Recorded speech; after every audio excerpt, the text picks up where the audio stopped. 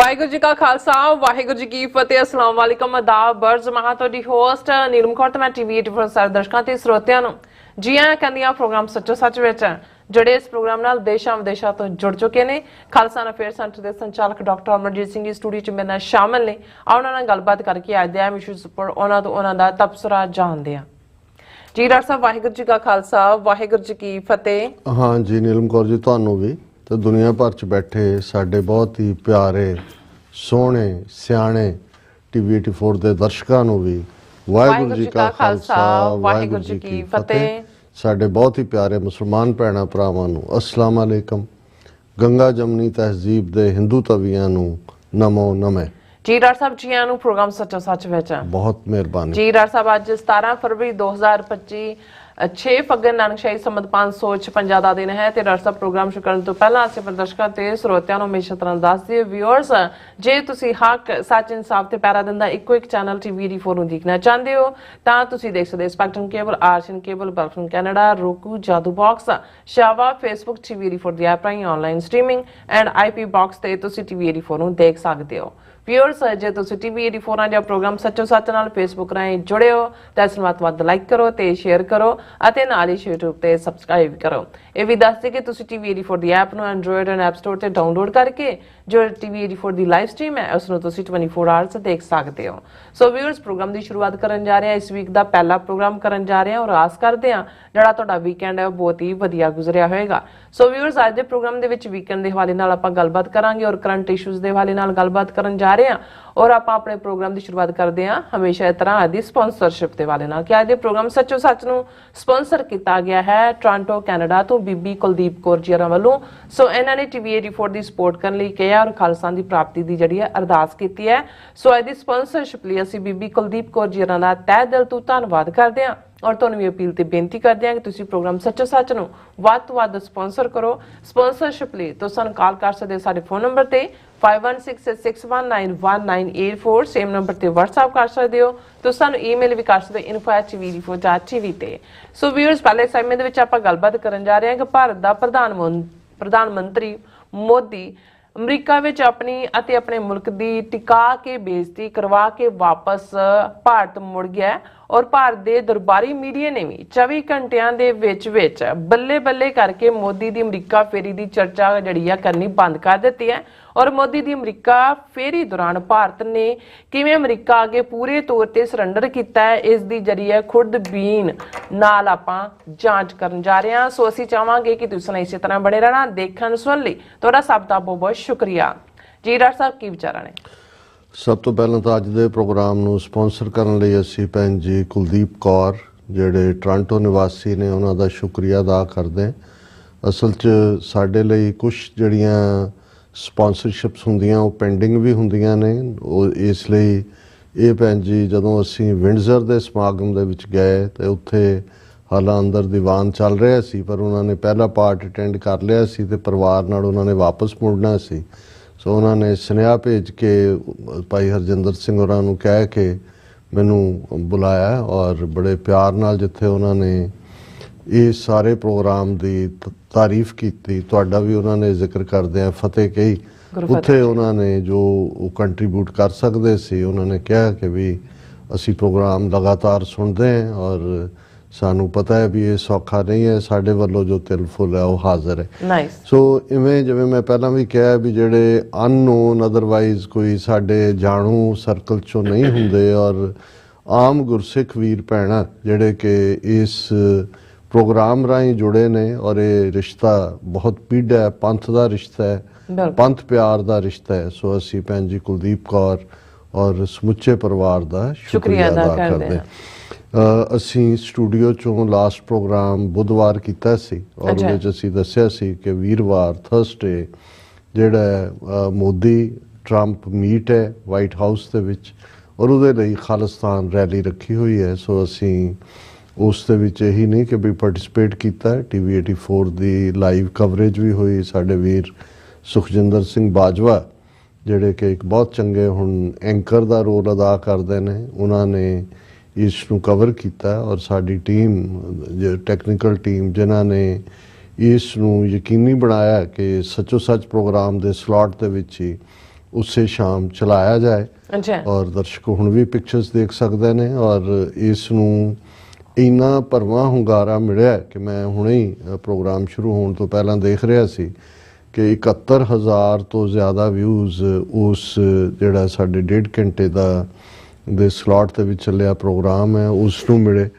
ਔਰ ਇਸ ਸਾਰੇ ਦੇ ਚਲਦਿਆਂ ਅਸੀਂ ਉਹਦੀ ਵੀ ਗੱਲ ਕਰਾਂਗੇ ਕਿ ਕਿਸ ਉਤਸ਼ਾਹ ਦੇ ਨਾਲ ਇੱਕ ਪਾਸੇ ਖਾਲਿਸਤਾਨੀ ਜਿਹੜੇ ਝੰਡਿਆਂ ਦੇ ਨਾਲ ਮੋਦੀ ਦਾ ਸਵਾਗਤ ਕੀਤਾ ਗਿਆ, ਉੱਥੇ ਦੂਸਰੇ ਪਾਸੇ ਸਾਡੇ ਕਸ਼ਮੀਰੀ ਭੈਣ ਭਰਾ ਵੀ ਡਾਕਟਰ ਅਬਦੁਲ ਗਨੀ ਫਾਈ ਕਸ਼ਮੀਰ ਅਮਰੀਕਨ ਕੌਂਸਲ ਦੇ ਵੀ ਪਹੁੰਚੇ ਹੋਏ ਸੀ। ਔਰ ਖ਼ਾਸ ਤੌਰ 'ਤੇ ਡਾਲਸ ਤੋਂ ਬੀਬੀ ਜਿਹੜੇ ਕਿ ਬੜੇ ਹੀ ਜਿੰਨੇ ਪਿਛਲੇ ਪ੍ਰੋਗਰਾਮ ਭਾਵੇਂ ਉਹ ਹੌਡੀ ਮੌਡੀ ਹਿਊਸਟਨ ਸੀ ਜਾਂ ਉਸ ਤੋਂ ਇਲਾਵਾ ਯੂਬਾ ਸਿਟੀ ਦੇ ਨਗਰ ਕੀਰਤਨ ਵੇਲੇ ਵੀ ਮੈਂ ਉਹਨਾਂ ਨੂੰ ਉਸੇ ਹੀ ਉਤਸ਼ਾਹ 'ਚ ਦੇਖਿਆ। ਗਜ਼ਾਲਾ ਹਬੀਬ ਉਹ ਆਪਣੀ ਮਦਰ ਦੇ ਨਾਲ ਵੀ ਆਪਣੀ ਡਾਟਰ ਵੀ ਜਿਹੜੇ ਕਿ ਹੁਣ ਮੈਡੀਕਲ ਸਟੱਡੀ ਲਈ ਯੂਨੀਵਰਸਿਟੀ 'ਚ ਨੇ, ਔਰ ਮੈਂ ਕਿਹਾ ਵੀ 3 ਜਨਰੇਸ਼ਨਾਂ ਜਦੋਂ ਡੈਡੀਕੇਟਡ ਹੋਣ ਔਰ ਉਹ ਫਲਾਈ ਕਰਕੇ ਡਾਲਸ ਤੋਂ ਪਹੁੰਚੇ। ਔਰ ਇਸ ਤੋਂ ਇਲਾਵਾ ਹੋਰ ਵੀ ਇੱਕ ਜਦੋਂ ਕਸ਼ਮੀਰੀ ਝੰਡੇ ਔਰ ਖਾਲਿਸਤਾਨ ਦੇ ਝੰਡੇ ਨਾਲ ਨਾਲ ਝੂਲਦੇ ਨੇ ਤਾਂ ਫਿਰ ਮੈਨੂੰ ਉਸ ਸਿਆਣੇ ਇੱਕ ਪਾਕਿਸਤਾਨੀ ਇੰਟੈਲੈਕਚੁਅਲ ਦੀ ਗੱਲ ਹਮੇਸ਼ਾ ਯਾਦ ਆਉਂਦੀ ਹੈ ਜਿਹਦੇ 'ਚ ਉਹਨਾਂ ਨੇ ਕਿਹਾ ਸੀ ਕਿ road from Lahore to Srinagar goes via Amritsar, ਕਿ ਕਸ਼ਮੀਰ ਦੀ ਆਜ਼ਾਦੀ ਜੁੜੀ ਹੋਈ ਹੈ ਖਾਲਿਸਤਾਨ ਦੀ ਆਜ਼ਾਦੀ ਨਾਲ। ਸੋ ਇਹ ਟੁਗੈਦਰਨੈਸ ਆਪਣੇ ਆਪ ਦੇ ਵਿੱਚ, ਹਾਲਾਂ ਇਸ ਦਾ ਮਤਲਬ ਇਹ ਨਹੀਂ ਹੈ ਕਿ ਵੀ ਅਸੀਂ ਪਾਕਿਸਤਾਨ ਦੀ ਹਕੂਮਤ ਜਿੱਥੇ ਉਹ ਆਪਣੇ ਕ੍ਰਾਈਸਿਸ ਚੋਂ ਗੁਜ਼ਰ ਰਿਹਾ ਜਾਂ ਦੂਸਰਾ ਉਹਨਾਂ ਦਾ ਵੀ, ਕਿਉਂਕਿ 5 ਫਰਵਰੀ ਨੂੰ ਕਸ਼ਮੀਰ ਸੋਲੀਡੈਰਿਟੀ ਡੇ ਸੀ, ਆਪਣੇ ਢੰਗ ਨਾਲ ਪਾਕਿਸਤਾਨੀ ਲੋਕ ਸਪੋਰਟ ਦਿੰਦੇ ਨੇ। ਪਰ ਅਸੀਂ ਇਹ ਸਮਝਦੇ ਹਾਂ ਕਿ ਵੀ ਜਦੋਂ ਤੱਕ ਇੱਕ ਵੀ ਨਾਰਾ ਵੱਜਦਾ ਹੈ ਅਸਮਾਨ ਦੇ ਵਿੱਚ, ਜਾਂ ਇੱਕ ਵੀ ਬਾਂਹ ਖੜੀ ਹੁੰਦੀ ਹੈ ਕਿਸੇ ਖਿੱਤੇ ਦੀ ਆਜ਼ਾਦੀ ਦੇ ਲਈ ਔਰ ਉਹਦੇ ਲਈ ਸਿਰ ਦੇਣ ਵਾਲੇ ਜਾਂ ਉਸ ਦੇ ਲਈ ਲਹੂ ਡੋਲਣ ਵਾਲਾ ਇੱਕ ਵੀ ਸ਼ਖਸ ਜਿਉਂਦਾ ਹੁੰਦਾ ਹੈ, ਉਦੋਂ ਤੱਕ ਕੋਈ ਨਜ਼ਰੀਆ ਨਹੀਂ ਮਰਦਾ, ਕੋਈ ਮੂਵਮੈਂਟ ਨਹੀਂ ਮਰਦੀ। ਹਾਲਾਤ ਬਦਲਦੇ ਰਹਿੰਦੇ ਨੇ, ਅਪ ਐਂਡ ਡਾਊਨ ਹੁੰਦੇ ਨੇ। ਸੋ ਕਸ਼ਮੀਰੀਆਂ ਦੀ ਜਿਹੜੀ ਡਿਫਾਇੰਸ ਦੀ ਸਪਿਰਿਟ ਹੈ ਉਹ ਵੀ ਰਿਮਾਰਕੇਬਲ ਹੈ ਔਰ ਇਹ ਸਾਡੀ ਟੁਗੈਦਰਨੈਸ ਵੀ ਬ੍ਰਾਹਮਣਵਾਦੀਆਂ ਨੂੰ ਬਹੁਤ ਤਕਲੀਫ ਦਿੰਦੀ ਹੈ। ਜੇ ਇਸ ਹਾਲਾਂ ਅਸੀਂ ਫਿਰ ਫਰਾਈਡੇ ਦਾ ਪ੍ਰੋਗਰਾਮ, ਕਿਉਂਕਿ ਮੈਂ ਵਾਸ਼ਿੰਗਟਨ DC ਸੀ, ਕੁਝ ਹੋਰ ਵੀ ਮੁਲਾਕਾਤਾਂ ਸਨ, ਇਸ ਕਰਕੇ ਸਕਾਈਪ ਰਾਹੀਂ ਅਮਰਵੀਰ ਸਿੰਘ ਹੋਰਾਂ ਦੇ ਨਾਲ ਜਿਹੜਾ ਸਾਡਾ ਲਗਭਗ 1 ਘੰਟੇ ਦਾ ਇਸ ਮੀਟ ਦੇ ਉੱਤੇ ਸਾਡੀ ਟੇਕ ਸੀ, ਉਸ ਨੂੰ ਵੀ ਦਰਸ਼ਕਾਂ ਵੱਲੋਂ ਬਹੁਤ ਪਸੰਦ ਕੀਤਾ ਗਿਆ ਔਰ 21,000 ਤੋਂ ਜ਼ਿਆਦਾ ਵਿਊਅਰ ਜਿਹੜੇ ਨੇ ਉਸ ਦੇ ਉੱਤੇ ਵੀ ਆਏ, ਕਿਉਂਕਿ ਇਹ YouTube ਦਾ ਤਾਂ ਸਾਡੇ ਕੋਲ ਰਾਈਟ ਅਵੇ ਹੁੰਦਾ, ਅਸੀਂ ਦੇਖ ਸਕਦੇ ਹਾਂ। ਇਸ ਤੋਂ ਇਲਾਵਾ ਜਿਹੜੇ ਦੂਸਰੇ ਪਲੇਟਫਾਰਮ ਤੇ ਜਿਨ੍ਹਾਂ ਦਾ ਤੁਸੀਂ ਪ੍ਰੋਗਰਾਮ ਦੀ ਬਿਗਨਿੰਗ 'ਚ ਜ਼ਿਕਰ ਕਰਦੇ ਹੋ, ਔਰ ਇਸ ਤੋਂ ਇਲਾਵਾ ITV ਜਿਹੜਾ ਸਾਡਾ ਮੇਨ TV ਚੈਨਲ ਹੈ, ਇਹ ਉਹਦੇ ਲੱਖਾਂ ਵਿਊਅਰ ਵੱਖਰੇ ਨੇ। ਪਰ ਕਿਉਂਕਿ ਇਹ ਆਪਣੇ ਆਪ ਦੇ ਵਿੱਚ ਜਿਹੜਾ ਇਸ ਗੱਲ ਦਾ ਸਬੂਤ ਹੈ ਕਿ ਦੁਨੀਆ ਭਰ 'ਚ ਬੈਠੇ ਸਿੱਖ ਔਰ ਖ਼ਾਸ ਤੌਰ 'ਤੇ ਸਾਡੇ ਪਾਕਿਸਤਾਨੀ ਭੈਣ ਭਰਾ ਜਾਂ ਕਸ਼ਮੀਰੀ ਜਿਨ੍ਹਾਂ ਦੀ ਦਿਲਚਸਪੀ ਹੈ ਵੀ ਖਿੱਤੇ 'ਚ ਕੀ ਚੱਲ ਰਿਹਾ, ਉਹ ਮੋਨੀਟਰ ਕਰਦੇ ਨੇ ਜਾਂ ਉਹ ਵਾਚ ਕਰਦੇ ਨੇ ਜਾਂ ਕਰ ਰਹੇ ਸੀ ਕਿ ਮੋਦੀ ਦੀ ਆਮਦ ਦੇ ਨਾਲ, ਕਿਉਂਕਿ ਜਿਸ ਕਿਸਮ ਦੀ ਹਾਈਪ ਇੰਡੀਅਨ ਮੀਡੀਆ ਕ੍ਰੀਏਟ ਕਰਦਾ ਜਾਂ ਜਿਸ ਕਿਸਮ ਦੀ ਅਨਪ੍ਰੈਡਿਕਟੇਬਿਲਿਟੀ ਈਵਨ ਪ੍ਰੈਜ਼ੀਡੈਂਟ ਟਰੰਪ ਦੇ ਬਿਹੇਵੀਅਰ ਦੀ ਵੀ ਹੈ, ਹਰ ਇੱਕ ਆਪਣਾ ਸਾਹ ਸੂਤ ਕੇ ਦੇਖ ਰਿਹਾ ਸੀ ਕਿ ਉਹਦੇ ਚੋਂ ਕੀ ਨਿਕਲੇਗਾ। ਔਰ ਉਹਦੇ 'ਚ ਅਸੀਂ ਜਿੱਥੇ ਗੱਲ ਪ੍ਰੋਟੈਸਟ, ਭਾਵੇਂ ਤੁਸੀਂ ਹਜ਼ਾਰਾਂ ਇਨਸਾਨ ਇਕੱਠੇ ਕਰ ਲਓ ਤੇ ਜਾਂ ਇੱਕ ਪ੍ਰਭਾਵਸ਼ਾਲੀ ਤੁਹਾਡੀ ਕਰਾਊਡ ਹੁੰਦੀ, ਵਰਕਿੰਗ ਡੇ ਸੀ ਪਰ ਪ੍ਰਭਾਵਸ਼ਾਲੀ ਕਰਾਊਡ ਸੀ। ਔਰ ਅਸੀਂ ਇਹ ਦੇਖਿਆ ਕਿ ਵੀ ਸਾਡੇ ਇਸ ਪ੍ਰੋਟੈਸਟ ਨੂੰ ਕਾਊਂਟਰ ਕਰਨ ਦੇ ਲਈ ਕਿਵੇਂ ਉਹਨਾਂ ਨੇ, ਜਿਉਂ ਹੀ ਅਸੀਂ ਉੱਥੇ ਪਹੁੰਚੇ, ਕਿਉਂਕਿ 12 ਵਜੇ ਦਾ ਟਾਈਮ 11:30 ਦਾ ਦਿੱਤਾ ਹੋਇਆ ਸੀ, ਔਰ ਇੱਕ ਇੰਡੀਅਨ ਗਰੁੱਪ ਵੱਡੇ ਢੋਲ ਦੇ ਨਾਲ ਉੱਥੇ ਉਹਨਾਂ ਨੇ ਖੜਾ ਕੀਤਾ ਸੀ। ਔਰ ਉਸ ਨੇ ਮਤਲਬ ਤਾਂ ਇਹ ਸੀ ਕਿ ਜਿਹੜੀ ਸਾਡੀ ਖਾਲਿਸਤਾਨ ਜ਼ਿੰਦਾਬਾਦ ਦੇ ਨਾਅਰਿਆਂ ਦੀ ਆਵਾਜ਼ ਹੈ ਜਾਂ ਕਸ਼ਮੀਰ ਦੀ ਆਜ਼ਾਦੀ ਦੀ ਗੱਲ ਹੈ, ਉਹ ਉਸ ਸ਼ੋਰ ਸ਼ਰਾਬੇ 'ਚ ਜਿਹੜੇ ਦੱਬ ਜਾਏ।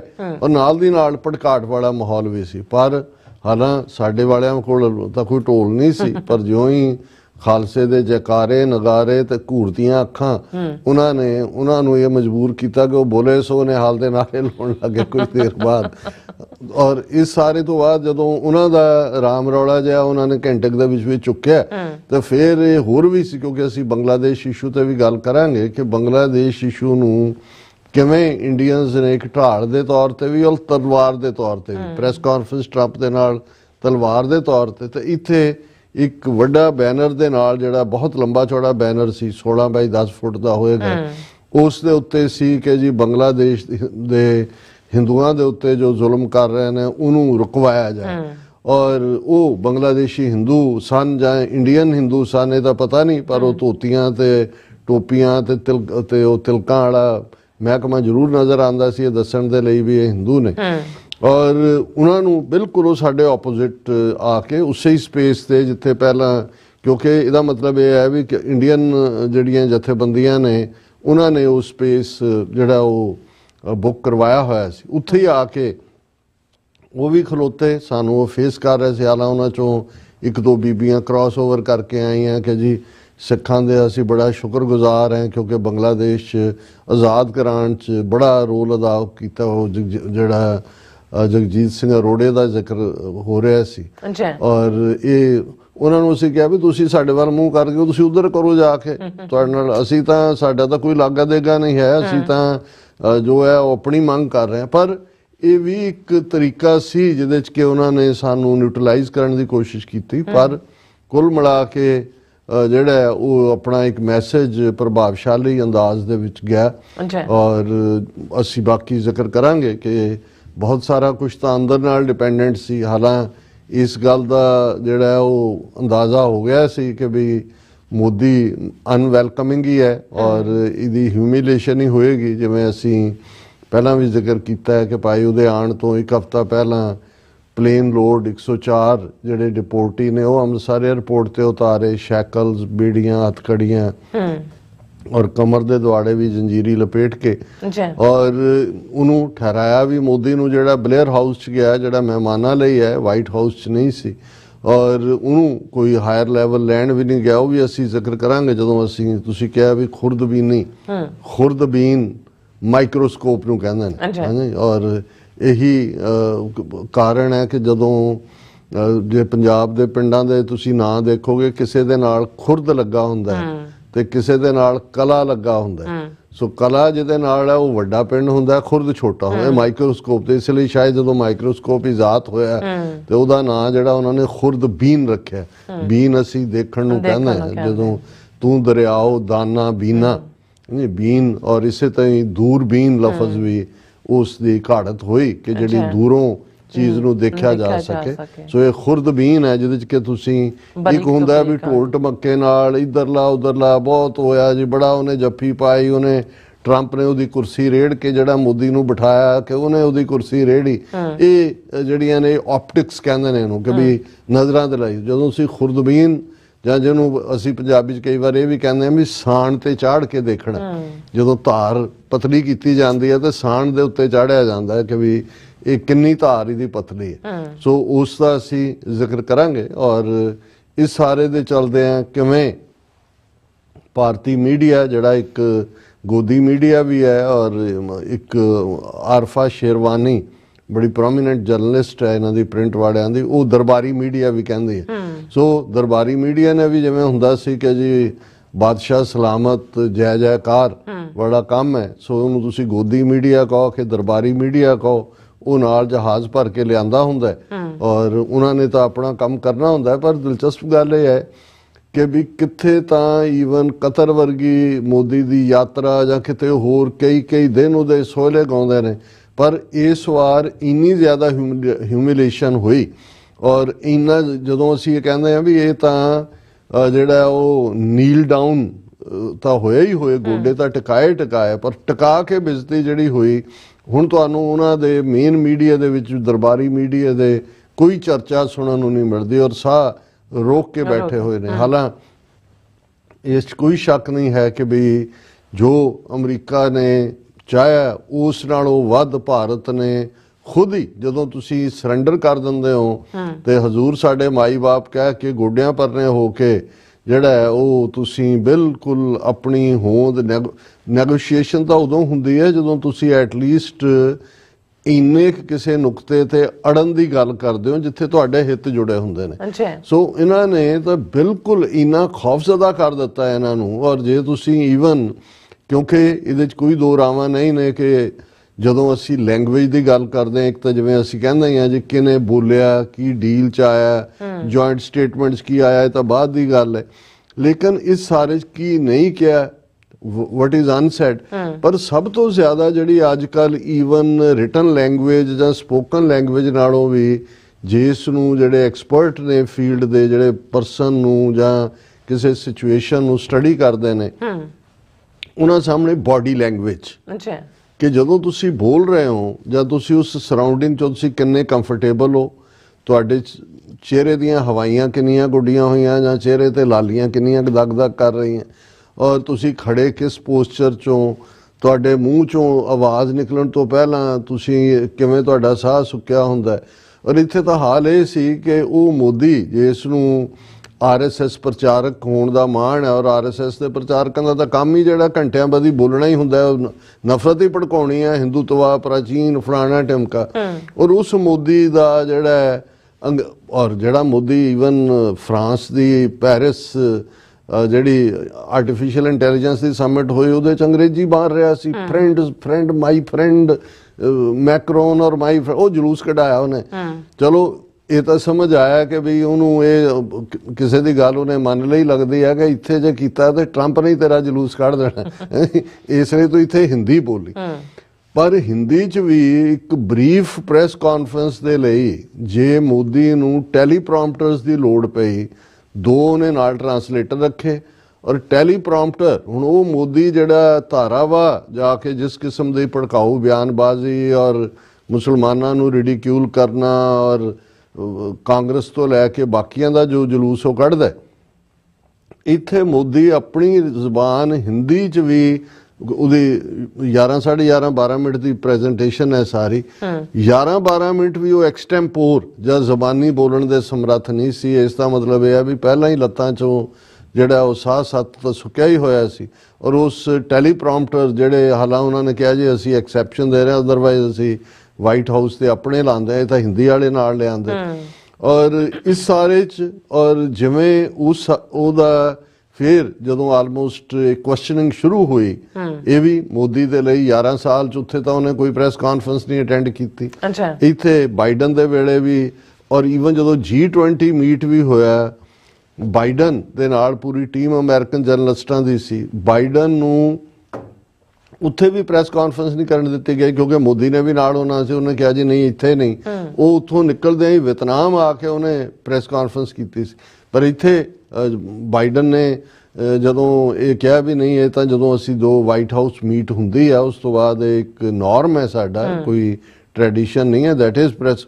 ਇਹਨੇ ਕਿਹਾ ਸੀ ਜੀ ਮੈਂ 2 ਸਵਾਲ ਹੀ ਲਵਾਂਗਾ ਵੱਧ ਤੋਂ ਵੱਧ, ਬਾਕੀ ਤਾਂ ਦੋਵਾਂ 'ਚ ਵੀ ਉਹ ਬੀਬੀ Sabrina Qureshi Wall Street general ਦੀ, ਉਹਨੇ ਜਦੋਂ ਇਹਨੂੰ ਪੁੱਛਿਆ ਸਾਰਾ ਤੇ ਇਹਦਾ ਤੋਤੇ ਉੱਡ ਗਏ। ਔਰ ਇਹ ਵੀ ਉਹੀ ਕਰਨ ਲੱਗ ਗਿਆ ਜਿਵੇਂ ਕਿ ਭਾਰਤ ਲੋਕਤੰਤਰ ਔਰ ਪ੍ਰਾਚੀਨ ਔਰ ਫਲਾਣਾ। ਉਸ ਤੋਂ ਵੀ ਬਦਤਰ ਹਾਲਤ ਹੁਣ ਹੋਈ ਜਦੋਂ ਹੁਣ ਤਾਂ ਟਰੰਪ ਦੇ ਨਾਲ ਬਰਾਬਰ ਦੇਣੀ ਪੈਣੀ ਸੀ ਪ੍ਰੈਸ ਕਾਨਫਰੰਸ। ਔਰ ਇੱਕ ਅਮਰੀਕਨ ਜਰਨਲਿਸਟ ਨੇ ਜਦੋਂ ਅਡਾਨੀ ਦੇ ਉੱਤੇ ਸਵਾਲ ਪੁੱਛਿਆ ਤੇ ਇਹਨੂੰ ਭੁੱਲ ਹੀ ਗਿਆ, ਉਹਦੇ ਤੋਤੇ ਬਾਡੀ ਲੈਂਗੁਏਜ ਤਾਂ ਦੇਖਣ ਵਾਲੇ ਸੀ। ਫਿਰ ਕਹਿੰਦਾ भारत एक लोकतंत्र है, लोकतंत्र में सारे कुटुंब को हम एक मानते हैं और भारत भी उसमें शामिल है।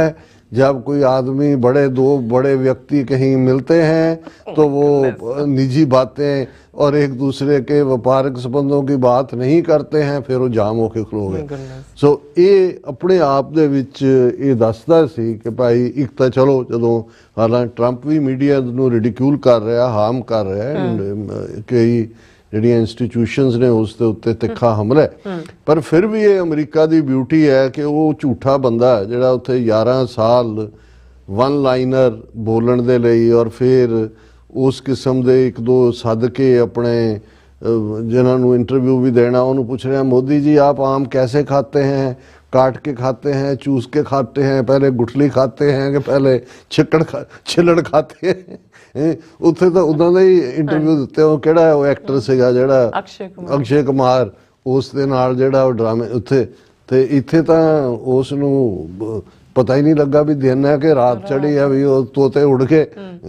ਸੋ ਇਹ ਸਾਰਾ ਪਾਰਟ ਜਿਹੜਾ ਅਸੀਂ ਸਮਝਦੇ ਹਾਂ ਕਿ ਵੀ ਇਸ ਨੇ, ਬਾਕੀ ਅਸੀਂ ਡਿਸਕਸ ਕਰਦੇ ਹਾਂ, ਪਰ ਮੈਂ ਪਹਿਲਾਂ ਇਸ ਪਾਰਟ ਨੂੰ ਫਿਨਿਸ਼ ਕਰ ਲਾਂ ਕਿ ਅਸੀਂ ਜਿੱਥੇ ਸਮੁੱਚੀਆਂ ਜਥੇਬੰਦੀਆਂ ਪੰਥਕ ਤੌਰ ਦੇ ਉੱਤੇ, ਉਹਨਾਂ ਦੇ ਵਿੱਚ ਮੁੱਖ ਤੌਰ ਦੇ ਉੱਤੇ East cost Sikh coordination committee, world Sikh parliament, Shiromani Akali Dal Amritsar, Sikh federation, Sikh youth of America, ਔਰ ਸਾਡੇ ਵਾਸ਼ਿੰਗਟਨ DC ਦੇ ਵੀਰ ਭਾਈ ਬਲਵਿੰਦਰਪਾਲ ਸਿੰਘ, ਭਾਈ ਨਰਿੰਦਰ ਸਿੰਘ, ਓਵਰਆਲ ਗੁਰਦੁਆਰਾ ਸਿੰਘ ਸਭਾ ਬਰੈਡਕ, ਸਿੱਖ ਸੈਂਟਰ ਮੈਨੇਸਿਸ, ਕਿਉਂਕਿ ਲੋਕਲ ਸਭ ਦੇ ਲੰਗਰ ਦਾ ਪ੍ਰਬੰਧ, ਪੀਜ਼ਾ ਲੰਗਰ ਵੀ, ਦੂਸਰਾ ਵੀ, ਔਰ ਜਿਉਂ ਹੀ ਅਜੇ ਜਾ ਕੇ ਉਹ ਪ੍ਰੋਟੈਸਟ ਸ਼ੁਰੂ ਹੋਣ ਵਾਲਾ ਸੀ, ਰੈਲੀ, ਔਰ ਪਾਣੀ ਵਾਲੇ ਆ ਗਏ ਜਾਂ ਦੂਜੇ, ਤੇ ਡਾਕਟਰ ਫਾਈ ਮੈਨੂੰ ਕਹਿਣ ਲੱਗੇ, ਕਹਿੰਦੇ ਇਹ ਜਿਹੜਾ ਸਿੱਖਾਂ ਦਾ ਦੇ ਕੋਲ ਗੁਰੂ ਨੇ ਜੋ ਤੁਹਾਨੂੰ ਦਿੱਤਾ ਹੈ ਇਹ ਕਿਤੇ ਨਹੀਂ ਹੈ। ਫਿਰ ਉਹਨਾਂ ਨੇ ਕਿਹਾ ਕਿ ਜੀ ਮੈਂ ਬਾਰਸੇਲੋਨਾ 'ਚ ਸਪੇਨ ਦੇ ਵਿੱਚ ਜਿਹੜੀ ਹੈ ਇਹਨਾਂ ਨੂੰ ਕਹਿੰਦੇ ਨੇ ਵਰਲਡ ਪਾਰਲੀਮੈਂਟ ਆਫ ਰਿਲੀਜਨਸ, ਉਹਦਾ 3 ਸਾਲ ਪਹਿਲਾਂ ਉੱਥੇ ਫੰਕਸ਼ਨ ਹੋਇਆ ਸੀ ਬਹੁਤ ਵੱਡਾ।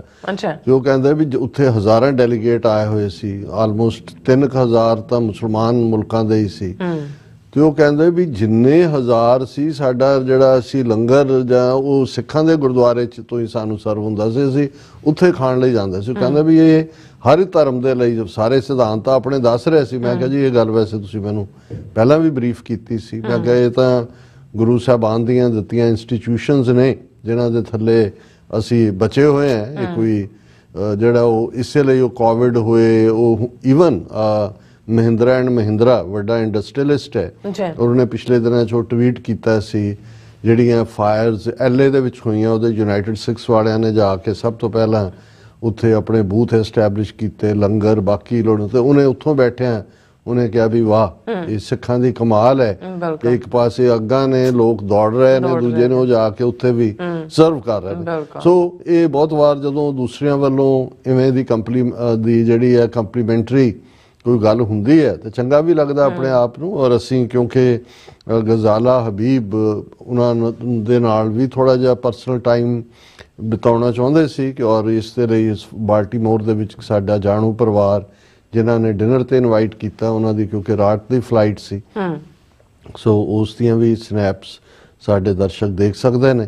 ਔਰ ਉਹਨਾਂ ਨੇ ਇਹ ਕਿਹਾ ਵੀ ਮੈਨੂੰ ਇਹ ਲੱਗਾ ਵੀ ਬੈਸਟ ਗਿਫਟ ਅਸੀਂ ਦੇ ਸਕਦੇ, ਔਰ ਪਰਿਵਾਰ ਦੇ ਬੇਟੇ ਨੂੰ ਵੀ ਉਹਨਾਂ ਨੇ ਜਿਹੜਾ ਗੁਰੂ ਨਾਨਕ ਪਾਤਸ਼ਾਹ ਦੇ 550 ਸਾਲਾ ਪ੍ਰਕਾਸ਼ ਪੁਰਬ ਦੇ ਮੌਕੇ ਤੇ ਜਦੋਂ ਕਿ ਕਰਤਾਰਪੁਰ ਲਾਂਘਾ ਖੋਲ੍ਹਿਆ ਗਿਆ 9 ਨਵੰਬਰ 2019 ਨੂੰ, ਤੇ ਪਾਕਿਸਤਾਨ ਦੀ ਸਰਕਾਰ ਨੇ ਖਾਸ ਸਿੱਕਾ ਜਿਹੜਾ ਜਾਰੀ ਕੀਤਾ ਸੀ, ਸੋ ਉਹ ਸਿੱਕਾ ਉਹਨਾਂ ਨੇ ਉਹਨਾਂ ਦੇ ਬੇਟੇ ਨੂੰ ਵੀ ਭੇਟ ਕੀਤਾ, ਮੈਨੂੰ ਵੀ ਭੇਟ ਕੀਤਾ। ਸੋ ਉਹਨਾਂ ਦੇ ਨਾਲ ਵੀ ਹੋਰ ਵੀ ਖੁੱਲ੍ਹ ਕੇ ਗੁਫ਼ਤਗੂ ਹੋਈ ਕਿ ਭਾਈ ਕਿਵੇਂ ਇਹ ਸਾਡੀਆਂ ਸਟਰਗਲ ਜਿਹੜੀਆਂ ਨੇ ਉਹਨਾਂ ਦੇ ਵਿੱਚ ਅਸੀਂ ਇੱਕ ਦੂਸਰੇ ਦੇ ਮਦਦਗਾਰ ਹੋ ਸਕਦੇ। ਔਰ ਇਹ ਸਾਰਾ ਪਾਰਟ ਜਿਹੜਾ ਹੈ ਉਹ ਕਿਉਂਕਿ ਆਲਰੇਡੀ ਪੋਲਿਟਿਕਸ ਪੰਜਾਬ TV ਰਾਹੀਂ ਵੀ ਇਹ ਲਾਈਵ ਦੀ ਕਵਰੇਜ ਸੀ, ਬਹੁਤ ਵੱਡੀ ਗਿਣਤੀ 'ਚ ਲੋਕਾਂ ਨੇ ਦੇਖਿਆ। ਔਰ ਇਹ ਸਾਰਾ ਜਿਹੜਾ ਨੈਰੇਟਿਵ ਇੱਕ ਵਾਰ ਸਿਰਜਿਆ ਜਾਂਦਾ ਜਦੋਂ ਅਸੀਂ ਆਪਣੇ ਮੀਡੀਆ ਦੀ ਇੰਪੋਰਟੈਂਸ ਦੀ ਗੱਲ ਕਰਦੇ ਹਾਂ, ਤੇ ਇਸ ਨੇ ਆਲਰੇਡੀ ਜਿਹੜਾ ਇੰਡੀਅਨ ਮੀਡੀਆ ਨੇ ਜਾਂ ਦੂਜਾ ਹਾਲਾਂਕਿ ਇਸ ਵਾਰ ਈਵਨ ਦਰਬਾਰੀ ਮੀਡੀਆ ਵੀ ਕੌਸ਼ੀਅਸ ਸੀ, ਕੋਈ ਬਹੁਤ ਜ਼ਿਆਦਾ ਛਾਲਾਂ ਉਸ ਕਿਸਮ ਦੀਆਂ ਨਹੀਂ ਸੀ ਮਾਰ ਰਹੇ, ਲੇਕਿਨ ਉਹਨੇ ਐਕਸਪੋਜ਼ ਵੀ ਕਰ ਦਿੱਤਾ। ਔਰ ਕਿਉਂਕਿ ਜਿਹੜੀ ਅਸਲੀ ਕਹਾਣੀ ਤਾਂ ਦੁਨੀਆ ਦੇ ਸਾਹਮਣੇ ਉਸ ਪ੍ਰੈਸ ਕਾਨਫਰੰਸ ਨੇ ਹੀ ਰੱਖ ਦਿੱਤੀ, ਔਰ ਉਹਦੇ 'ਚ ਅਸੀਂ ਜ਼ਿਕਰ ਕਰਾਂਗੇ ਕਿ 2 ਮੇਨ ਮੁੱਦੇ ਜਿਹੜੇ ਜਿਨ੍ਹਾਂ ਦੇ ਉੱਤੇ ਪਲਾਂਟਡ ਕੁਐਸਚਨ ਸੀ, ਉਹਦੀ ਬਿਗਨਿੰਗ 'ਚ ਹੀ ਉਹਨੇ ਇੱਕ ਨੇ ਤਾਂ ਆਪਣਾ ਕੀਤਾ, ਉਹਨਾਂ ਦਾ ਕਿਵੇਂ ਜਲੂਸ ਨਿਕਲਿਆ ਔਰ ਅਮਰੀਕਾ ਦਾ ਉਹਨਾਂ ਦੇ ਉੱਤੇ ਕੀ ਸਟੈਂਡ ਹੈ, ਇਸ ਦਾ ਵੀ ਅਸੀਂ ਜ਼ਿਕਰ ਕਰਾਂਗੇ। ਪਰ ਇਸ ਨੂੰ 2 ਪੱਖਾਂ ਤੋਂ ਜਦੋਂ ਅਸੀਂ ਦੇਖਦੇ ਹਾਂ ਕਿ ਭਾਰਤ ਦੇ ਲਈ ਇਸ ਤੋਂ ਵੱਡੀ ਨਮੋਸ਼ੀ, ਹਿਊਮਿਲੀਏਸ਼ਨ, ਔਰ ਇਸ ਤੋਂ ਵੀ ਵੱਡਾ, ਇਸ ਤੋਂ ਪਹਿਲਾਂ ਜਿਵੇਂ ਮੈਂ ਕਿਹਾ ਕਿ ਵੀ ਉਸ ਨੂੰ ਭਾਰਤ ਨੂੰ ਸਾਈਨ ਤਾਂ ਉਹਨਾਂ ਨੇ ਦੇ ਦਿੱਤੇ ਸੀ ਕਿ ਵੀ ਤੁਹਾਡੇ ਨਾਲ ਕੀ ਹੋਣ ਜਾ ਰਿਹਾ, ਲੇਕਿਨ ਮੋਦੀ ਨਾਲ ਮੀਟਿੰਗ ਤੋਂ ਠੀਕ 2 ਘੰਟੇ ਪਹਿਲਾਂ ਪ੍ਰੈਜ਼ੀਡੈਂਟ ਟਰੰਪ ਨੇ ਜਿਹੜੇ ਐਗਜ਼ੈਕਟਿਵ ਆਰਡਰ ਉਹ ਕਰ ਹੀ ਰਿਹਾ, ਨਾਲ ਦੀ ਨਾਲ ਐਲਾਨ ਕੀਤਾ ਕਿ ਅਸੀਂ ਦੁਨੀਆ ਦੇ ਸਾਰੇ ਮੁਲਕਾਂ ਦੇ ਉੱਤੇ ਹੀ ਟੈਰਿਫ ਚੁੰਗੀ ਟੈਕਸ ਲਾਉਣ ਜਾ ਰਹੇ ਆ ਉਸੇ ਪ੍ਰਪੋਰਸ਼ਨ ਦੇ ਵਿੱਚ ਹੀ ਜਿਹਦੇ ਥੱਲੇ ਉਹ ਸਾਡੇ ਤੇ ਲਾ ਰਹੇ ਨੇ। ਅੱਛਾ। ਸੋ ਮਤਲਬ ਜਿਹੜਾ ਭਾਰਤ ਨੇ ਆਪਣੇ ਵੱਲੋਂ ਤਾਂ ਆਪਣੇ ਬਜਟ ਦੇ ਵਿੱਚ ਉਹਨਾਂ ਨੇ ਬਹੁਤ ਸਾਰਿਆਂ ਤੋਂ ਜਿਹੜਾ ਫੇਵਰੇਟ ਮੋਟਰਸਾਈਕਲ ਹੈ ਟਰੰਪ ਦਾ ਉਹਦੇ ਉੱਤੇ ਘਟਾਇਆ, ਦੂਜਿਆਂ ਤੇ ਜਿਹੜਾ ਟੈਕਸ ਕੱਟ ਕੀਤਾ, ਵਿਸਕੀ ਦੇ ਉੱਤੇ ਉਹ ਬਾਕੀ ਯੂਰਪ ਦੀਆਂ ਵਾਈਨਸ ਜਾਂ ਦੂਜਿਆਂ ਦੇ ਨਹੀਂ ਉਹਨਾਂ ਨੂੰ ਦਿੱਤਾ, ਹੋਰ ਵੀ ਕਿੰਨਾ ਘਟਾਇਆ।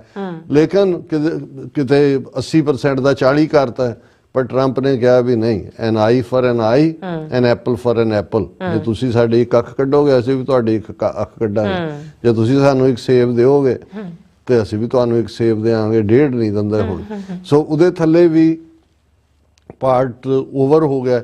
ਔਰ ਇਸ ਦੇ ਉੱਤੇ ਈਵਨ ਇਹਨਾਂ ਦਾ ਡਾਕਟਰ ਸੁਬਰਾਮਨੀਅਮ ਸਵਾਮੀ ਜਿਹੜਾ RSS ਆਈਡੀਆਲੋਗ ਹੈ ਔਰ ਦੂਸਰਾ ਹੈ, ਕਿਉਂਕਿ ਮੇਰੀ ਵੀ ਨਜ਼ਰ ਹੁੰਦੀ ਹੈ ਵੀ ਉਹ ਕਿਵੇਂ, ਕਿਉਂਕਿ ਉਹ ਇੱਕ ਐਕਸਪਰਟ ਵੀ ਹੈ, ਇਕਨੋਮਿਕਲ ਐਂਗਲ ਨੂੰ ਸਮਝਦਾ ਖਾਸ ਤੌਰ ਤੇ।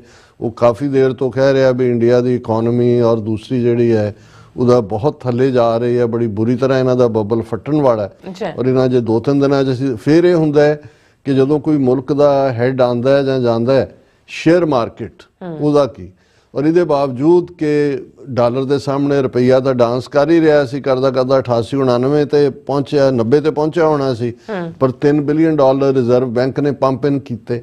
ਫਿਰ ਸੀ ਕਿ ਵੀ ਜਿਹੜੀ ਅਨਸਰਟਨਟੀ ਓਵਰ ਹੋ ਜਾਏਗੀ ਜਦੋਂ ਮੋਦੀ ਮਿਲ ਕੇ ਜਾਏਗਾ ਟਰੰਪ ਨੂੰ ਔਰ ਇਹ ਅਪ ਹੋਏਗਾ, ਸ਼ੇਅਰ ਬਾਜ਼ਾਰ 'ਚ ਅਪਸਰਜ ਹੋਏਗੀ। ਉਹ ਜਿੰਨੇ ਵੀ ਉਹਨਾਂ ਦੇ ਸੈਂਸੈਕਸ ਪੁਆਇੰਟ ਜਾਂ ਸਟਾਕ ਮਾਰਕੀਟ ਦੇ ਹੁੰਦੇ ਨੇ, ਕਈ ਹਜ਼ਾਰ ਕਰੋੜ ਉੱਡ ਗਿਆ ਮਾਰਕੀਟ 'ਚੋਂ।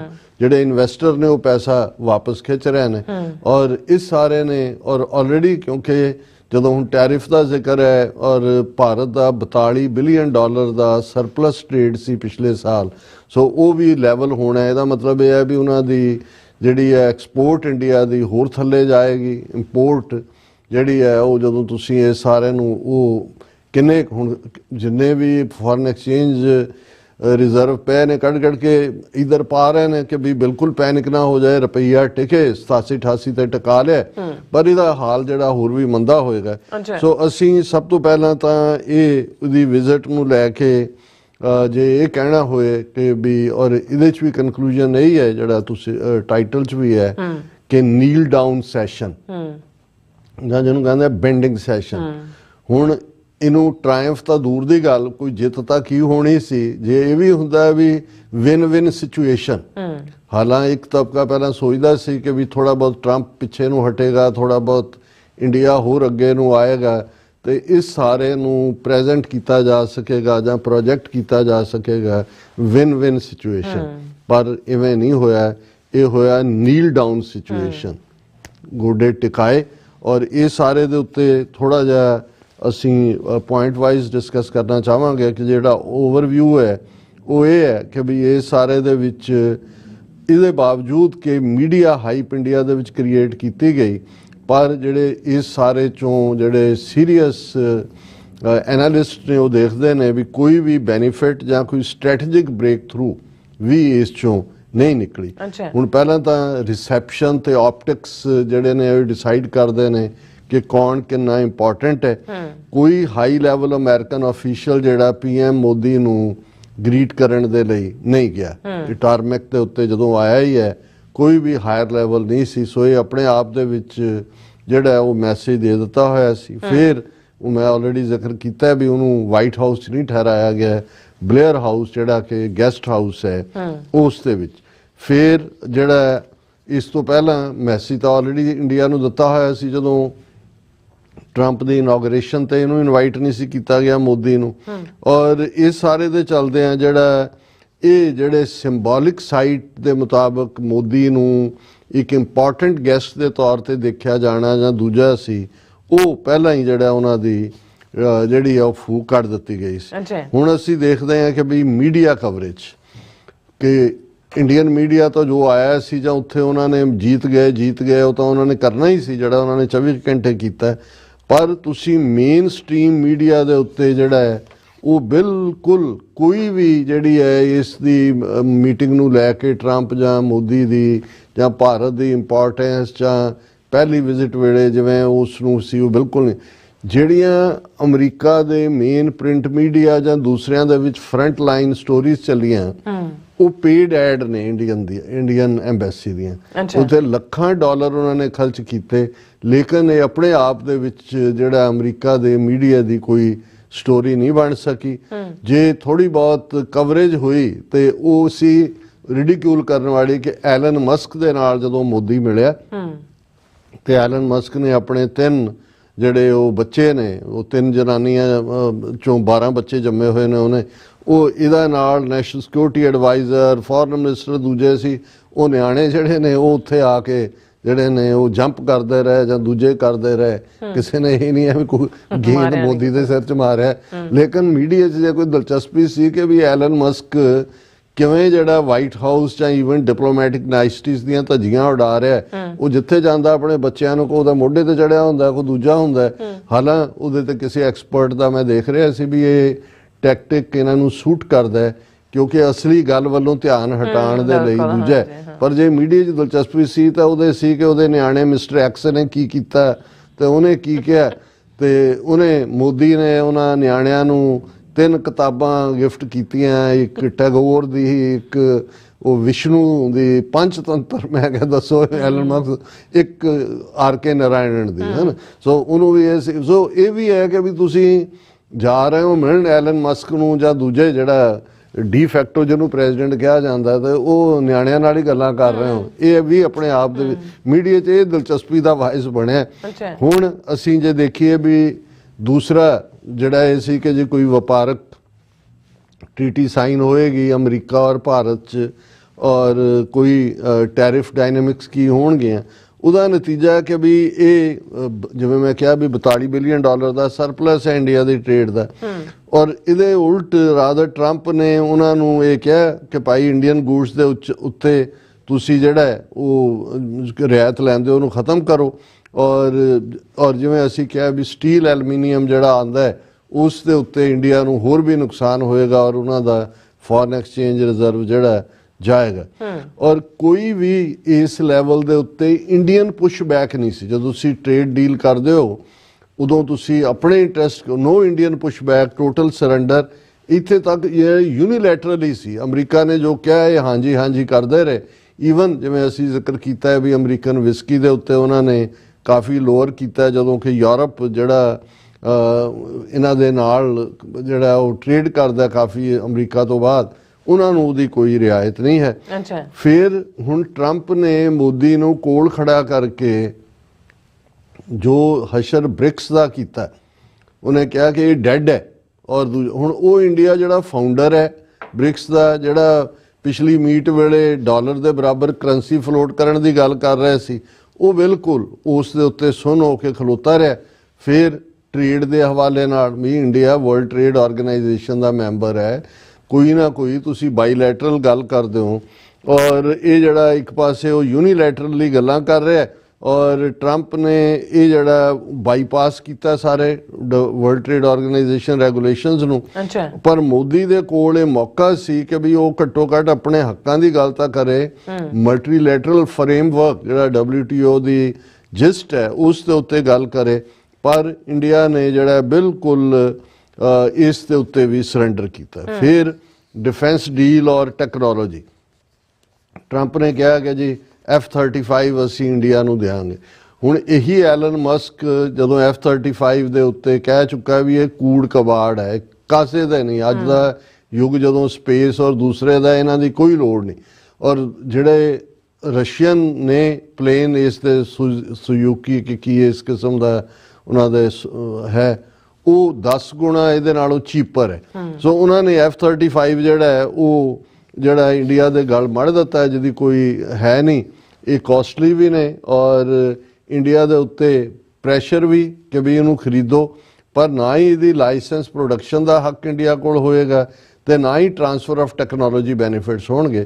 ਸ਼ਾਇਦ ਇਹੀ ਕਾਰਨ ਹੈ ਕਿ ਇਸ ਤੋਂ ਪਹਿਲਾਂ ਹੋਰ ਕ੍ਰਿਟਿਸਿਜ਼ਮ ਹੋਏ। ਜਦੋਂ ਤੱਕ ਮੋਦੀ ਵਾਪਸ ਪਹੁੰਚਿਆ ਤੇ ਇਹਨਾਂ ਦੇ ਫੋਰਨ ਸੈਕਟਰੀ ਵਿਕਰਮ ਮਿਸ਼ਰੀ ਨੇ ਇਹ ਬਿਆਨ ਦਿੱਤਾ ਕਿ ਜੀ ਇਹ ਤਾਂ ਅਜੇ F-35 ਦਾ ਤਾਂ ਇੱਕ ਪ੍ਰਪੋਜ਼ਲ ਹੀ ਹੈ, ਇਹ ਕੋਈ ਅੱਗੇ ਨਹੀਂ ਹੈ, ਦੇਖਾਂਗੇ ਕਿਵੇਂ ਹੈ। ਔਰ ਇਹ ਜਿਹੜਾ ਅਜੇ ਤਾਂ ਰਸ਼ੀਆ ਨੇ ਜ਼ਬਾਨ ਮਰੋੜਨੀ ਹੈ ਕਿ ਵੀ ਉੱਥੇ ਕੀ ਕਰਕੇ ਆਇਆ ਤੂੰ, ਕਿਉਂਕਿ ਰਸ਼ੀਆ ਜਿਹੜਾ ਫਿਰ ਇਸ ਸਾਰੇ 'ਚੋਂ ਅਸੀਂ ਦੇਖਦੇ ਹਾਂ ਕਿ ਵੀ ਇਹ 'ਚ ਕੋਈ ਸ਼ੱਕ ਨਹੀਂ ਹੈ ਕਿ ਕੋਈ ਡੀਲ, ਨਾ ਟ੍ਰੇਡ ਡੀਲ ਹੋਈ ਨਾ ਡਿਫੈਂਸ ਡੀਲ ਹੋਈ। F-35 ਉਹ ਇਹਨੇ ਹੀ ਟਰੰਪ ਨੇ ਕਿਹਾ ਕਿ ਵੀ ਅਸੀਂ ਤੁਹਾਡੇ ਗਲ ਮੜ ਰਹੇ ਹਾਂ, ਪੈਸੇ ਵੀ ਤੁਸੀਂ ਦਿਓਗੇ ਔਰ ਨਾ ਤੁਹਾਨੂੰ ਜਿਹੜਾ ਲਾਇਸੈਂਸ ਪ੍ਰੋਡਕਸ਼ਨ ਰਾਈਟ ਹੈ, ਨਾ ਹੀ ਟਰਾਂਸਫਰ ਆਫ ਟੈਕਨੋਲੋਜੀ ਦਾ ਹੱਕ ਹੈ। ਅੱਛਾ, ਹੁਣ ਲੇਬਰ ਕੰਸਰਨਸ ਦੀ ਗੱਲ ਤੇ ਡੋਮੈਸਟਿਕ ਇੰਪਲੀਕੇਸ਼ਨਸ, ਇੰਡੀਆ ਨੂੰ ਜਿਹੜੀ ਫੋਰਨ ਰਿਮਿਟੈਂਸਿਸ ਆਉਂਦੀਆਂ ਨੇ ਸਾਲਾਨਾ $120 ਬਿਲੀਅਨ ਦੀਆਂ, ਉਹਦੇ ਚੋਂ 50% ਤੋਂ ਜ਼ਿਆਦਾ ਅਮਰੀਕਾ ਚੋਂ ਜਾਂਦੀਆਂ, ਔਰ ਉਹ ਵੀ B1-2 ਜਿਹੜਾ ਨਾ H-1B ਜਿਹੜਾ ਵੀਜ਼ਾ ਕਹਿੰਦੇ ਨੇ ਉਹਨਾਂ ਦੇ ਥੱਲੇ। ਹੁਣ 72% H-1B ਵੀਜ਼ੇ ਇੰਡੀਅਨਸ ਨੂੰ ਮਿਲੇ ਸੀ। ਹੁਣ ਇਸ ਸਾਰੀ ਨੈਗੋਸ਼ੀਏਸ਼ਨ ਦੇ ਵੇਲੇ ਜਿਹੜੇ 2-3 ਨੁਕਤਿਆਂ ਦੇ ਉੱਤੇ ਬਹੁਤ ਸਾਰੇ ਸੋਚਦੇ ਸੀ ਕਿ ਜੀ ਇੱਕ ਤਾਂ ਇਲੀਗਲ ਇਮੀਗ੍ਰੇਸ਼ਨ ਦਾ ਕੋਈ ਨਾ ਕੋਈ ਪਾਰਟ ਹੋਏਗਾ, ਘੱਟੋ ਘੱਟ ਚਲੋ ਜਿਹੜੇ ਉਹਨਾਂ ਨੇ ਆਲਰੇਡੀ, ਇੰਡੀਆ ਨੇ ਤਾਂ ਮੰਨ ਹੀ ਲਿਆ, ਪਹਿਲਾਂ ਹੀ ਮੰਨ ਲਿਆ ਸੀ ਅਸੀਂ ਸਾਰਿਆਂ ਨੂੰ ਵਾਪਸ ਲਵਾਂਗੇ। 18,000 ਆਲਰੇਡੀ ਆਇਡੈਂਟੀਫਾਈਡ ਨੇ, 7,25,000 ਪਿਊਰ ਰਿਸਰਚ ਵਾਲਿਆਂ ਨੇ ਕਹੇ ਨੇ। ਪਰ ਇੱਕ ਗੱਲ ਉਹ ਸੋਚਦੇ ਸੀ ਵੀ ਇਲੀਗਲ ਤਾਂ ਜਿਹੜੇ ਨੇ ਸੋ ਕਾਲਡ ਉਹ ਉਹਨਾਂ ਨੇ ਅਬੈਂਡਨ ਕਰ ਦਿੱਤੇ ਨੇ, ਪਰ H-1B ਵੀਜ਼ੇ ਦੇ ਉੱਤੇ ਗੱਲ ਹੋਏਗੀ। ਪਰ ਅਸੀਂ ਦੇਖਦੇ ਹਾਂ ਵੀ ਜਿਹੜੇ ਪਿਛਲੇ ਸਾਲ 'ਚ 72% ਜਿਹਦਾ ਐਡਵਾਂਟੇਜ, ਜਿਹਦੇ ਥੱਲੇ ਇੱਥੇ ਵੱਡੀ ਫੌਜ ਵੀ ਇਹਨਾਂ ਦੀ ਇਕੱਠੀ ਹੋ ਰਹੀ ਸੀ ਔਰ ਉਹਦੇ 'ਚੋਂ ਹੀ ਪੈਸੇ ਵੀ ਜਾ ਰਹੇ ਸੀ, ਉਸ ਮੁੱਦੇ ਦੇ ਉੱਤੇ ਵੀ ਨੋ ਮੈਂਸ਼ਨ H-1B ਵੀਜ਼ੇ ਦਾ। ਔਰ ਨਾ ਹੀ ਜਿਹੜੀ ਇਹ ਸੀ ਕਿ ਜੀ ਮੋਦੀ ਜਾਏਗਾ ਜੋ ਬੇੜੀਆਂ ਹੱਥਕੜੀਆਂ 'ਚ ਕਰਕੇ, ਉਹ ਵੀ ਇਸ਼ੂ ਜਿਹੜਾ ਨਾਟ ਈਵਨ ਟੱਚਡ ਕਿ ਵੀ ਇਹ ਜਿਹੜੀ ਹੈ। ਫਿਰ ਈਵਨ ਇਹ ਸਾਰੇ ਦੇ ਉੱਤੇ ਕੋਈ ਵੀਜ਼ਾ ਅਪਰਚੁਨਿਟੀਜ਼ ਜਾਂ ਲੇਬਰ ਰਾਈਟਸ ਦੀ ਗੱਲ ਨਹੀਂ। ਫਿਰ ਪੋਲੀਟੀਕਲ ਆਪੋਜੀਸ਼ਨ ਐਂਡ ਅਕਾਊਂਟੇਬਿਲਿਟੀ, ਕੋਈ ਵੀ ਇੰਡੀਆ ਨੇ ਨਾਟ ਐਟ ਆਲ ਕਿਸੇ ਇਸ਼ੂ ਦੇ ਉੱਤੇ ਕੋਈ ਮੁੱਦੇ ਤੇ ਅਪੋਜ਼ ਕੀਤਾ ਹੀ ਨਹੀਂ ਹੈ। ਔਰ ਹੁਣ ਇਸ ਦੀ ਇੱਕ ਦਿਲਚਸਪ ਗੱਲ ਜਿਹੜੀ ਇਹ ਸੁਬਰਾਮਨਿਅਮ ਸਵਾਮੀ ਔਰ ਉਹਨਾਂ ਦੇ ਪੈਨਲ ਦਾ ਕਹਿਣਾ ਹੈ ਕਿ ਵੀ ਇੰਨਾ ਖੌਫ ਅਮਰੀਕਾ ਦਾ ਪੈਦਾ ਹੋਇਆ ਕਿ ਈਵਨ ਆਪੋਜੀਸ਼ਨ ਜਿਹੜੀ ਉੱਥੇ ਗੱਲ ਤੇ ਗੱਲ ਚੁੱਕਦੀ ਹੈ, ਉਹਨਾਂ ਨੇ ਵੀ ਮੋਦੀ ਦੇ ਇਸ ਵਿਜ਼ਿਟ ਨੂੰ ਲੈ ਕੇ ਜਿਸ ਲੈਵਲ ਦਾ ਇੱਕ ਡਿਬੇਟ ਜਾਂ ਇੱਕ ਕ੍ਰਿਟੀਕਲ ਐਨਾਲਿਸਿਸ ਹੋਣਾ ਚਾਹੀਦਾ ਹੈ, ਉਸ ਤੋਂ ਜਿਹੜਾ ਉਹ ਪੂਰਾ ਭਗੌੜਾਪਨ ਦਿਖਾਇਆ। ਔਰ ਕਿਉਂਕਿ ਉਹਨਾਂ ਨੇ ਕਿਹਾ ਕਿ ਵੀ ਇੰਨੀ ਵੱਡੀ ਇੰਡੀਆ ਦੀ ਕੰਜ਼ਿਊਮਰ ਮਾਰਕੀਟ ਹੈ, ਇੱਕ ਬਾਰਗੇਨਿੰਗ ਚਿਪ ਹੋ ਸਕਦੀ ਸੀ, ਲੇਕਿਨ ਇਸ ਸਾਰੇ ਦੇ ਉੱਤੇ ਉਹਨਾਂ ਨੇ ਕਿਹਾ ਕਿ ਵੀ ਇੰਡੀਆ ਨੇ ਮਿਨੀਮਲ ਗੇਨ ਵੀ ਨਹੀਂ ਕੀਤਾ, rather they lost everything, they surrendered, didn't negotiate, didn't show any negotiating skill. ਔਰ ਦਿਲਚਸਪ ਗੱਲ ਇਹ ਹੈ ਵੀ ਸ਼ਸ਼ੀ ਥਰੂਰ ਵਰਗਾ ਜਿਹੜਾ ਅਦਰਵਾਈਜ਼ ਬੜਾ ਸੈਕੂਲਰ ਜਾਂ ਦੂਜਾ ਹੁੰਦਾ, ਉਹ ਇਹ ਕਹਿ ਕੇ ਇਹਨਾਂ ਨੂੰ ਅਮਰੀਕਨਾਂ ਦੇ ਰਿਡੀਕਿਊਲ ਦਾ ਪਤਾ ਵੀ ਹੈ ਚੰਗੀ ਤਰ੍ਹਾਂ, ਪਰ ਮੈਨੂੰ ਲੱਗਦਾ ਵੀ ਸ਼ਸ਼ੀ ਥਰੂਰ ਵੀ ਬੀਜੇਪੀ ਜੁਆਇਨ ਕਰਨ ਦਾ ਮਨ ਬਣਾ ਰਿਹਾ ਹੋਏਗਾ। ਉਹਨੇ ਮੋਦੀ ਦੀ ਵਿਜ਼ਿਟ ਨੂੰ ਬੜਾ ਸਕਸੈਸਫੁਲ ਕਿਹਾ। Tharoor praises Modi's US trip, ਔਰ ਉਹਦੇ 'ਚੋਂ ਕਹਿ ਰਿਹਾ ਦੇਖੋ ਉਹਨੇ ਮੋਦੀ ਨੂੰ, ਟਰੰਪ ਨੇ ਕਿਹਾ ਕਿ ਵੀ ਤੂੰ ਬਹੁਤ ਵੱਡਾ ਨੈਗੋਸ਼ੀਏਟਰ ਹੈ, ਤੇਰੇ ਵਰਗਾ ਤਾਂ ਮੈਂ ਵੀ ਕੋਈ ਨਹੀਂ। ਔਰ ਉਹਨੇ ਕਿਹਾ ਜੀ ਟਰੰਪ ਨੂੰ ਤਾਂ ਫਲਾਣੇ ਨੇ ਵੀ ਕਿਹਾ ਕਿ ਵੀ ਇੰਨਾ ਵੱਡਾ ਨੈਗੋਸ਼ੀਏਟਰ ਹੈ, ਤੇ ਟਰੰਪ ਅੱਗੋਂ ਮੋਦੀ ਨੂੰ ਕਹਿ ਰਿਹਾ ਕਿ ਤੂੰ ਬੜਾ ਵੱਡਾ ਨੈਗੋਸ਼ੀਏਟਰ ਹੈ। ਇਹ ਉਹੀ ਹੈ ਕਿ ਜੀ ਆਓ ਜੀ ਦੁਕਾਨ ਸਾਰੀ ਤੁਹਾਡੀ ਹੈ, ਹੱਥ ਨਾ ਲਾਈ ਕਿਸੇ ਨੂੰ। ਸੋ ਇਹ ਮੈਂ ਜਦੋਂ ਅੱਜ ਸ਼ਸ਼ੀ ਥਰੂਰ ਦਾ ਦੇਖਿਆ, ਮੈਂ ਕਿਹਾ ਵੀ ਸਾਰੇ ਐਨਾਲਿਸਟ ਜਿਹੜੇ ਉੱਥੇ ਤਾਂ ਥੋੜੇ ਬਲੰਟ ਹੋਏ ਨੇ, ਕਿਉਂਕਿ ਉਹਨਾਂ ਨੂੰ ਲੱਗਦਾ ਵੀ ਇੰਡੀਆ ਦੀ ਬਹੁਤ ਬੇਇੱਜ਼ਤੀ ਹੋਈ ਹੈ। ਲੇਕਿਨ ਇਹਨਾਂ ਦਾ ਇਹ ਕਹਿਣਾ ਕਿ ਵੀ ਹੁਣ ਜੇ ਅਸੀਂ ਕੁੱਲ ਬਣਾ ਕੇ ਦੇਖੀਏ ਕਿ ਵੀ ਇਹ ਵਿਜ਼ਿਟ ਦਾ ਕੀ ਮਤਲਬ ਰਹਿ ਜਾਂਦਾ ਹੈ, ਸਭ ਤੋਂ ਪਹਿਲਾਂ ਜੋ ਹਾਲਾਤ ਨਜ਼ਰ ਆ ਰਹੇ ਸੀ, ਜੇ ਕੋਈ ਵੀ ਥੋੜਾ ਵੀ ਦਮਦਾਰ ਸਿਆਸਤਦਾਨ ਹੁੰਦਾ ਜਾਂ ਦਮਦਾਰ ਮੁਲਕ ਦੀ ਨੀਤੀ ਹੁੰਦੀ ਤੇ ਇਸ ਵਿਜ਼ਿਟ ਨੂੰ ਐਨ ਮੌਕੇ ਤੇ ਕੈਂਸਲ ਵੀ ਕੀਤਾ ਜਾ ਸਕਦਾ ਸੀ। ਔਰ ਇਹਦੇ 'ਚ ਅਸੀਂ ਇਜਿਪਟ ਦਾ ਦੇਖਦੇ ਹਾਂ, ਜਿਵੇਂ ਜੇ ਉਹਨੂੰ ਅਬਦੁੱਲਾ ਨੂੰ ਸੱਦ ਕੇ ਜਾਰਡਨ ਵਾਲਿਆਂ ਨੂੰ ਟਰੰਪ ਨੇ ਗਜ਼ਾ ਵਾਲੀ ਪ੍ਰਪੋਜ਼ਲ ਦਾ ਹਿਊਮਿਲੇਟ ਕੀਤਾ ਤੇ ਉਸ ਤੋਂ ਬਾਅਦ ਉਹਨੇ ਆਉਣਾ ਸੀ, ਉਹਦੇ ਇਜਿਪਟ ਉਹਨੇ ਕੈਂਸਲ ਕਰਤੀ। ਸੋ ਜਿਸ ਕਿਸਮ ਦਾ ਮਾਹੌਲ ਸੀ, ਜੇ ਥੋੜੀ ਬਹੁਤ ਵੀ ਗੈਰਤ ਹੁੰਦੀ ਹੈ, ਕਿਉਂਕਿ ਇਹ ਇਲ ਟਾਈਮਡ ਬਣ ਗਈ, ਕੋਈ ਇਕਨੋਮਿਕਲ ਗੇਨਸ ਨਹੀਂ ਹੋਈਆਂ ਔਰ ਡਬਲ ਟ੍ਰੇਡ ਦਾ ਵੀ ਜਿਹੜਾ ਸੀ ਉਹ ਵੀ ਫਾਰਮੂਲਾ ਗਿਆ ਕਿ ਜੀ ਹੌਲੀ ਹੌਲੀ ਨੈਗੋਸ਼ੀਏਟ ਹੋਏਗਾ। ਔਰ ਇਹ ਜਿਹੜੀ ਹੈ ਡਿਪਲੋਮੇਸੀ ਤਾਂ ਐਟ ਵਰਕ ਹੀ ਨਹੀਂ ਸੀ। ਸੋ ਇਹਨੂੰ ਜਿਹੜਾ ਉਹਨਾਂ ਦੇ ਪੈਨਲਿਸਟ ਨੇ ਕਿਹਾ ਕਿ ਵੀ ਇਹ ਨੀਲਿੰਗ ਨੈਗੋਸ਼ੀਏਸ਼ਨ ਸੀ, ਗੋਡਿਆਂ ਤੇ ਪਰਨੇ ਹੋ ਕੇ ਨੈਗੋਸ਼ੀਏਸ਼ਨ ਕੀਤੀ, ਤੇ ਸੈਲਫ ਇਨਫਲਿਕਟਡ ਵੂੰਡ ਨਾਟ ਏ ਟ੍ਰਾਇੰਫ, ਕਿ ਆਪਣੇ ਆਪ ਦੇ ਵਿੱਚ ਆਪਣੇ ਪੈਰਾਂ ਤੇ ਕੁਹਾੜੀ ਮਾਰਨਾ ਸੀ। ਸੋ ਅਸੀਂ ਸਮਝਦੇ ਹਾਂ ਕਿ ਇਸ ਸਾਰੇ ਨੂੰ ਵੀ ਜੇ 43 ਲੱਖ ਬੰਦਾ ਕੋਵਿਡ-19 ਦੇ ਨਾਲ ਮਰ ਜਾਂਦਾ ਤੇ ਉਹ ਕਹਿੰਦੇ ਨੇ ਜੀ ਵਾਹ ਵਾਹ ਵਾਹ ਯੋਗੀ ਜੀ ਨੇ ਕਿਆ ਕੀਤਾ। ਹਰ ਤੀਸਰਾ ਬੰਦਾ ਕੋਵਿਡ-19 ਚ ਮਰਨ ਵਾਲਾ ਤੇ ਉਹ ਭਾਰਤ ਦੀ ਜੈ ਜੈਕਾਰ। ਹੁਣ ਆ ਇਹਨਾਂ ਦੀ ਆਪਣੀ ਰਿਪੋਰਟ ਹੈ ਵੀ ਕੁੰਭ ਦੇ ਚੱਲਦੇ ਆ ਜਿਹੜਾ ਉਹਨਾਂ ਦਾ high levels of microbes from human animal excreta found in river water at Mahakumbh. ਉਹ ਜਿਹੜਾ ਇਹਨਾਂ ਦਾ ਗ੍ਰੀਨ ਬੋਰਡ ਹੈ ਉਹਨੇ ਕਿਹਾ ਵੀ ਇਹ ਪਾਣੀ ਦਾ ਜਰਾ ਟੈਸਟ ਕਰੋ ਜਿਹੜੇ ਕੁੰਭ 'ਚ ਜਾ। ਉਹਨੇ ਕਿਹਾ ਜੀ ਇਨਸਾਨੀ ਗੰਦਗੀ ਟੱਟੀ ਪਿਸ਼ਾਬ ਦੂਜੇ ਨਾਲ ਭਰਿਆ ਹੋਇਆ ਇੰਨੇ ਜ਼ਿਆਦਾ ਜਿਹੜੇ ਨੇ ਉਹ ਮਾਈਕਰੋਬਸ ਨੇ ਕਿ ਵੀ ਇਹ ਬਿਲਕੁਲ ਕੁਛ ਵੀ ਬਿਮਾਰੀ ਫੈਲ ਸਕਦੀ ਹੈ। ਹੁਣ ਉੱਥੇ ਪਹਿਲਾਂ ਮਹਾਕੁੰਭ 'ਚ ਸਟੈਂਪੀਡ ਹੋਇਆ, ਭਗਦੜ ਮੱਚੀ, ਕਿੰਨੇ ਲੋਕ ਮਰ ਗਏ, ਹਜ਼ਾਰਾਂ ਦੀ 3 ਥਾਵਾਂ ਤੇ ਹੋਇਆ। ਆ 2 ਦਿਨ ਪਹਿਲੇ ਦਿੱਲੀ ਸਟੇਸ਼ਨ ਤੇ ਹੋਇਆ, 18 ਮਰਿਆ ਕਹਿ ਰਹੇ ਨੇ, 100 ਜ਼ਖਮੀ ਨੇ। ਔਰ ਪਹਿਲਾਂ ਰੇਲਵੇ ਵਾਲੇ ਹੀ ਮੁੱਕਰ ਗਏ ਕਿ ਕੀ ਹੈ, ਪਰ ਫਿਰ ਵੀ ਜੇ ਹੈ ਕਿ ਮਹਾਕੁੰਭ ਕੀ ਜੈ, ਗੰਗਾ ਜਮਨਾ ਮਈਆ ਜੈ, ਤੁਸੀਂ ਜੇ ਉਹੀ ਕਰੀ ਜਾਣਾ ਤਾਂ ਫਿਰ ਤਾਂ ਮੋਦੀ ਜੀ ਕੀ ਜੈ ਵੀ ਕਰ ਦਿਓ ਕਿ ਜੀ ਮੋਦੀ ਜੀ ਜਿਹੜਾ ਉਹ ਕੁੰਭ ਨਹਾ ਕੇ ਅਮਰੀਕਾ ਗਏ ਔਰ ਅਮਰੀਕਾ ਸੇ जीत के आए, जय बोलो गंगा मैया की। ਇਹ ਮਹਾਕੁੰਭ ਚ ਨਾਤੇ ਦਾ ਫਲ ਹੈ ਕਿ ਜੀ ਟਰੰਪ ਜਿਹੜਾ ਉਹਨੇ ਤਾਂ ਮੋਦੀ ਨੂੰ ਕਹਿ ਦਿੱਤਾ ਵੀ ਜਿੰਨਾ ਜ਼ਬਰਦਸਤ ਤੂੰ ਨੈਗੋਸ਼ੀਏਟਰ ਹੈ ਇੰਨਾ ਤੇ ਮੈਂ ਵੀ ਨਹੀਂ ਹੈਗਾ। ਇਹ ਹੈ ਜਦੋਂ ਕਿਸੇ ਉਹ ਗਧੇ ਨੂੰ ਜਦੋਂ ਕੋਈ ਕਹਿੰਦਾ ਗਿਆਨੀ ਜੀ ਤੇ ਉਹਦਾ ਮਤਲਬ ਹੁੰਦਾ ਹੈ ਕਿ ਵੀ ਉਹ ਰਿਡੀਕਿਊਲ ਹੀ ਕਰ ਰਿਹਾ, ਉਹਨੂੰ ਗਿਆਨੀ ਨਹੀਂ ਮੰਨ ਰਿਹਾ। ਜੀ ਡਾਕਟਰ ਸਾਹਿਬ ਤੁਹਾਡਾ ਬਹੁਤ ਬਹੁਤ ਸ਼ੁਕਰੀਆ। ਸੋ ਇੱਥੇ ਲੈਣੇ ਬ੍ਰੇਕ ਔਰ ਬ੍ਰੇਕ ਤੇ ਜਾਣ ਤੋਂ ਪਹਿਲਾਂ ਅਸੀਂ ਆਪਣੇ ਦਰਸ਼ਕਾਂ ਤੇ ਸਰੋਤਿਆਂ ਨੂੰ ਅਪੀਲ ਤੇ ਬੇਨਤੀ ਕਰਦੀ ਹੈ ਵਿਊਅਰਸ, ਜਿਸ ਤਰ੍ਹਾਂ ਤੁਸੀਂ ਜਾਣਦੇ ਹੋ ਕਿ ਟੀਵੀ 84 ਇੱਕ ਪੰਥਕ ਚੈਨਲ ਹੈ। ਟੀਵੀ 84 ਦੀ ਚੜ੍ਹਦੀ ਕਲਾ ਲਈ ਵੱਧ ਤੋਂ ਵੱਧ ਡੋਨੇਟ ਕਰੋ। ਡੋਨੇਟ ਕਰਨ ਲਈ ਸਾਡੀ ਵੈਬਸਾਈਟ tv84.tv ਤੇ ਜਾ ਕੇ ਪੇਪਲ ਦੀ ਵਰਤੋਂ ਕਰਕੇ 1 ਟਾਈਮ ਡੋਨੇਟ ਕਰ ਸਕਦੇ ਹੋ, ਮੰਥਲੀ ਡੋਨੇਟ ਵੀ ਕਰ ਸਕਦੇ ਹੋ। ਤੁਸੀਂ ਟੀਵੀ 84 ਦੇ ਨਾਮ ਤੇ ਚੈੱਕ ਬਣਾ ਕੇ ਸਾਨੂੰ ਮੇਲ ਵੀ ਕਰ ਸਕਦੇ ਹੋ ਸਾਡੇ ਇਸ ਪਤੇ ਤੇ 36-01 37 ਐਵਨਿਊ ਲੌਂਗਲੈਂਡ ਸਿਟੀ, ਨਿਊਯਾਰਕ 11101 USA, ਜਾਂ ਫਿਰ ਤੁਸੀਂ ਸਾਨੂੰ ਫੋਨ ਰਾਹੀਂ ਸੰਪਰਕ ਕਰ ਸਕਦੇ 5166619184। ਤੁਸੀਂ ਸਾਨੂੰ ਈਮੇਲ ਵੀ ਕਰ ਸਕਦੇ info@tv84.tv ਤੇ। ਅਸੀਂ ਤੁਹਾਡੇ ਤਹਿ ਦਿਲ ਤੋਂ ਸ਼ੁਕਰਗੁਜ਼ਾਰ ਹੋਵਾਂਗੇ। ਸੋ ਇੱਥੇ ਲੈਣੇ ਬ੍ਰੇਕ ਵਿਊਅਰਸ, ਤੁਸੀਂ ਇਸੇ ਤਰ੍ਹਾਂ ਬਣੇ ਰਹਿਣਾ। ਮਿਲਦੇ ਹਾਂ ਆਫਟਰ ਦਿਸ ਸ਼ਾਰਟ ਬ੍ਰੇਕ।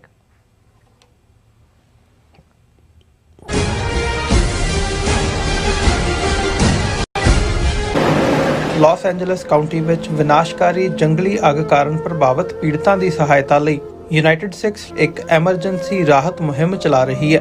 ਸ਼ਹਿਰ ਦੇ ਉੱਤਰ ਵਿੱਚ ਸੰਘਣੀ ਆਬਾਦੀ ਵਾਲੇ 40 ਕਿਲੋਮੀਟਰ ਦੇ ਖੇਤਰ ਵਿੱਚ ਲੱਗੀ ਅੱਗ ਕਾਰਨ 12,000 ਤੋਂ ਵੱਧ ਇਮਾਰਤਾਂ ਸੜ ਚੁੱਕੀਆਂ ਹਨ। 1.5 ਲੱਖ ਲੋਕਾਂ ਨੂੰ ਇਲਾਕਾ ਛੱਡਣ ਲਈ ਮਜਬੂਰ ਹੋਣਾ ਪਿਆ ਤੇ ਕਰੀਬ 700 ਤੋਂ ਵੱਧ ਲੋਕਾਂ ਨੂੰ ਸ਼ਰਨਾਰਥੀ ਕੈਂਪਾਂ ਵਿੱਚ ਠਹਿਰਾਇਆ ਗਿਆ। ਮੁਸ਼ਕਲ ਦੀ ਇਸ ਘੜੀ ਵਿੱਚ ਸੇਵਾ ਤੇ ਸਰਬੱਤ ਦੇ ਭਲੇ ਦੇ ਸਿਧਾਂਤ ਤੋਂ ਸੇਧ ਲੈ ਕੇ ਯੂਨਾਈਟਿਡ ਸਿਕਸ ਲੋੜਵੰਦਾਂ ਨੂੰ ਭੋਜਨ, ਸਪਲਾਈ ਅਤੇ ਉਮੀਦ ਪ੍ਰਦਾਨ ਕਰ ਰਹੀ ਹੈ। ਯੂਨਾਈਟਿਡ ਸਿਕਸ ਦੇ ਸੇਵਾ ਕਾਰਜਾਂ ਵਿੱਚ ਹਿੱਸਾ ਪਾਉਣ ਲਈ ਤੁਸੀਂ ਯੂਨਾਈਟਿਡ ਸਿਕਸ ਦੀ ਵੈਬਸਾਈਟ ਤੇ ਜਾ ਕੇ ਡੋਨੇਟ ਕਰ ਸਕਦੇ ਹੋ ਜਾਂ ਇਹਨਾਂ ਨਾਲ ਜੁੜਨ ਲਈ 8558786333 ਤੇ ਸੰਪਰਕ ਕਰ ਸਕਦੇ ਹੋ। ਅਮਰੀਕਾ ਵਿੱਚ ਰਹਿ ਰਹੇ ਹੋ ਅਤੇ ਡਰਾਈਵਿੰਗ ਲਾਇਸੈਂਸ ਲੈਣਾ ਚਾਹੁੰਦੇ ਹੋ ਤੇ ਲੱਭ ਰਹੇ ਹੋ ਇੱਕ ਤਜਰਬੇਕਾਰ ਡਰਾਈਵਿੰਗ ਸਕੂਲ, ਤਾਂ ਤੁਹਾਡੇ ਲਈ ਹੈ ਵੱਡੀ ਖੁਸ਼ਖਬਰੀ। ਕੈਲੀਫੋਰਨੀਆ ਦਾ ਸਟਾਕਟਨ ਟਰੱਕ ਡਰਾਈਵਿੰਗ ਸਕੂਲ ਤੁਹਾਨੂੰ ਦੇਵੇਗਾ ਡਰਾਈਵਿੰਗ ਸਿਖਲਾਈ ਅਤੇ ਡਰਾਈਵਿੰਗ ਦੌਰਾਨ ਪੇਸ਼ ਆਉਂਦੀਆਂ ਮੁਸ਼ਕਲਾਂ ਨਾਲ ਨਜਿੱਠਣ ਦੀ ਸਿਖਲਾਈ। 25 ਸਾਲ ਤੋਂ ਵੀ ਵੱਧ ਦੇ ਤਜਰਬੇ ਨਾਲ ਤੁਹਾਨੂੰ ਮਿਲੇਗੀ ਡਰਾਈਵਿੰਗ ਨਾਲ ਸੰਬੰਧਿਤ ਹਰ ਤਰ੍ਹਾਂ ਦੀ ਸਿਖਲਾਈ, ਉਹ ਵੀ ਵਾਜਿਬ ਕੀਮਤ ਵਿੱਚ। ਫਿਰ ਦੇਰ ਕਿਸ ਗੱਲ ਦੀ, ਅੱਜ ਹੀ ਸੰਪਰਕ ਕਰੋ 2097883308 ਜਾਂ ਫਿਰ 2093139919 ਨੰਬਰਾਂ ਤੇ ਅਤੇ ਪਾਓ ਆਪਣਾ ਡਰਾਈਵਿੰਗ ਲਾਇਸੈਂਸ।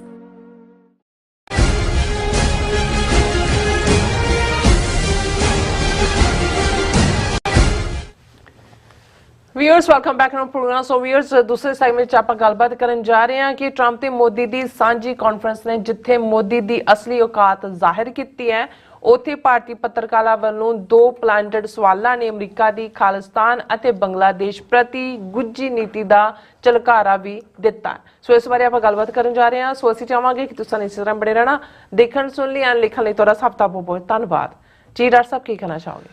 ਦੇਖੋ, ਅਸੀਂ ਪਹਿਲੇ ਸੈਗਮੈਂਟ 'ਚ ਓਵਰਆਲ ਮੋਦੀ ਦੀ ਨੀਲ ਡਾਊਨ ਵਾਸ਼ਿੰਗਟਨ ਫੇਰੀ ਦਾ ਜ਼ਿਕਰ ਕੀਤਾ ਔਰ ਉਹਦੇ 'ਚ ਬਾਕੀ ਆਸਪੈਕਟ ਅਸੀਂ ਟੱਚ ਕੀਤੇ ਵੀ ਕੀ ਫੇਲਿਅਰਸ ਨੇ, ਪਰ 2 ਜਿਹੜੇ ਜਿਸ ਨੂੰ ਚੀਦਾ ਜਾਂ ਜੂਸੀ ਸਬਜੈਕਟ ਸੀ ਉਹਨਾਂ ਨੂੰ ਅਸੀਂ ਜਿਹੜਾ ਰੱਖ ਲਿਆ ਸੀ, ਕਿਉਂਕਿ ਬਹੁਤ ਵਾਰ ਇਹ ਹੁੰਦਾ ਹੈ ਵੀ ਕੁਝ ਚੀਜ਼ਾਂ ਤਾਂ ਐਕਸਪੈਕਟਡ ਲਾਈਨ ਦੇ ਉੱਤੇ ਸੀ ਟੈਰਿਫ ਦਾ ਉੱਤੇ, ਔਰ ਦੂਜਾ ਔਰ ਜਿਵੇਂ ਮੋਦੀ ਨੂੰ ਇਨੋਗ੍ਰੇਸ਼ਨ ਦੇ ਉੱਤੇ ਹੀ ਨਹੀਂ ਸੀ ਇਨਵਾਈਟ ਕੀਤਾ ਗਿਆ, ਇਹਦੇ ਬਾਵਜੂਦ ਕਿ ਐਸ ਜੈ ਸ਼ੰਕਰ ਇੱਕ ਹਫ਼ਤਾ ਤਰਲੇ ਕਰਦਾ ਰਿਹਾ, ਉਹ ਵੀ ਨਜ਼ਰ ਆ ਰਿਹਾ ਸੀ ਕਿ ਵੀ ਇਹ ਹਿਊਮਿਲੇਸ਼ਨ ਔਰ ਦੂਸਰਾ ਜਿਹੜਾ ਇਹ ਹੋਏਗੀ। ਲੇਕਿਨ ਜਿਹੜੀਆਂ ਦੋ ਚੀਜ਼ਾਂ ਜਿਹਦੇ ਕਰਕੇ ਅਸੀਂ ਵੀ ਕਿਤੇ ਨਾ ਕਿਤੇ ਇਸ ਬਾਰੇ ਅਨਸਰਟਨ ਸੀ ਕਿ ਇੱਕ ਤਾਂ ਟਰਾਂਸਨੈਸ਼ਨਲ ਰਿਪਰੈਸ਼ਨ ਦੇ ਮੁੱਦੇ ਦੇ ਉੱਤੇ, ਜਿਵੇਂ ਇਨੋਗ੍ਰੇਸ਼ਨ ਤੋਂ 4 ਦਿਨ ਪਹਿਲਾਂ ਇੰਡੀਆ ਨੇ ਇਹ ਕਹਿ ਕੇ ਕਿ ਜੀ ਅਸੀਂ ਵਿਕਾਸ ਯਾਦਵ ਨੂੰ ਜਿਹੜਾ ਉਹ ਪਰਸਨਲ ਉਹਦਾ ਅਸੀਂ ਕੰਮ ਨੂੰ ਪਾਸੇ ਕਰਤਾ ਨੌਕਰੀ ਤੋਂ, ਇਹ ਉਹ ਵਾਸ਼ ਦੇਅਰ ਹੈਂਡਸ ਆਫ। ਫਿਰ ਸਾਨੂੰ ਸੀ ਕਿ ਵੀ ਜਿਹੜੇ ਦੋਵੇਂ ਨੋਮੀਨੀ ਨੇ, ਤੁਲਸੀ ਗੈਬਰਡ ਜਿਹੜੀ ਨੈਸ਼ਨਲ ਇੰਟੈਲੀਜੈਂਸ ਦੀ ਡਾਇਰੈਕਟਰ, 18 ਏਜੰਸੀਆਂ, $70 ਬਿਲੀਅਨ ਦਾ ਬਜਟ, ਉਹਦੀ ਕਨਫਰਮੇਸ਼ਨ ਵੀ ਹੋ ਗਈ। ਕਾਸ਼ ਪਟੇਲ FBI ਦਾ ਹੈਡ, ਔਰ ਈਵਨ 2 ਦਿਨ ਪਹਿਲਾਂ ਹੀ ਜਿਹੜਾ ਵਿਜ਼ਿਟ ਤੋਂ ਕਪੂਰ, ਸ਼ਾਇਦ ਪਾਲ ਕਪੂਰ ਨੂੰ south Asia and central Asia the assistant secretary, ਜਿਹੜਾ ਡੋਨਲਡ ਲੂ ਦੀ ਪੋਜੀਸ਼ਨ ਸੀ, ਜਿਸ ਡੋਨਲਡ ਲੂ ਬਾਰੇ ਇਮਰਾਨ ਖਾਨ ਨੇ ਕਿਹਾ ਸੀ ਕਿ ਇਹਨੇ ਮੇਰੀ ਸਰਕਾਰ ਡਿੱਗਣ ਦੇ ਵਿੱਚ ਮੇਨ ਰੋਲ ਅਦਾ ਕੀਤਾ। ਸੋ ਮੇਨ ਬੜੀ ਇੰਪੋਰਟੈਂਟ ਪੋਜੀਸ਼ਨ ਹੈ ਉਹਦੇ 'ਚ। ਇਹ 7 ਮੁਲਕ ਸਾਰਕ ਦੇ ਨੇ ਸਾਰੇ ਹੀ, ਭਾਰਤ, ਪਾਕਿਸਤਾਨ, ਬੰਗਲਾਦੇਸ਼, ਮਿਆਂਮਾਰ, ਮਾਲਦੀਵਸ, ਭੂਟਾਨ, ਨੇਪਾਲ, ਪਰ ਇਸ ਤੋਂ ਇਲਾਵਾ ਸੈਂਟਰਲ ਏਸ਼ੀਆ ਦੇ ਵੀ 4 ਮੁਲਕ, ਤਾਜਿਕਸਤਾਨ, ਕਿਰਗਿਜ਼ਸਤਾਨ, ਉਜ਼ਬੇਕਿਸਤਾਨ। ਸੋ ਉਹਦੇ 'ਚ ਵੀ ਪਾਲ ਕਪੂਰ ਨਾਂ ਦਾ ਇੱਥੇ ਇੱਕ ਪ੍ਰੋਫੈਸਰ ਜਿਹੜਾ ਨੇਵਲ ਔਰ ਦੂਜੇ 'ਚ ਵੀ ਪੜ੍ਹਾਉਂਦਾ ਰਿਹਾ, ਉਹਨੂੰ ਲਾਇਆ। ਸੋ ਇਹ ਸਾਡੇ ਲਈ ਵੀ ਸੀ ਕਿ ਵੀ ਇਸ ਸਾਰੇ ਦੇ ਉੱਤੇ ਇਹ ਤਾਂ ਸਾਨੂੰ ਸੀ ਕਿ ਵੀ ਲੋਡਡ ਕੁਐਸਚਨ ਹੋਣਗੇ, ਇੰਡੀਅਨ ਜਿਹੜੇ ਜਰਨਲਿਸਟ ਨਾਲ ਲਿਆਂਦੇ ਨੇ ਉਹ ਡੀਪ ਸਟੇਟ ਦੀ ਗੱਲ ਵੀ ਕਰਨਗੇ, ਕਿਉਂਕਿ ਉਹਨਾਂ ਨੂੰ ਲੱਗਦਾ ਵੀ ਟਰੰਪ ਔਰ ਐਲਨ ਮਸਕ ਡੀਪ ਸਟੇਟ ਦੇ ਮਗਰ ਪਏ ਨੇ। ਤੇ ਅਸੀਂ ਕਹਿ ਸਕਦੇ ਹਾਂ ਜੀ ਬਾਈਡਨ ਐਡਮਿਨਿਸਟ੍ਰੇਸ਼ਨ ਦੇ ਵੇਲੇ ਡੀਪ ਸਟੇਟ ਨੇ ਸਾਨੂੰ ਫਸਾਤਾ, ਨਿਖਿਲ ਗੁਪਤਾ ਤੇ ਇਹ ਉਹ ਗੁਰਪਤਵੰਤ ਪੰਨੂ ਮਰਡਰ ਪਲਾਟ, ਔਰ ਇਸ ਸਾਰੇ ਚੋਂ ਅਸੀਂ ਜਿਹੜਾ ਉਹ ਸੁਰਖਰੂ ਹੋਈਏ। ਇਸ ਦੇ ਲਈ ਇਹ ਸੀ ਦੂਸਰਾ। ਔਰ ਸੈਕੰਡਲੀ ਇਹ ਐਕਸਪੈਕਟਡ ਲਾਈਨ ਤੇ ਸੀ ਵੀ ਆਲਰੇਡੀ ਇੰਡੀਆ ਦੇ ਵਿੱਚ BJP ਇਸ ਗੱਲ ਦਾ ਇਲਜ਼ਾਮ ਲਾ ਚੁੱਕੀ ਹੈ ਉਹਨਾਂ ਦੇ ਆਫੀਸ਼ੀਅਲ ਹੈਂਡਲ ਤੋਂ ਵੀ, ਰਾਜ ਸਭਾ 'ਚ ਵੀ, ਕਿ ਬੰਗਲਾਦੇਸ਼ ਦੇ ਵਿੱਚ ਜਿਹੜਾ ਰਾਜ ਪਲਟਾ ਹੋਇਆ, ਸ਼ੇਖ ਹਸੀਨਾ ਨੂੰ ਕੱਢਿਆ ਗਿਆ, ਉਹ ਡੀਪ ਸਟੇਟ ਨੇ ਕੀਤਾ। ਔਰ ਇਹਦੇ ਉੱਤੇ ਵੀ ਡੀਪ ਸਟੇਟ ਦਾ ਜਿਹੜਾ ਪਾਰਟ ਹੋਣ ਦਾ ਸਾਹਮਣੇ ਹੋਣਾ ਸੀ। ਪਰ ਅਸੀਂ ਇਹ ਸਮਝਦੇ ਹਾਂ ਵੀ ਇੱਕ ਹੁੰਦਾ ਹੈ ਕਿ ਵੀ ਕਿਸੇ ਦਾ ਜਿਹੜਾ ਝੂਠ ਹੈ ਉਹ ਫੜਿਆ ਗਿਆ, ਇੱਕ ਹੁੰਦਾ ਸਰੇ ਬਾਜ਼ਾਰ। ਹੁਣ ਜਿਉਂ ਹੀ ਪ੍ਰੈਸ ਕਾਨਫਰੰਸ ਸ਼ੁਰੂ ਹੁੰਦੀ ਹੈ, ਪਹਿਲਾ ਲੋਡਡ ਸਵਾਲ ਜਿਹੜਾ ਇੰਡੀਅਨ ਪੱਤਰਕਾਰ ਵੱਲੋਂ ਟਰੰਪ ਨੂੰ ਐਡਰੈਸ ਕੀਤਾ ਜਾਂਦਾ ਹੈ, ਉਹ ਪਹਿਲਾਂ ਤਾਂ ਥੈਂਕ ਯੂ ਕਰਦਾ ਹੈ ਕਿ ਜੀ ਮੁਲੱਵਰ ਰਾਣਾ ਕਿ ਕੀ ਜਿਹੜਾ ਬੰਬਈ ਵਾਲਾ ਉਹਨੂੰ ਤੁਸੀਂ ਐਕਸਟਰਾਡਾਈਟ ਇੰਡੀਆ ਕਰਨ ਦਾ ਕੀਤਾ ਹੈ, ਉਹਦਾ ਜਿਹੜਾ ਥੈਂਕ ਯੂ ਬਈ ਚੰਗਾ ਕੀਤਾ। ਔਰ ਫਿਰ ਉਹ ਕਹਿੰਦਾ ਕਿ ਜੀ ਇਹ ਖਾਲਿਸਤਾਨੀ ਸੈਪਰੇਟਿਸਟ ਔਰ ਉਹ ਇਹਦੇ ਵਿੱਚ ਹੀ ਸੀ, ਤੇ ਟਰੰਪ ਨੇ ਪਹਿਲਾਂ ਤਾਂ ਉਹਨੂੰ ਐਂ ਹੱਥ ਕੀਤਾ ਕਿ ਉੱਚੀ ਬੋਲ। ਫਿਰ ਉਹਨੇ ਅੱਧ ਜੇ 'ਚ ਰੋਕ ਕੇ ਕਹਿੰਦਾ I don't know you have a heavy accent, I don't know what you are saying. ਤੇ ਉਹ ਅੱਗੇ ਉਹਨੇ ਦੂਜੇ ਨੂੰ ਦੈਨ ਇੱਕ ਥੋੜੀ ਜਿਹੀ ਵਧੀਆ ਅੰਗਰੇਜ਼ੀ ਬੋਲਣ ਵਾਲੀ ਪੱਤਰਕਾਰ ਜਿਹੜੀ ਇਹਨਾਂ ਦੀ ਸੀ, ਉਹਨੇ ਇਸ ਸਵਾਲ ਨੂੰ ਫੇਰ ਚੁੱਕਿਆ ਕਿ ਜੀ ਇਹ ਜਿਹੜੇ ਖਾਲਿਸਤਾਨੀ ਸੈਪਰੇਟਿਸਟ ਔਰ ਦੂਸਰੇ ਔਰ ਇਸ ਸਾਰੇ ਦੇ ਉੱਤੇ, ਔਰ ਪਹਿਲਾਂ ਉਹਨੇ ਰਾਣੇ ਦੀ ਗੱਲ ਕੀਤੀ ਕਿ ਵੀ ਤੁਹਾਡੇ ਹਵਾਲੇ ਕਰਤਾ he is an bad man, evil man, ਫਲਾਣਾ, ਤੇ ਖਾਲਿਸਤਾਨ ਦੇ ਮੁੱਦੇ ਤੇ he again didn't say anything. ਹੁਣ ਐਕਸਪੈਕਟੇਸ਼ਨ ਕੀ ਸੀ ਜਿਹੜਾ ਇਸ ਦੇ ਉੱਤੇ ਲੋਡਡ ਸਵਾਲ ਪੁਛਾਇਆ ਗਿਆ, ਉਹ ਹੀ ਸੀ ਕਿ ਜੀ ਵੀ ਉਹ ਕਹਿਣ ਕਿ ਜੀ ਅਸੀਂ ਤਾਂ ਬਿਲਕੁਲ ਖਿਲਾਫ ਹੈ ਦਹਿਸ਼ਤਗਰਦੀ, ਕਿਉਂਕਿ ਹੁਣ ਇਹ ਨਹੀਂ ਹੈ ਕਿ ਵੀ ਟਰੰਪ ਨੂੰ ਬਰੀਫ ਨਹੀਂ ਕੀਤਾ ਗਿਆ ਹੋਏਗਾ ਇਸ ਸਾਰੇ ਮੁੱਦੇ ਤੇ ਕਿ ਆਹ ਟਰਾਂਸਨੈਸ਼ਨਲ ਰਿਪਰੈਸ਼ਨ ਕੀਤਾ ਵੀ ਜਿਹੜੀ ਸੋਵਰਨਿਟੀ ਦਾ ਤੂੰ ਝੰਡਾ ਬਰਦਾਰ ਹੈ, ਉਹ ਸੋਵਰਨਿਟੀ ਅਮਰੀਕਨ ਸੋਇਲ ਤੇ ਵਾਇਓਲੇਟ ਕੀਤੀ ਹੈ, ਇੰਟਰਨੈਸ਼ਨਲ ਲਾਅ ਦਾ ਕੀਤਾ ਹੀ ਕੀਤਾ। ਸੋ ਇਸ ਸਾਰੇ ਦੇ ਚਲਦੇ ਆ ਟਰੰਪ ਦਾ ਮੇਨ ਜਰਨਲਿਸਟ ਨੂੰ ਹਿਊਮਿਲੇਸ਼ਨ, ਔਰ ਇਸ ਲੈਵਲ ਦੀ ਕਿ ਮੈਂ ਉਹ ਪੱਤਰਕਾਰ 'ਚ ਪਤਾ ਨਹੀਂ ਕਿਸ ਲੈਵਲ ਦਾ ਉਹ ਸੀ ਕਿ ਹੋਣਾ, ਪਰ ਉਹ ਸਾਰੀ ਉਮਰ ਇਸ ਦਾਗ ਦੇ ਨਾਲ ਰਹੇਗਾ ਕਿ ਜੋ ਦੂਜਾ। ਤੇ ਜਿਹੜੀ ਫਿਰ ਉਹਨੂੰ ਕਰਨ ਆਈ ਇਹ ਕਿ ਵੀ ਅੰਗਰੇਜ਼ੀ ਦੀ ਅੱਗੋਂ ਅੰਗਰੇਜ਼ੀ ਕਰ ਰਹੀ ਹੈ, ਲੇਕਿਨ ਉਹਨੂੰ ਵੀ ਟਰੰਪ ਦਾ ਰਿਸਪੌਂਡ ਨਾ ਕਰਨਾ ਇਹ ਦੱਸਦਾ ਹੈ ਕਿ ਵੀ ਅਮਰੀਕਾ ਔਰ ਇਹ ਸਾਡਿਆਂ ਨੇ ਵੀ ਔਰ ਜਿਹੜੇ ਕੋਈ ਹੋਰ ਇਸ ਦੇ ਉੱਤੇ ਨਜ਼ਰਸਾਨੀ ਕਰਦੇ ਨੇ, ਉਹਨੇ ਕਿਹਾ ਵੀ ਟਰੰਪ ਨੇ ਜਿਹੜਾ ਅਮਰੀਕਨ ਪਾਲਿਸੀ ਦਾ ਇਹ ਪਾਰਟ ਅਗੇਨ ਆਪਣੇ ਕੋਲ ਰੱਖ ਲਿਆ ਕਿ ਵੀ ਉਹਨਾਂ ਨੇ ਕੱਲ ਨੂੰ ਕਿਵੇਂ ਬਿਹੇਵ ਕਰਨਾ ਹੈ, ਕਿਵੇਂ ਕਰਨਾ ਹੈ। ਹੁਣ ਜਦੋਂ ਇਸ ਸਾਰੇ ਨੂੰ ਅਸੀਂ ਅੱਜ ਐਸ ਜੈਸ਼ੰਕਰ ਦੀ ਜਿਹੜੀ ਇੱਕ ਸਟੇਟਮੈਂਟ ਜਿਹੜੀ ਉਹਨੇ ਓਵਰ ਆਬਜ਼ਰਵਰ ਰਿਸਰਚ ਫਾਊਂਡੇਸ਼ਨ ਦੇ ਵਿੱਚ ਉਹਨੂੰ ਬੋਲਣ ਲਈ ਬੁਲਾਇਆ ਗਿਆ, ਉਸ ਦੇ ਵਿੱਚ ਉਹਨੇ ਜੋ ਸਪੀਚ ਕਹੀ, ਹੁਣ ਇਹਦਾ ਵੀ ਮਤਲਬ ਸਾਰੇ ਅੱਡ-ਅੱਡ ਕੱਢ ਰਹੇ ਨੇ, ਪਰ ਮੈਨੂੰ ਇਹ ਲੱਗਦਾ ਔਰ ਇਹਦੀ ਉਹਨਾਂ ਨੇ ਜਿਹੜਾ ਮੇਨ ਮੀਡੀਆ ਉਹਨਾਂ ਨੇ ਹੈਡਲਾਈਨ ਇਹ ਲਾਇਆ ਹੈ, something big is coming, Jai Shankar ਵਾਰਨਸ। ਹੁਣ ਇਹ ਆਬਜ਼ਰਵਰ ਰਿਸਰਚ ਫਾਊਂਡੇਸ਼ਨ 'ਚ ਬੋਲਦੇ ਆ, ਜੈ ਸ਼ੰਕਰ ਫੋਰਕਾਸਟ ਕਰ ਰਿਹਾ ਹੈ ਕਿ ਵੀ ਆਉਣ ਵਾਲੇ ਪੀਰੀਅਡ 'ਚ ਉਹ ਨੀਤੀਆਂ ਬਣਨ ਜਾ ਰਹੀਆਂ ਨੇ ਜਿਹੜੀਆਂ ਡਿਫਰੈਂਟ ਰੀਸ਼ੇਪ ਕਰਨਗੀਆਂ ਉਹਨਾਂ ਇੰਟਰਨੈਸ਼ਨਲ ਪਾਲਿਸੀਜ਼ ਨੂੰ, ਆਰਡਰ ਨੂੰ, ਜਿਹਦੇ ਤੇ ਅਸੀਂ ਯੂਜ਼ ਟੂ ਹਾਂ। ਫਿਰ ਉਹਨੇ ਕਿਹਾ, ਮੈਂ ਇਹ ਨਹੀਂ ਕਹਿ ਰਿਹਾ ਵੀ ਉਹ ਚੰਗੀਆਂ ਹੋਣਗੀਆਂ ਕਿ ਮਾੜੀਆਂ ਹੋਣਗੀਆਂ, I am just guessing what is going to happen and something big I believe in about to hit us, ਕਿ ਵੀ ਬਹੁਤ ਜਲਦੀ ਕੁਝ ਹੋਣ ਜਾ ਰਿਹਾ ਹੈ ਐਸਾ ਵੱਡਾ ਜਿਹੜਾ ਸਾਡੇ ਸਿਰ 'ਚ ਵੱਜਣਾ ਹੈ। ਹਿਟ ਅਸ ਦਾ ਮਤਲਬ ਇਹ ਹੀ ਹੈ। ਹੁਣ ਇਹ ਵੈਦਰ ਉਹ ਖੌਫ, ਹੁਣ ਪਬਲਿਕ ਕੰਜ਼ੰਪਸ਼ਨ ਲਈ ਜੋ ਮਰਜ਼ੀ ਕਹਿਣ, ਪਰ ਇਹ ਦੁਨੀਆ ਨੇ ਦੇਖਿਆ ਕਿ ਵੀ ਖਾਲਿਸਤਾਨ ਦੇ ਮੁੱਦੇ ਤੇ ਦੋ ਜਰਨਲਿਸਟ ਜਿਨ੍ਹਾਂ ਰਾਹੀਂ ਪਲਾਂਟਡ ਸਵਾਲ ਆਏ, ਪਹਿਲੇ ਨੂੰ ਟਰੰਪ ਨੇ ਜਿਹੜਾ ਉਹ ਹਿਊਮਿਲੇਟ ਕਰਕੇ ਬਿਠਾ ਦਿੱਤਾ, ਦੂਸਰੇ ਨੂੰ ਰਿਸਪੌਂਡ ਹੀ ਨਹੀਂ ਕੀਤਾ। ਇਹਦਾ ਮਤਲਬ ਕੀ ਹੈ? ਇਹ ਡਿਪਲੋਮੇਸੀ 'ਚ ਇਹਨੂੰ ਬਹੁਤ ਚੰਗੀ। ਅੱਛਾ, ਸੈਕੰਡਲੀ ਹੁਣ ਕਿਉਂਕਿ ਡੀਪ ਸਟੇਟ ਦਾ ਜ਼ਿਕਰ ਆਲਰੇਡੀ ਟਰੰਪ ਔਰ ਉਹ ਕਰ ਹੀ ਰਹੇ ਨੇ ਕਿ ਜੀ ਡੀਪ ਸਟੇਟ ਹੈ, ਉਹਨਾਂ ਨੇ ਬੰਗਲਾਦੇਸ਼ ਚੇਂਜ ਨੂੰ ਡੀਪ ਸਟੇਟ ਦੇ ਹਵਾਲੇ, ਜਿਵੇਂ ਮੈਂ ਪਹਿਲਾਂ ਕਿਹਾ ਪਹਿਲੇ ਸੈਗਮੈਂਟ ਵੀ ਇੰਡੀਅਨਸ ਨੇ ਐਤਕੀ ਬੰਗਲਾਦੇਸ਼ ਦੇ ਇਸ਼ੂ ਨੂੰ, ਇੱਕ ਤਾਂ ਉਹਨਾਂ ਨੇ ਬੰਗਲਾਦੇਸ਼ੀ ਹਿੰਦੂ ਖੜੇ ਕੀਤੇ ਵਾਈਟ ਹਾਊਸ ਦੇ ਬਾਹਰ, ਜਿੱਥੇ ਅਸੀਂ ਪ੍ਰੋਟੈਸਟ ਕਰ ਰਹੇ ਸੀ ਉੱਥੇ ਕਰਨ ਲਈ, ਜੇ ਹਿੰਦੂਆਂ ਨੂੰ ਮਾਰ ਰਹੇ ਨੇ। ਜਿੱਥੇ ਬਲੇਅਰ ਹਾਊਸ 'ਚ ਮੋਦੀ ਠਹਿਰਿਆ ਸੀ ਉੱਥੇ ਸ਼ਾਮ ਨੂੰ ਬੰਗਲਾਦੇਸ਼ੀ ਮੁਸਲਮਾਨ ਜਿਹੜੇ ਜਾਂ ਉਹਨਾਂ ਦੇ ਆਪਣੇ ਹੀ ਮੁਸਲਮਾਨ ਹੋਣੇ ਨੇ ਇੰਡੀਅਨ ਲੈਵਲ ਦੇ ਜਿਹੜੇ ਨੇ, ਉਹ ਉੱਥੇ ਪਹੁੰਚ ਗਏ ਕਿ ਜੀ ਜਿਹੜਾ ਉਹ ਸ਼ੇਖ ਹਸੀਨਾ ਦੀ ਮਦਦ ਕਰੋ, ਇਨਵੇਡ ਬੰਗਲਾਦੇਸ਼, ਇਹ ਉਹ ਰੈਲੀ ਕਰਾ ਕੇ ਜਾਂ ਦੂਜਾ, ਇਹ ਆਰਕੈਸਟ੍ਰੇਟਡ ਹੀ ਸੀ, ਦੋਨੋਂ ਹੀ ਆਰਕੈਸਟ੍ਰੇਟਡ ਸੀ।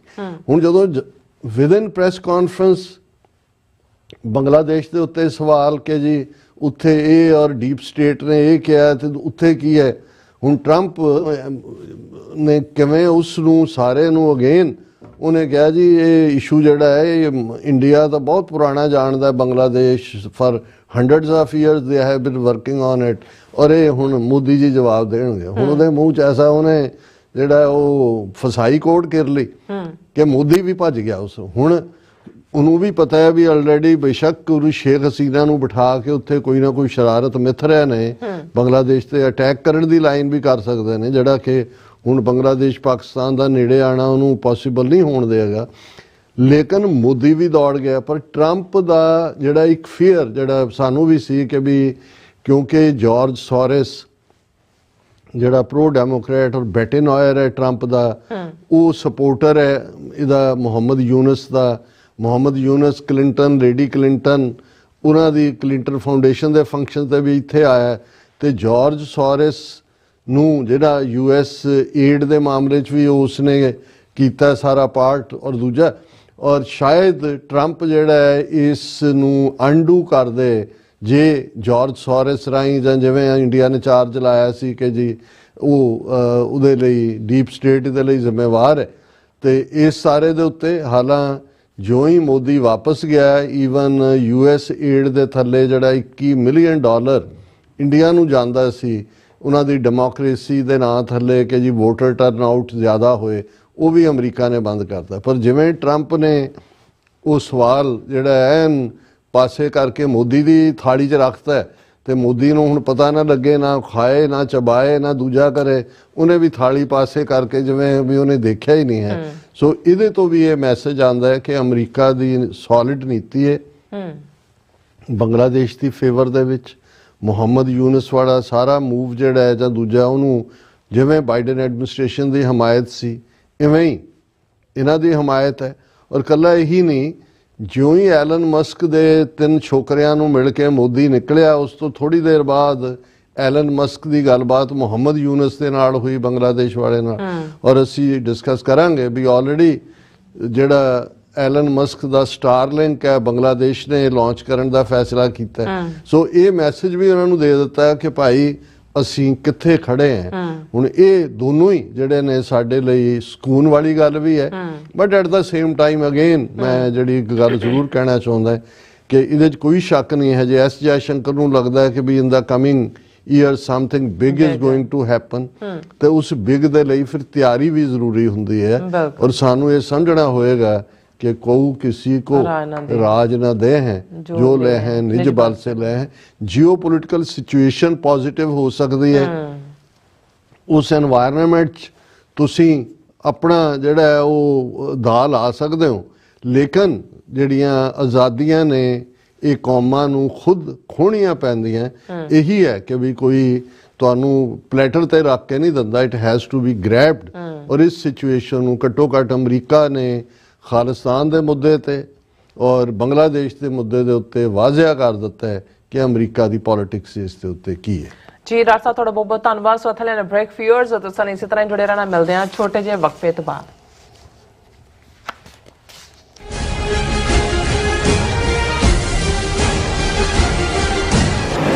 ਲਾਸ ਐਂਜਲਸ ਕਾਉਂਟੀ ਵਿੱਚ ਵਿਨਾਸ਼ਕਾਰੀ ਜੰਗਲੀ ਅੱਗ ਕਾਰਨ ਪ੍ਰਭਾਵਿਤ ਪੀੜਤਾਂ ਦੀ ਸਹਾਇਤਾ ਲਈ ਯੂਨਾਈਟਿਡ ਸਿਕਸ ਇੱਕ ਐਮਰਜੈਂਸੀ ਰਾਹਤ ਮੁਹਿੰਮ ਚਲਾ ਰਹੀ ਹੈ। ਸ਼ਹਿਰ ਦੇ ਉੱਤਰ ਵਿੱਚ ਸੰਘਣੀ ਆਬਾਦੀ ਵਾਲੇ 40 ਕਿਲੋਮੀਟਰ ਦੇ ਖੇਤਰ ਵਿੱਚ ਲੱਗੀ ਅੱਗ ਕਾਰਨ 12,000 ਤੋਂ ਵੱਧ ਇਮਾਰਤਾਂ ਸੜ ਚੁੱਕੀਆਂ ਹਨ। 1.5 ਲੱਖ ਲੋਕਾਂ ਨੂੰ ਇਲਾਕਾ ਛੱਡਣ ਲਈ ਮਜਬੂਰ ਹੋਣਾ ਪਿਆ ਤੇ ਕਰੀਬ 700 ਤੋਂ ਵੱਧ ਲੋਕਾਂ ਨੂੰ ਸ਼ਰਨਾਰਥੀ ਕੈਂਪਾਂ ਵਿੱਚ ਠਹਿਰਾਇਆ ਗਿਆ। ਮੁਸ਼ਕਲ ਦੀ ਇਸ ਘੜੀ ਵਿੱਚ ਸੇਵਾ ਤੇ ਸਰਬੱਤ ਦੇ ਭਲੇ ਦੇ ਸਿਧਾਂਤ ਤੋਂ ਸੇਧ ਲੈ ਕੇ ਯੂਨਾਈਟਿਡ ਸਿਕਸ ਲੋੜਵੰਦਾਂ ਨੂੰ ਭੋਜਨ, ਸਪਲਾਈ ਅਤੇ ਉਮੀਦ ਪ੍ਰਦਾਨ ਕਰ ਰਹੀ ਹੈ। ਯੂਨਾਈਟਿਡ ਸਿਕਸ ਦੇ ਸੇਵਾ ਕਾਰਜਾਂ ਵਿੱਚ ਹਿੱਸਾ ਪਾਉਣ ਲਈ ਤੁਸੀਂ ਯੂਨਾਈਟਿਡ ਸਿਕਸ ਦੀ ਵੈਬਸਾਈਟ ਤੇ ਜਾ ਕੇ ਡੋਨੇਟ ਕਰ ਸਕਦੇ ਹੋ ਜਾਂ ਇਹਨਾਂ ਨਾਲ ਜੁੜਨ ਲਈ 8558786333 ਤੇ ਸੰਪਰਕ ਕਰ ਸਕਦੇ ਹੋ। ਸਿਗਨੇਚਰ ਟਰੱਕ ਸਰਵਿਸ ਰਾਊਟ 81 ਉੱਤੇ ਐਗਜ਼ਿਟ 235 ਤੇ ਟਰੱਕਰ ਵੀਰਾਂ ਲਈ 24 ਘੰਟੇ ਰੋਡ ਸਰਵਿਸ ਦੀ ਸੁਵਿਧਾ ਮੌਜੂਦ। Heavy duty repair, oil change, ਪੁਰਾਣੇ ਅਤੇ ਨਵੇਂ tyre, computer diagnostic, DPF cleaning, brake service ਜਾਂ ਰਸਤੇ ਵਿੱਚ ਆਈ ਹਰ ਤਰ੍ਹਾਂ ਦੀ ਰਿਪੇਅਰ ਪ੍ਰੋਫੈਸ਼ਨਲ ਟੀਮ ਵੱਲੋਂ ਕੀਤੀ ਜਾਂਦੀ ਹੈ। ਬ੍ਰੇਕਫਾਸਟ, ਲੰਚ ਅਤੇ ਡਿਨਰ ਲਈ ਪੰਜਾਬੀ ਢਾਬੇ ਦਾ ਆਨੰਦ ਵੀ ਮਾਣੋ। ਡਰਾਈਵਰ ਅਤੇ ਟਰੱਕ ਆਪਰੇਟਰ ਵੀਰ ਡਿਸਪੈਚ ਦੀ ਸਰਵਿਸ ਲਈ ਸਾਡੇ ਨਾਲ ਸੰਪਰਕ ਕਰਨ। Signature truck service 58 triangle drive, Weyers Cave, Virginia 24486।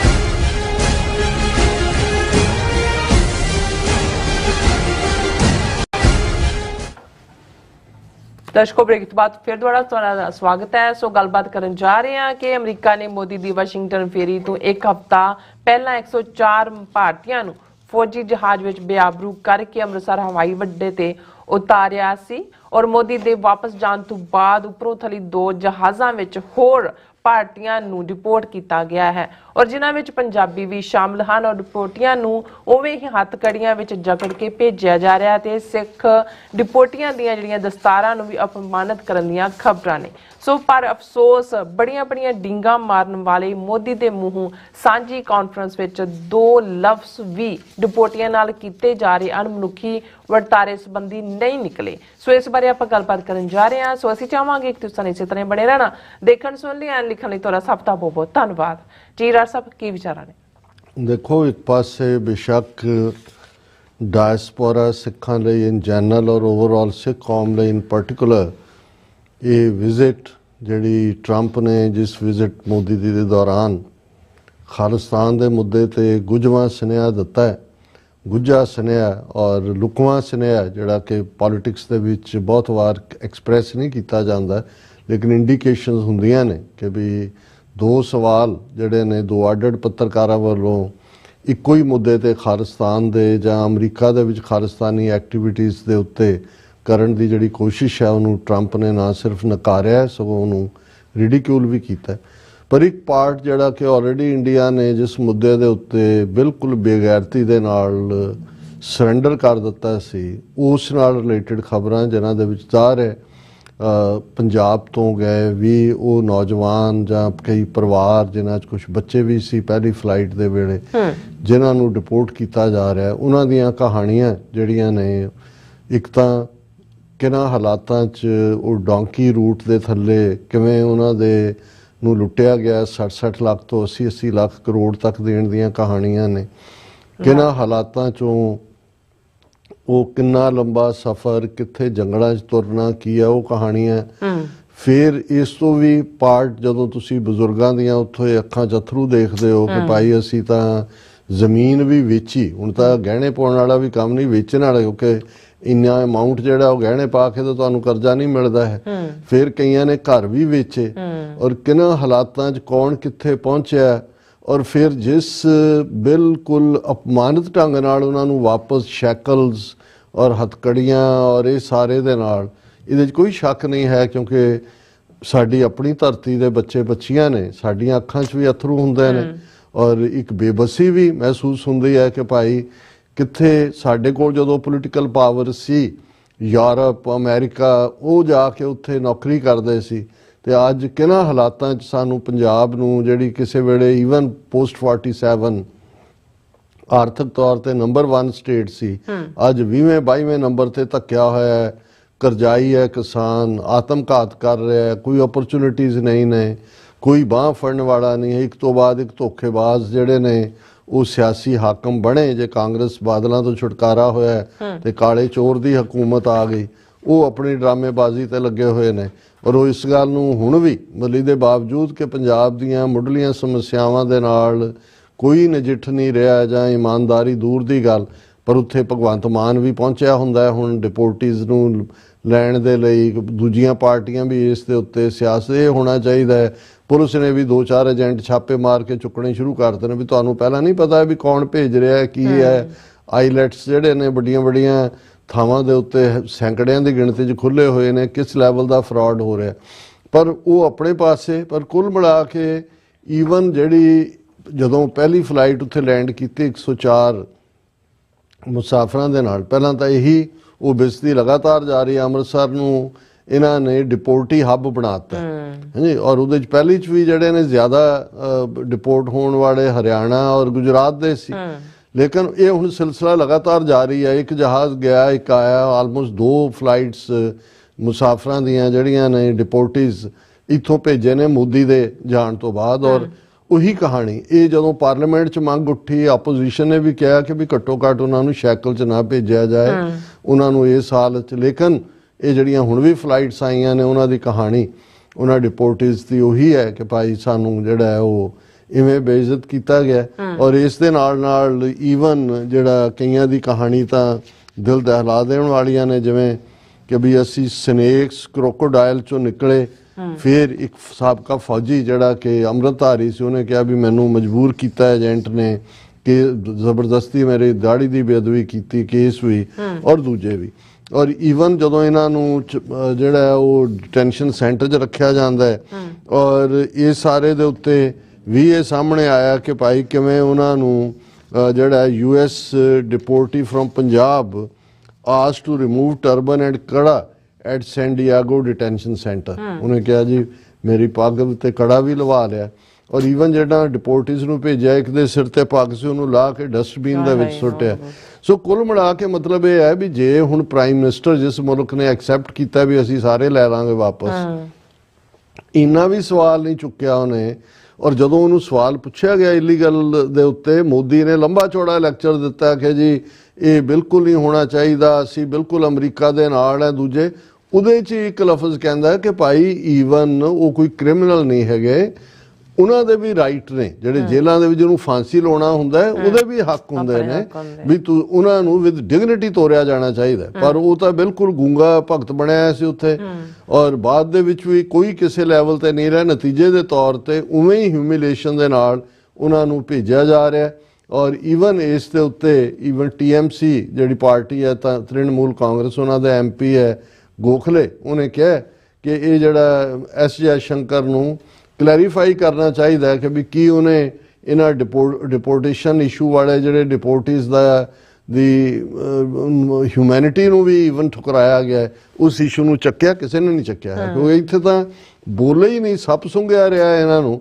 ਔਰ ਅਸੀਂ ਇਹ ਸਮਝਦੇ ਹਾਂ ਵੀ ਇਸ ਮਾਮਲੇ ਦੇ ਵਿੱਚ ਜਿੱਥੇ ਉਹ ਵਿਚਾਰੇ ਬੇਸਹਾਰਾ ਸਭ ਕੁਝ ਮਹਿਸੂਸ ਕਰਦੇ ਨੇ, ਜਿੱਥੇ ਹਰ ਥਾਂ ਤੇ ਅਸੀਂ ਲੰਗਰ ਲਾਉਣ ਲਈ ਵੀ ਜਾਣੇ ਜਾਂਦੇ ਹਾਂ, ਦੂਸਰਿਆਂ ਦੀ ਮਦਦ ਲਈ ਵੀ, ਇਸ ਮਾਮਲੇ 'ਚ ਸਿੱਖ ਕੌਮ ਨੂੰ ਖਾਸ ਤੌਰ ਤੇ ਡਾਇਸਪੋਰਾ ਸਿੱਖਾਂ ਨੂੰ ਅੱਗੇ ਆਉਣਾ ਚਾਹੀਦਾ ਹੈ।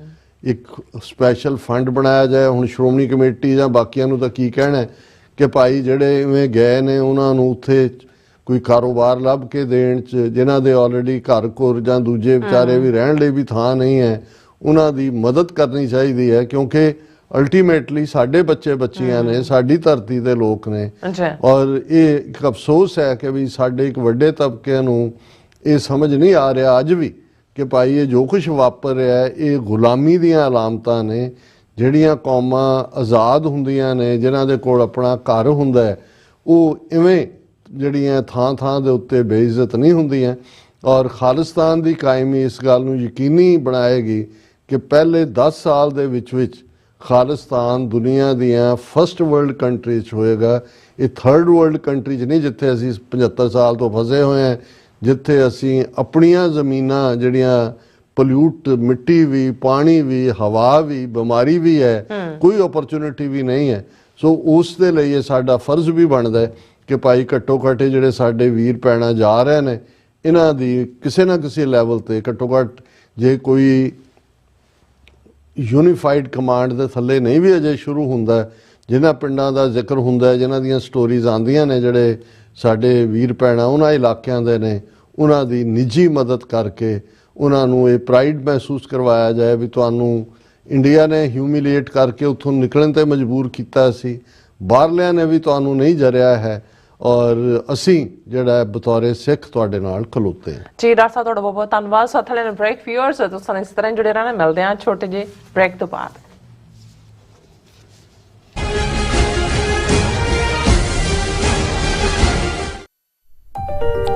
FBI ਤੋਂ ਮੈਂ ਹਾਂ ਸੁਖਵੀਰ ਕੌਰ ਤੇ ਹੁਣ ਸੁਣੋ FBI ਵੱਲੋਂ ਜ਼ਰੂਰੀ ਜਾਣਕਾਰੀ। ਸਾਡੇ ਦੇਸ਼ ਅਮਰੀਕਾ ਵਿੱਚ ਬਾਹਰਲੇ ਦੇਸ਼ਾਂ ਦੀਆਂ ਸਰਕਾਰਾਂ ਵੱਲੋਂ ਅੰਤਰਰਾਸ਼ਟਰੀ ਦਬਾਅ ਪਾਇਆ ਜਾ ਰਿਹਾ ਹੈ। ਇਸ ਨੂੰ ਰੋਕਣ ਲਈ FBI ਨੂੰ ਤੁਹਾਡੇ ਸਹਿਯੋਗ ਦੀ ਲੋੜ ਹੈ। ਵਿਦੇਸ਼ੀ ਸਰਕਾਰਾਂ ਜਾਂ ਉਹਨਾਂ ਦੇ ਮੁਲਾਜ਼ਮਾਂ ਜਾਂ ਮੁਖਬਰਾਂ ਵੱਲੋਂ ਅਮਰੀਕਾ ਵਿੱਚ ਵਸਦੇ ਕਿਸੇ ਵੀ ਇਨਸਾਨ ਨਾਲ ਕੀਤੇ ਜਾ ਰਹੇ ਅੰਤਰਰਾਸ਼ਟਰੀ ਦਬਾਅ ਦੀਆਂ ਕੁਝ ਕਿਸਮਾਂ ਇਹ ਨੇ: ਨਿਗਰਾਨੀ ਰੱਖਣੀ, ਪਿੱਛਾ ਕਰਨਾ, ਤੰਗ ਪਰੇਸ਼ਾਨ ਕਰਨਾ, ਅਗਵਾ ਕਰਨ ਦੀ ਕੋਸ਼ਿਸ਼ ਜਾਂ ਉਸ ਤੇ ਸਰੀਰਕ ਹਮਲਾ ਕਰਨਾ, ਅਤੇ ਧਮਕੀਆਂ ਤੇ ਡਰਾਵੇ ਰਾਹੀਂ ਜ਼ਬਰਦਸਤੀ ਕਿਸੇ ਭਾਈਚਾਰੇ ਜਾਂ ਵਿਅਕਤੀਆਂ ਬਾਰੇ ਜਾਣਕਾਰੀ ਇਕੱਠੀ ਕਰਨ ਦੀ ਕੋਸ਼ਿਸ਼ ਕਰਨੀ, ਕਿਸੇ ਨੂੰ ਉਸ ਦੇ ਮੂਲ ਦੇਸ਼ ਨੂੰ ਮੁੜਨ ਲਈ ਮਜਬੂਰ ਕਰਨਾ ਜਾਂ ਮੂਲ ਦੇਸ਼ ਵਿੱਚ ਵਸਦੇ ਉਸ ਦੇ ਰਿਸ਼ਤੇਦਾਰਾਂ ਨੂੰ ਡਰਾਉਣਾ ਜਾਂ ਹਿਰਾਸਤ ਵਿੱਚ ਲੈਣਾ, ਕਿਸੇ ਦੇ ਕੰਪਿਊਟਰ ਜਾਂ ਫੋਨ ਨੂੰ ਹੈਕ ਕਰਕੇ ਉਸ ਦੀ ਨਿੱਜਤਾ ਤੇ ਹਮਲਾ ਕਰਨਾ ਜਾਂ ਉਸ ਬਾਰੇ ਇੰਟਰਨੈਟ ਤੇ ਕੂੜ ਪ੍ਰਚਾਰ ਕਰਨਾ, ਕਿਸੇ ਦੀਆਂ ਵਿੱਤੀ ਜਾਇਦਾਦਾਂ ਨੂੰ ਜ਼ਬਤ ਕਰਨਾ। ਜੇ ਤੁਹਾਨੂੰ ਲੱਗਦਾ ਹੈ ਕਿ ਤੁਸੀਂ ਅੰਤਰਰਾਸ਼ਟਰੀ ਦਬਾਅ ਦੇ ਸ਼ਿਕਾਰ ਹੋ ਤਾਂ FBI ਨੂੰ ਹੁਣੇ ਕਾਲ ਕਰੋ 1-800-CALL-FBI ਜਾਂ 1-800-225-5324 ਤੇ ਸੰਪਰਕ ਕਰੋ। ਤੇ ਜੇ ਤੁਹਾਡੇ ਲਈ ਅੰਗਰੇਜ਼ੀ ਵਿੱਚ ਗੱਲ ਕਰਨਾ ਮੁਸ਼ਕਲ ਹੈ ਤਾਂ ਤੁਸੀਂ ਪੰਜਾਬੀ ਵਿੱਚ ਗੱਲ ਕਰਨ ਲਈ ਕਹਿ ਸਕਦੇ ਹੋ, ਜਾਂ FBI ਦੀ ਵੈਬਸਾਈਟ tips.fbi.gov ਤੇ ਆਪਣੀ ਸ਼ਿਕਾਇਤ ਦਰਜ ਕਰਾਓ। ਹੋਰ ਜਾਣਕਾਰੀ ਲਈ ਦੇਖੋ fbi.gov/TNR। ਜੇਕਰ ਤੁਸੀਂ ਤੁਰੰਤ ਸਰੀਰਕ ਖਤਰੇ ਵਿੱਚ ਹੋ ਤਾਂ 911 ਤੇ ਕਾਲ ਕਰੋ। FBI ਵੱਲੋਂ ਤੁਹਾਡੀ ਰਿਪੋਰਟ ਕਦੀ ਵੀ ਕਿਸੇ ਵਿਦੇਸ਼ੀ ਸਰਕਾਰ ਨਾਲ ਸਾਂਝੀ ਨਹੀਂ ਕੀਤੀ ਜਾਵੇਗੀ। FBI ਦਾ ਮਨੋਰਥ ਅਮਰੀਕਾ ਵਿੱਚ ਵਸਦੇ ਲੋਕਾਂ ਦੀ ਰੱਖਿਆ ਕਰਨਾ ਅਤੇ ਯੂਨਾਈਟਿਡ ਸਟੇਟਸ ਦੇ ਸੰਵਿਧਾਨ ਨੂੰ ਕਾਇਮ ਰੱਖਣਾ ਹੈ।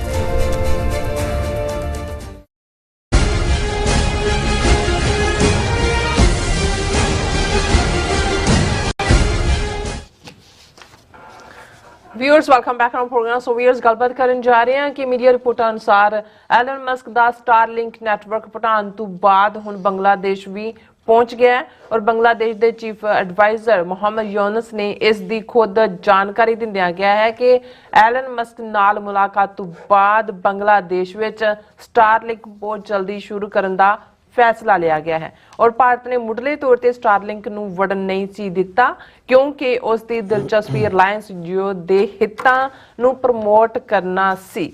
ਸੋ ਵਿਊਅਰਸ, ਇਉਂ ਜਾਪਦਾ ਹੈ ਕਿ ਅਮਰੀਕਾ ਹੁਣ ਸਿਆਸੀ ਤੌਰ ਤੇ ਬੰਗਲਾਦੇਸ਼, ਭੂਟਾਨ, ਮਨੀਪੁਰ ਆਦਿ ਨੂੰ ਹਥਿਆਰਾਂ ਨਾਲ ਘੇਰ ਰਿਹਾ ਹੈ। ਸੋ ਇਸ ਬਾਰੇ ਆਪਾਂ ਗੱਲਬਾਤ ਕਰਨ ਜਾ ਰਹੇ ਹਾਂ। ਸੋ ਅਸੀਂ ਚਾਹਾਂਗੇ ਕਿ ਤੁਸੀਂ ਇਸੇ ਤਰ੍ਹਾਂ ਜੁੜੇ ਰਹਿਣਾ, ਦੇਖਣ, ਸੁਣ ਲਿਆ, ਲਿਖਣ ਲਈ ਤੁਹਾਡਾ ਸਭ ਦਾ ਬਹੁਤ ਸ਼ੁਕਰੀਆ ਜੀ। ਡਾਕਟਰ ਸਾਹਿਬ ਕੀ ਕਹਿਣਾ ਚਾਹੋਗੇ? ਦੇਖੋ, ਪਹਿਲਾਂ ਅਸੀਂ ਦੱਸਦੇ ਹੀ ਹੈ ਕਿ ਜਦੋਂ ਸਟਾਰਲਿੰਕ ਲਫ਼ਜ਼ ਇਸਤੇਮਾਲ ਹੁੰਦਾ ਹੈ, ਇਹ ਇੱਕ ਕਮਿਊਨੀਕੇਸ਼ਨ ਦੀ ਤੁਹਾਡੀ ਡਿਵਾਈਸ ਹੈ ਔਰ ਅਸੀਂ ਵੀ ਸਟਾਰਲਿੰਕ ਦਾ ਇਸਤੇਮਾਲ ਕਰਦੇ ਹਾਂ ਜਦੋਂ ਯੂਬਾ ਸਿਟੀ ਤੋਂ, ਕਿਉਂਕਿ ਜਿੱਥੇ ਇੰਟਰਨੈਟ ਸਲੋ ਹੋ ਜਾਂਦਾ ਹੈ, ਬਹੁਤ ਸਾਰੇ ਮੋਬਾਈਲ ਫੋਨ ਆ ਜਾਂਦੇ ਨੇ, ਕਿਉਂਕਿ ਯੂਬਾ ਸਿਟੀ ਦੇ ਇਕੱਠ 'ਚ ਲੱਖ ਸਿੱਖ ਇਕੱਠੇ ਹੁੰਦੇ ਨੇ ਤੇ ਉੱਥੇ ਬਾਕੀ ਸਭ ਪਾਸੇ ਜਿਹੜੀ ਹੈ ਉਹ ਥਰੂ ਨਹੀਂ ਹੋ ਰਿਹਾ ਹੁੰਦਾ, ਇੰਟਰਨੈਟ ਜੈਮ ਹੋ ਜਾਂਦਾ ਤੇ ਐਤਕੀ ਜਿਹੜੀ ਸਾਡੀ ਕਵਰੇਜ ਉੱਥੋਂ 3 ਦਿਨ ਚੱਲੀ ਉਹ ਸਟਾਰਲਿੰਕ ਰਾਹੀਂ ਸੀ ਔਰ ਉਹ ਬੜੀ ਯੂਜ਼ਫੁਲ ਕਿੱਟ ਹੈ ਔਰ ਕਿਉਂਕਿ ਇਹਦਾ ਮਾਸਟਰ ਐਲਨ ਮਸਕ ਹੈ ਜਿਹੜਾ ਇਹਦਾ ਮਾਲਕ ਹੈ ਔਰ ਇਹ ਸਪੇਸ ਟੈਕਨੋਲੋਜੀ ਰਾਹੀਂ ਕਿਤੇ ਵੀ ਬੈਠੇ ਤੁਸੀਂ ਜਿਹੜਾ ਹੈ ਉਹ ਕਮਿਊਨੀਕੇਟ ਕਰ ਸਕਦੇ, ਵੈਰੀ ਸਿੰਪਲ। ਔਰ ਇਸ ਦੇ ਲਈ ਇੰਡੀਆ ਨੂੰ ਇਸ ਲਈ ਪ੍ਰੋਬਲਮ ਰਹੀ ਹੈ ਸਟਾਰਲਿੰਕ ਕਿਉਂਕਿ ਉਹਨੇ ਵਿਦਨ ਕੰਟਰੀ ਰਿਲਾਇੰਸ, ਜੀਓ, ਅਡਾਨੀਆਂ ਦਾ ਕਿ ਅੰਬਾਨੀਆਂ ਦਾ ਕਿਹਦਾ ਹੈਗਾ, ਉਹਨਾਂ ਦੇ ਪੈਸੇ ਬਣਵਾਏ ਹੋਏ ਨੇ ਤੇ ਇਹ ਕਾਸਟ ਇਫੈਕਟਿਵ ਵੀ ਹੈ, ਕੋਈ ਬਹੁਤ ਜ਼ਿਆਦਾ ਖਰਚ ਨਹੀਂ ਹੈ। ਈਵਨ ਜਿਹੜੇ ਲੋਕ ਫ੍ਰੀਕੁਐਂਟ ਯੂਜ਼ ਨਹੀਂ ਕਰਦੇ ਉਹਨਾਂ ਨੂੰ ਔਨ ਰੈਂਟ ਵੀ ਅਵੇਲੇਬਲ ਹੈ। ਹੁਣ ਜਿਹੜਾ ਇਸ ਦਾ ਸਭ ਤੋਂ ਵੱਡਾ ਜਿੱਥੇ ਕਿ ਇਨਫੋਰਮੇਸ਼ਨ ਦਬਾਈ ਜਾਂਦੀ ਹੈ, ਹੁਣ ਜਿਵੇਂ ਜੇ ਤੁਹਾਡੇ ਕੋਲ ਤੁਸੀਂ ਇੰਟਰਨੈਟ ਸਰਵਿਸਿਜ਼ ਨੇ ਜਾਂ YouTube ਕਿਤੇ ਕਿਸੇ ਕੰਟਰੀ ਨੇ ਬਲੌਕ ਕਰਤੀ, ਫੇਸਬੁੱਕ ਬਲੌਕ ਕਰਤਾ, ਦੂਸਰਾ ਕਰਤਾ। ਹੁਣ ਇੰਡੀਆ ਲਈ ਸਭ ਤੋਂ ਵੱਡਾ ਸ਼ੌਕ ਸੀ ਜਦੋਂ ਮਨੀਪੁਰ ਦੇ ਵਿੱਚ ਉਹਨਾਂ ਨੇ ਇੱਕ ਥਾਂ ਸਿਕਿਉਰਿਟੀ ਦਸਤਿਆਂ ਨੇ ਰੇਡ ਕੀਤਾ ਤੇ ਉਹਨਾਂ ਨੇ ਦੇਖਿਆ ਵੀ ਜਿਹੜੇ ਕੁਕੀ ਟਰਾਈਬ ਵਾਲੇ ਜਿਹੜੇ ਲੜ ਰਹੇ ਨੇ, ਜਿਨ੍ਹਾਂ ਨੇ ਪੂਰਾ ਆਪਣੀ ਟੈਰੀਟਰੀ ਦੇ ਉੱਤੇ ਪੂਰੀ ਜਿਹੜੀ ਹੈ ਮੋਰਚਾਬੰਦੀ ਕੀਤੀ ਹੋਈ ਹੈ, ਉਹਨਾਂ ਕੋਲ ਸਟਾਰਲਿੰਕ ਸੀ ਜਿਹਦੇ ਰਾਹੀਂ ਉਹ ਕਮਿਊਨੀਕੇਟ ਕਰ ਰਹੇ ਸੀ। ਹੁਣ ਮਤਲਬ ਇਹ ਹੈ ਵੀ ਉਹ ਤੁਹਾਡੇ ਕੋਲ ਇੱਕ ਕਿੱਟ ਹੈ, ਬੈਠੇ ਆ ਤੁਸੀਂ ਕਿਸੇ ਪਹਾੜ ਦੇ ਪੱਥਰ ਥੱਲੇ ਬੈਠੇ ਹੋ ਕਿ ਕਿਤੇ ਹੋਰ ਹੋ, ਉਹਦੇ 'ਚ ਕੋਈ ਬਲੌਕੇਡ ਨਹੀਂ ਹੁੰਦੀ। ਅਦਰਵਾਈਜ਼ ਤਾਂ ਮੌਸਮ ਖਰਾਬ ਹੋਏ, ਤੁਸੀਂ ਔੜ 'ਚ ਹੋ ਤੇ ਅੱਧੀਆਂ ਥਾਵਾਂ ਤੇ ਉਹੀ ਸਿਗਨਲ ਪ੍ਰੋਬਲਮ ਹੁੰਦੀ ਹੈ। ਸੋ ਉਹ ਉਹਨਾਂ ਲਈ ਬਹੁਤ ਵੱਡਾ ਸ਼ੌਕ ਸੀ ਕਿ ਉਹਨਾਂ ਨੇ ਕਿਹਾ ਵੀ ਇਹ ਮਨੀਪੁਰ ਸਟਾਰਲਿੰਕ ਕਿਵੇਂ ਆ ਗਿਆ, ਕਿਉਂਕਿ ਇੰਡੀਆ ਨੇ ਤਾਂ ਐਲਨ ਮਸਕ ਨੂੰ ਨਾ ਕਰਤੇ ਸੀ। ਹੁਣ ਜਦੋਂ ਮੋਦੀ ਮਿਲਿਆ ਹੁਣ ਤਰਲੇ ਕਰ ਰਿਹਾ ਕਿ ਆਪ ਕਬ ਆਓਗੇ, ਉਹ ਉਹਨਾਂ ਨੂੰ ਨਜ਼ਰ ਆਉਂਦਾ ਵੀ ਹੁਣ ਤਾਂ ਇਹ ਐਲਨ ਮਸਕ ਪ੍ਰੈਜ਼ੀਡੈਂਟ ਬਣ ਗਿਆ ਅਮਰੀਕਾ ਦਾ ਡੀ ਫੈਕਟੋ। ਹੁਣ ਇਸ ਸਾਰੇ ਦੇ ਚੱਲਦੇ ਆ ਜਦੋਂ ਇੰਡੀਆ ਜਾਂ ਉਹਨਾਂ ਦੇ ਉਸ ਕਿਸਮ ਦੇ ਲਿਖਾਰੀ ਇਹ ਕਹਿਣ ਦੀ ਕੋਸ਼ਿਸ਼ ਕਰਦੇ ਨੇ ਕਿ ਨਾਰਥ ਈਸਟ ਦੀਆਂ 7 ਸਟੇਟਾਂ ਹੱਥੋਂ ਗਈਆਂ ਕਿ ਅਮਰੀਕਾ ਨੇ ਆਪਣੀ ਜਿਹੜੀ ਹੈ ਪਹੁੰਚ ਜਿਹੜਾ ਮਨੀਪੁਰ 'ਚ ਵੀ ਕੀਤੀ ਹੋਈ ਹੈ। ਜਦੋਂ ਦਾ ਬੰਗਲਾਦੇਸ਼ ਫ੍ਰੀ ਹੋਇਆ ਮੁਹੰਮਦ ਯੂਨਸ ਦੀ ਕਮਾਂਡ ਥੱਲੇ ਉਹਨਾਂ ਨੂੰ ਉਹ ਸ਼ੇਖ ਹਸੀਨਾ ਦੀ ਬਿਆਨਬਾਜ਼ੀ ਆ ਰਹੀ ਹੈ ਯਾਦ ਬਹੁਤਿਆਂ ਨੂੰ ਕਿ ਉਹਨੇ ਕਿਹਾ ਸੀ ਜੀ ਕਿ ਇੱਕ ਕ੍ਰਿਸਚਨ ਮੁਲਕ ਕ੍ਰੀਏਟ ਕਰਨਾ ਚਾਹੁੰਦਾ ਹੈ ਅਮਰੀਕਾ, ਜਿਹਦੇ 'ਚ ਚਿਟਾਗੋਂਗ ਏਰੀਆ, ਬੰਗਲਾਦੇਸ਼ ਦਾ, ਮਿਆਂਮਾਰ ਔਰ ਮਨੀਪੁਰ ਔਰ ਨਾਗਾਲੈਂਡ, ਇਹ ਸਾਰੇ ਨਾਰਥ ਈਸਟ ਦੀ। ਔਰ ਜਿਸ ਤੇਜ਼ੀ ਨਾਲ ਖਾਸ ਤੌਰ 'ਤੇ ਅਮਰੀਕਾ ਦਾ ਜਾਂ ਐਲਨ ਮਸਕ ਰਾਹੀਂ ਜਿਹੜੀ ਦਿਲਚਸਪੀ ਹੈ ਇਹ ਜਾਗੀ ਹੈ, ਉਸ 'ਚੋਂ ਇਹ ਨਜ਼ਰ ਆ ਰਿਹਾ ਕਿ ਵੀ ਅੱਜ ਹੀ ਇੱਕ ਭੈਣ ਜੀ ਜਿਹਨਾਂ ਦੀ ਕਾਫੀ ਆਊਟ ਆਫ ਬਾਕਸ ਅਪਰੋਚ ਹੁੰਦੀ ਹੈ, ਉਹਨਾਂ ਦਾ ਕਹਿਣਾ ਸੀ ਕਿ ਵੀ ਇਵੇਂ ਲੱਗਦਾ ਹੈ ਕਿ ਵੀ ਉੱਥੇ ਤਾਂ ਗੱਲ ਬਣ ਗਈ ਲੱਗਦੀ ਹੈ ਨਾਰਥ ਈਸਟ ਵਾਲਿਆਂ ਦੀ ਫਰੀडम ਦਾ ਵੀ ਔਰ ਦੂਜਾ ਵੀ ਤੇ ਆਪਣਾ। ਮੈਂ ਕਿਹਾ ਜੀ ਕੋਈ ਨਹੀਂ, ਆਪਣਾ ਵੀ ਬਾਬਾ ਡਾਢਾ ਹੈ, ਸਾਡੇ ਵੀ ਹਾਲਾਤ ਉਸ ਪਾਸੇ ਵੱਲ ਹੀ ਜਾ ਰਹੇ ਨੇ।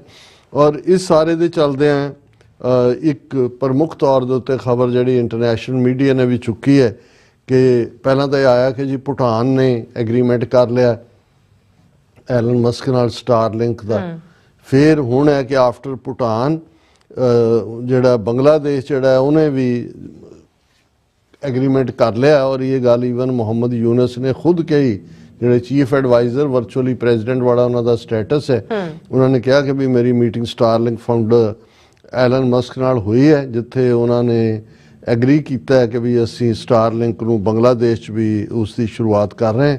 100 ਮੁਲਕਾਂ ਦੇ ਵਿੱਚ ਆਲਰੇਡੀ ਸਟਾਰਲਿੰਕ ਟੈਕਨੋਲੋਜੀ ਜਿਹੜੀ ਹੈ ਉਹ ਐਕਸੈਪਟੇਬਲ ਹੈ, ਉਹ ਇਹਦਾ ਯੂਜ਼ ਕਰ ਰਹੇ ਨੇ। ਔਰ ਮੁਹੰਮਦ ਯੂਨਸ ਨੇ ਕਿਹਾ ਕਿ ਵੀ ਅਸੀਂ great meeting ਹੋਈ ਐਲਨ ਮਸਕ ਦੇ ਨਾਲ, we agreed to work together hoping to launch Starlink in Bangladesh soon together with him। ਸੋ ਇਹ ਆਪਣੇ ਆਪ ਦੇ ਵਿੱਚ ਹੈ ਕਿ ਵੀ ਬੰਗਲਾਦੇਸ਼ ਵਾਲਾ ਪਾਰਟ ਜਿਹੜਾ, ਔਰ ਇਸੇ ਤੋਂ ਹੀ ਜਦੋਂ ਉਹਨੇ ਕੀਤਾ ਮੁਹੰਮਦ ਯੂਨਸ ਨੇ ਟਵੀਟ, ਇਸ ਦੇ ਜਵਾਬ ਦੇ ਵਿੱਚ ਐਲਨ ਮਸਕ ਨੇ ਕਿਹਾ looking forward to it। ਔਰ ਇਹ ਜਿਹੜੀ ਪ੍ਰਾਈਸ ਰੈਫਰੈਂਸ ਹੈ ਸਟੈਂਡਰਡ ਰੈਜ਼ੀਡੈਂਸ਼ੀਅਲ ਪਲਾਨ ਭੂਟਾਨ ਦੀ, ਇਹ 4200 ਭੂਟਾਨੀਜ਼ ਨਗਲਟਰਮ ਜਿਹੜੀ ਉਹਨਾਂ ਦੀ ਕਰੰਸੀ ਹੈ, ਇਹ ਲਗਭਗ 4,500 ਰੁਪਈਆ ਪਰ ਮੰਥ ਹੈ। ਅਮਰੀਕਾ ਦਾ ਤਾਂ ਬਹੁਤ ਥੋੜੇ ਬਣਦੇ ਨੇ।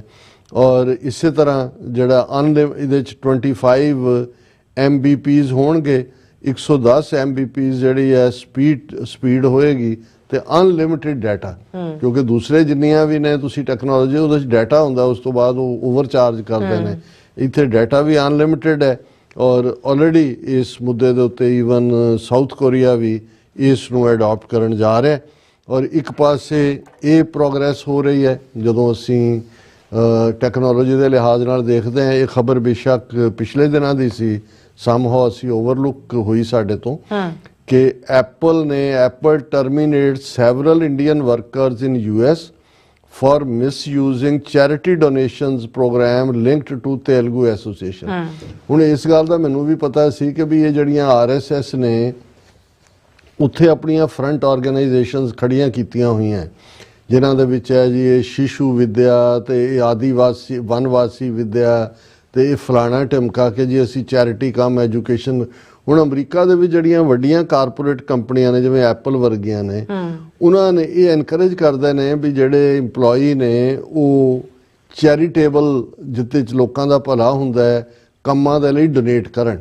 ਤੇ ਇਸ ਨੂੰ ਐਨਕਰੇਜ ਕਰਨ ਲਈ ਕੰਪਨੀਆਂ ਦੀ ਪਾਲਿਸੀ ਇਹ ਹੈ ਕਿ ਜਿੰਨਾ ਕੋਈ EMPLOYEE ਡੋਨੇਟ ਕਰੇਗਾ, ਮੈਚਿੰਗ ਮਨੀ ਜਿਹੜੀ ਹੈ ਉਹ ਕੰਪਨੀ ਦੇਗੀ। ਹੁਣ ਇਹ ਤਾਂ ਵਿਚਾਰੇ ਇਸ ਦੇ ਉੱਤੇ ਅਮਲ ਕਰਦੇ ਹੁਣ ਉਹਨਾਂ ਨੇ ਕੀ ਫਾਈਂਡ ਆਊਟ ਕੀਤਾ, ਔਰ ਇਹ ਬੜੀ ਡੀਟੇਲ ਖਬਰ ਸੀ ਕਿ 185 EMPLOYEE ਇੰਡੀਅਨ ਔਰੀਜਨ ਦੇ ਉਹਨਾਂ ਨੇ ਡਿਸਮਿਸ ਕੀਤੇ ਨੇ। ਇਹ ਸੰਬੰਧਤ ਸੀ Telugu association of North America. ਇਹ RSS ਦੀ ਆਊਟਫਿਟ ਹੀ ਉੱਥੇ ਜਿਹੜੀਆਂ ਸੀ ਉਹਨਾਂ ਨੂੰ ਡੋਨੇਟ ਕਰ ਰਹੇ ਸੀ। ਉਹਨਾਂ ਨੇ ਚੈੱਕ ਲਿਖ ਦੇਣਾ ਜੀ ਅਸੀਂ ਫਲਾਣ ਨੂੰ ਦੇ ਰਹੇ ਹਾਂ, ਮੈਚਿੰਗ ਗ੍ਰਾਂਟ ਇਹਨਾਂ ਤੋਂ ਲੈ ਲੈਣੀ, ਇਹਨਾਂ ਨੇ ਡੋਨੇਟ ਕਰ ਦੇਣਾ, ਬਾਅਦ 'ਚ ਉਹਨਾਂ ਨੇ ਮਨੀ ਵਿਦਡਰਾ ਕਰ ਲੈਣੀ ਆਪਣੀ। ਔਰ ਇਹ ਫਰਾਡ ਕਿਸ ਲੈਵਲ ਤੇ ਚੱਲ ਰਿਹਾ ਸੀ, ਹੁਣ ਉਹਨਾਂ ਨੇ ਈਵਨ ਇਹ ਜਿਹੜਾ IRS ਤਾਂ ਇਸ ਨੂੰ ਕਰ ਹੀ ਰਿਹਾ ਇਨਵੈਸਟੀਗੇਟ, ਔਰ ਡਿਪਾਰਟਮੈਂਟ ਆਫ ਜਸਟਿਸ ਵੀ DOJ ਵੀ ਇਹਨੂੰ ਇਨਵੈਸਟੀਗੇਟ ਕਰ ਰਿਹਾ। ਔਰ ਇਹ ਜਿਹੜਾ 185 EMPLOYEE ਇੰਡੀਅਨ ਜਿਹੜੇ ਨੇ ਇਸ ਫਰਾਡ ਦੇ ਵਿੱਚ ਇਹ ਉਹਨਾਂ ਨੇ ਕੱਢੇ ਨੇ ਨੌਕਰੀ ਤੋਂ ਐਪਲ ਵਾਲਿਆਂ ਨੇ। ਔਰ ਨਾਲ ਹੀ ਕੋਰਟ ਸਪੀਨਾ ਇਸ਼ੂ ਟੂ TANA, ਇਹ Telugu association of North America ਨੂੰ ਉਹਨਾਂ ਨੇ ਜਿਹੜਾ ਇਹਦੇ ਤੇ ਸਪੀਨਾ ਵੀ ਕੀਤਾ ਹੈ, ਔਰ 1 ਮਹੀਨੇ ਦੀ ਐਕਸਟੈਂਸ਼ਨ ਉਹਨਾਂ ਨੇ ਮੰਗੀ ਹੈ ਜੀ ਕੰਪਲਾਈ ਕਰਨ ਲਈ। ਉਹਨਾਂ ਨੇ ਕਿਹਾ ਵੀ ਦਿਖਾਓ documentation including donation records, financial disbursements, internal policies ਔਰ ਅਕਾਊਂਟਿੰਗ ਆਡਿਟਿੰਗ ਦੀ। ਸੋ ਮਤਲਬ ਅਮਰੀਕਨ ਸਿਸਟਮ ਨੂੰ ਹਰ ਲੈਵਲ ਦੇ ਉੱਤੇ ਇਹਨਾਂ ਨੇ ਐਕਸਪਲੋਇਟ ਕਰਨ, ਉਸ ਦੇ ਵਿੱਚ ਚੋਰੀ ਚਕਾਰੀ ਵਾੜਨ 'ਚ, ਫਿਰ ਇਹੀ ਸੌਫਟਵੇਅਰ ਇੰਡਸਟਰੀ ਜਾਂ ਇਹਨਾਂ ਦੇ ਵਿੱਚ ਕਾਸਟ ਸਿਸਟਮ, ਇਹ ਜਿੰਨੇ ਬ੍ਰਾਹਮਣ ਸਾਊਥ ਦੇ ਵੀ ਆ ਕੇ ਇੱਥੇ ਭਾਵੇਂ ਤੇਲੰਗਾਨਾ ਜਾਂ ਤਮਿਲਨਾਡੂ ਜਾਂ ਆਂਧਰਾ ਦੇ ਹੋਣ, ਉਹ ਦੂਜਿਆਂ ਨੂੰ ਨੇੜੇ ਨਹੀਂ ਲੱਗਣ ਦਿੰਦੇ। ਸਿੱਖਾਂ ਨੂੰ ਜਾਂ ਦੂਜਿਆਂ ਨੂੰ ਤਾਂ ਕੀ ਲੱਗਣ ਦੇਣਾ, ਈਵਨ ਵਿਦਨ ਵੀ ਜਿਹੜੇ ਵਿਚਾਰੇ ਦੂਸਰੇ ਨੇ ਕੋਈ ਜਿਨ੍ਹਾਂ ਨੂੰ ਇਹ ਦਲਿਤ ਜਿਹਨਾਂ ਨੂੰ ਬਣਾਇਆ, ਉਹਨਾਂ ਨੂੰ ਵੀ ਨੇੜੇ ਨਹੀਂ ਲੱਗਣ ਦਿੰਦੇ। ਸੋ ਇਹ ਪਾਰਟ ਆਪਣੇ ਆਪ ਦੇ ਵਿੱਚ ਜੋ ਭੂਟਾਨ ਔਰ ਬੰਗਲਾਦੇਸ਼ ਦਾ ਨੇਪਾਲ ਨਾਲ ਇਹ ਕੀ ਕਰ ਰਹੇ ਨੇ, ਇਹ ਖਬਰ ਉੜੀਸਾ ਦੀ ਯੂਨੀਵਰਸਿਟੀ ਦੀ ਹੈ, ਜਿੱਥੇ ਕਿ ਮੈਨੂੰ ਨਹੀਂ ਸੀ ਪਤਾ ਵੀ ਉੜੀਸਾ ਦੀ ਇਸ ਯੂਨੀਵਰਸਿਟੀ 'ਚ ਇੰਨੀ ਵੱਡੀ ਗਿਣਤੀ ਦੇ ਵਿੱਚ Nepali student as a international student ਨੇ। ਪਰ ਉੱਥੇ ਇੱਕ ਨੇਪਾਲੀ ਬੱਚੀ ਦੇ ਨਾਲ ਕੋਈ ਧੱਕਾ ਕਿਸੇ ਨੇ ਕੀਤਾ, ਉਹਨੇ ਸੁਸਾਈਡ ਕਰ ਲਿਆ। ਔਰ 500 ਦੇ ਕਰੀਬ ਨੇਪਾਲੀ ਸਟੂਡੈਂਟ ਜਿਹੜੇ ਇੰਟਰਨੈਸ਼ਨਲ ਸਟੂਡੈਂਟ ਸੀ, ਉਹਨਾਂ ਨੂੰ ਯੂਨੀਵਰਸਿਟੀ ਵਾਲਿਆਂ ਨੇ ਉੱਥੋਂ ਕੱਢ ਕੇ ਜਾ ਕੇ ਸਟੇਸ਼ਨ ਤੇ ਛੱਡ ਕੇ ਕਿਹਾ ਘਰਾਂ ਨੂੰ ਜਾਓ, ਕੋਈ ਉਹਨਾਂ ਦਾ ਪ੍ਰਬੰਧ ਨਹੀਂ, ਕਿਸੇ ਕੋਲ ਟਿਕਟ ਦੇ ਪੈਸੇ ਨਹੀਂ। ਔਰ ਇਹ ਉਹਨਾਂ ਦੀ ਦਾ ਹਿੰਦੂ ਦੀ ਮੇਨ ਖਬਰ ਹੈ, tension in Odisha university after Nepali student death, incident triggers diplomatic crisis. ਔਰ ਅੱਜ ਹੀ ਨੇਪਾਲ ਦੀ ਐਮਬੈਸੀ ਜਿਹੜੀ ਦਿੱਲੀ 'ਚ ਆ, ਉਹਨਾਂ ਨੇ 2 ਡਿਪਲੋਮੈਟ ਆਪਣੇ ਭੇਜੇ ਨੇ ਕਿ ਉੱਥੇ ਜਾ ਕੇ ਸਟੂਡੈਂਟਸ ਦੇ ਨਾਲ ਪਤਾ ਕਰੋ ਕੀ ਹੋ ਰਿਹਾ। ਔਰ ਇਹ ਸਾਰੇ ਦੇ ਚੱਲਦੇ ਆ ਈਵਨ ਨੇਪਾਲ ਦੇ ਪ੍ਰਾਈਮ ਮਿਨਿਸਟਰ ਮਿਸਟਰ ਆਇਲੀ ਨੇ ਵੀ ਇਹ ਕਿਹਾ ਕਿ ਵੀ ਇਹ ਜਿਹੜੇ ਸਸਪੈਕਟਡ ਨੇ ਜਿਨ੍ਹਾਂ ਨੇ ਕਾਰਾ ਕੀਤਾ ਉਹਨਾਂ ਨੂੰ ਸਜ਼ਾ ਦਿੱਤੀ ਜਾਏ। ਇਹ ਜਿਹੜੇ 500 ਸਟੂਡੈਂਟਸ ਨੂੰ ਬੇਇੱਜ਼ਤ ਕਰਕੇ ਕੱਢਿਆ, ਹਾਲਾਂ 30 ਕਿਲੋਮੀਟਰ ਹੈ ਉਹਨਾਂ ਦਾ ਰੇਲਵੇ ਸਟੇਸ਼ਨ, ਉੱਥੇ ਉਹਨਾਂ ਨੂੰ ਡ੍ਰੌਪ ਕਰਕੇ ਸਟੂਡੈਂਟਸ ਉਹਨਾਂ ਨੇ ਕਿਹਾ ਵੀ ਹੋਸਟਲ ਚੋਂ ਨਿਕਲੋ ਬਾਹਰ। ਸੋ ਇਹ ਹੁਣ ਜਦੋਂ ਇਹ ਖਬਰ ਹੁਣ 500 ਸਟੂਡੈਂਟਸ ਔਰ ਜਿਨ੍ਹਾਂ ਦੀ ਬੱਚੀ ਇਹ ਨੇਪਾਲ 'ਚ ਖਬਰ ਜਾਏਗੀ, ਨੇਪਾਲ ਭਾਵੇਂ ਪ੍ਰੀਡੋਮੀਨੈਂਟਲੀ ਹਿੰਦੂ ਮੁਲਕ ਰਿਹਾ ਐਡਵਾਂਸ, ਉਹ ਕਿਵੇਂ ਟੋਲਰੇਟ ਕਰਨਗੇ? ਸੋ ਇਹ ਨੇਪਾਲ ਹੋਏ, ਭੂਟਾਨ ਹੋਏ, ਈਵਨ ਵਿਦਨ ਮਨੀਪੁਰ ਜੋ ਚੱਲ ਰਿਹਾ ਨਾਰਥ ਈਸਟ ਦੀਆਂ ਬਾਕੀ ਸਟੇਟਾਂ 'ਚ। ਸੋ ਇਹ ਜਦੋਂ ਅਸੀਂ ਇਹ ਕਹਿੰਦੇ ਹਾਂ ਵੀ ਇਹਨਾਂ ਦੀ ਪੁੱਠੀ ਗਿਣਤੀ ਸ਼ੁਰੂ ਹੋ ਚੁੱਕੀ ਹੈ, ਤੇ ਇਹ ਗੱਲ ਗਲਤ ਨਹੀਂ ਹੈ। ਇੰਡੀਆ ਸੋਵੀਅਤ ਯੂਨੀਅਨ ਦੇ ਉੱਥੇ ਵੀ ਇਵੇਂ ਹੀ ਹੁੰਦਾ ਸੀ, ਕਿਉਂਕਿ ਜਦੋਂ ਉਹਨਾਂ ਦਾ ਸੈਂਟਰਲ ਕੰਟਰੋਲ ਕਮਜ਼ੋਰ ਹੋਣਾ ਸ਼ੁਰੂ ਹੋਇਆ, ਧੱਕਾ ਹੋ ਹੀ ਰਿਹਾ ਸੀ। ਫਿਰ ਇੱਕ ਇੱਕ ਸੂਬੇ ਦੇ ਵਿੱਚ ਬਗਾਵਤ, ਬਾਲਟਿਕ ਸਟੇਟਾਂ 'ਚ ਕੀ ਹੋ ਰਿਹਾ, ਦੂਜੇ 'ਚ ਕੀ ਹੋ ਰਿਹਾ। ਸੋ ਇੰਡੀਆ ਵੀ ਜਿਹੜਾ ਹੈ ਉਸੇ ਰਸਤੇ ਤੇ ਤੁਰ ਰਿਹਾ ਜੋ ਸੋਵੀਅਤ ਯੂਨੀਅਨ ਦਾ ਹਸ਼ਰ ਹੋਇਆ ਸੀ। ਹੁਣ ਨਾਓ it is a matter of time ਕਿ ਇਹ ਕਦੋਂ ਜਿਹੜਾ ਇੱਕ ਝੂਠੀ ਇੱਕ ਯੂਨੀਅਨ ਬਣੀ ਹੋਈ ਹੈ ਇੰਡੀਅਨ ਯੂਨੀਅਨ ਕਹਿ ਕੇ, ਔਰ ਇਨਫੈਕਟ ਜਿਹੜੀ ਅੱਡ ਅੱਡ ਨੈਸ਼ਨੈਲਿਟੀਜ਼ ਦੀਆਂ ਆਜ਼ਾਦੀਆਂ ਖੋਈਆਂ ਹੋਈਆਂ, ਇਹਨਾਂ ਦੀ ਲਿਬਰੇਸ਼ਨ ਬੜੀ ਕਰੀਬ ਨਜ਼ਰ ਆ ਰਹੀ। ਜੀ ਡਾਕਟਰ ਸਾਹਿਬ ਤੁਹਾਡਾ ਬਹੁਤ ਬਹੁਤ ਸ਼ੁਕਰੀਆ। ਸੋ ਥਲੇ ਨਾ ਬ੍ਰੇਕ ਵਿਊਅਰਸ, ਤੁਸੀਂ ਕਿਤਨੀ ਜਾਣਾ ਮਿਲਦੇ ਆਫਟਰ ਦਿਸ ਸ਼ਾਰਟ ਬ੍ਰੇਕ।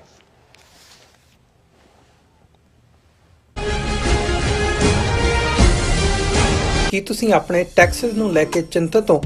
ਤੁਸੀਂ ਆਪਣੀ ਕਮਾਈ ਲਈ ਮਿਹਨਤ ਕਰਦੇ ਹੋ, ਭਾਵੇਂ ਤੁਸੀਂ ਨੌਕਰੀ ਵਿੱਚ ਹੋਵੋ ਜਾਂ ਆਪਣਾ ਬਿਜ਼ਨਸ ਚਲਾਉਂਦੇ ਹੋ। ਜਦੋਂ ਟੈਕਸ ਭਰਨ ਦਾ ਸਮਾਂ ਆਉਂਦਾ ਤਾਂ ਤੁਹਾਨੂੰ ਇੱਕ ਭਰੋਸੇਯੋਗ ਟੈਕਸ ਅਕਾਊਂਟੈਂਟ ਦੀ ਲੋੜ ਹੈ ਜੋ ਟੈਕਸ ਬੈਲੈਂਸ ਦਾ ਤੁਹਾਡੇ ਪੱਖ ਵਿੱਚ ਜਾਣਾ ਯਕੀਨੀ ਬਣਾਵੇ। ਸਿਆਟਲ ਦੀ ਜਾਣੀ ਪਹਿਚਾਣੀ company accurate accountants and taxes ਤੁਹਾਡੀ ਸੇਵਾ ਵਿੱਚ ਹਾਜ਼ਰ ਹੈ। ਅਸੀਂ ਹਰ ਤਰ੍ਹਾਂ ਦੇ ਟੈਕਸ ਭਰਨ ਵਿੱਚ ਤੁਹਾਡੀ ਮਦਦ ਕਰਾਂਗੇ। ਟੈਕਸ ਸੰਬੰਧੀ ਕਿਸੇ ਵੀ ਤਰ੍ਹਾਂ ਦੇ ਸਵਾਲ ਲਈ ਅੱਜ ਹੀ ਸਾਡੇ ਤੱਕ ਪਹੁੰਚ ਕਰੋ। Accurate accountants and Texas.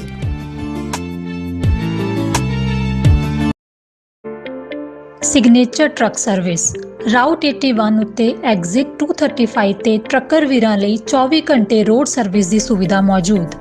Heavy duty repair, oil change, ਪੁਰਾਣੇ ਅਤੇ ਨਵੇਂ tyre, computer diagnostic, DPF cleaning, brake service ਜਾਂ ਰਸਤੇ ਵਿੱਚ ਆਈ ਹਰ ਤਰ੍ਹਾਂ ਦੀ ਰਿਪੇਅਰ ਪ੍ਰੋਫੈਸ਼ਨਲ ਟੀਮ ਵੱਲੋਂ ਕੀਤੀ ਜਾਂਦੀ ਹੈ।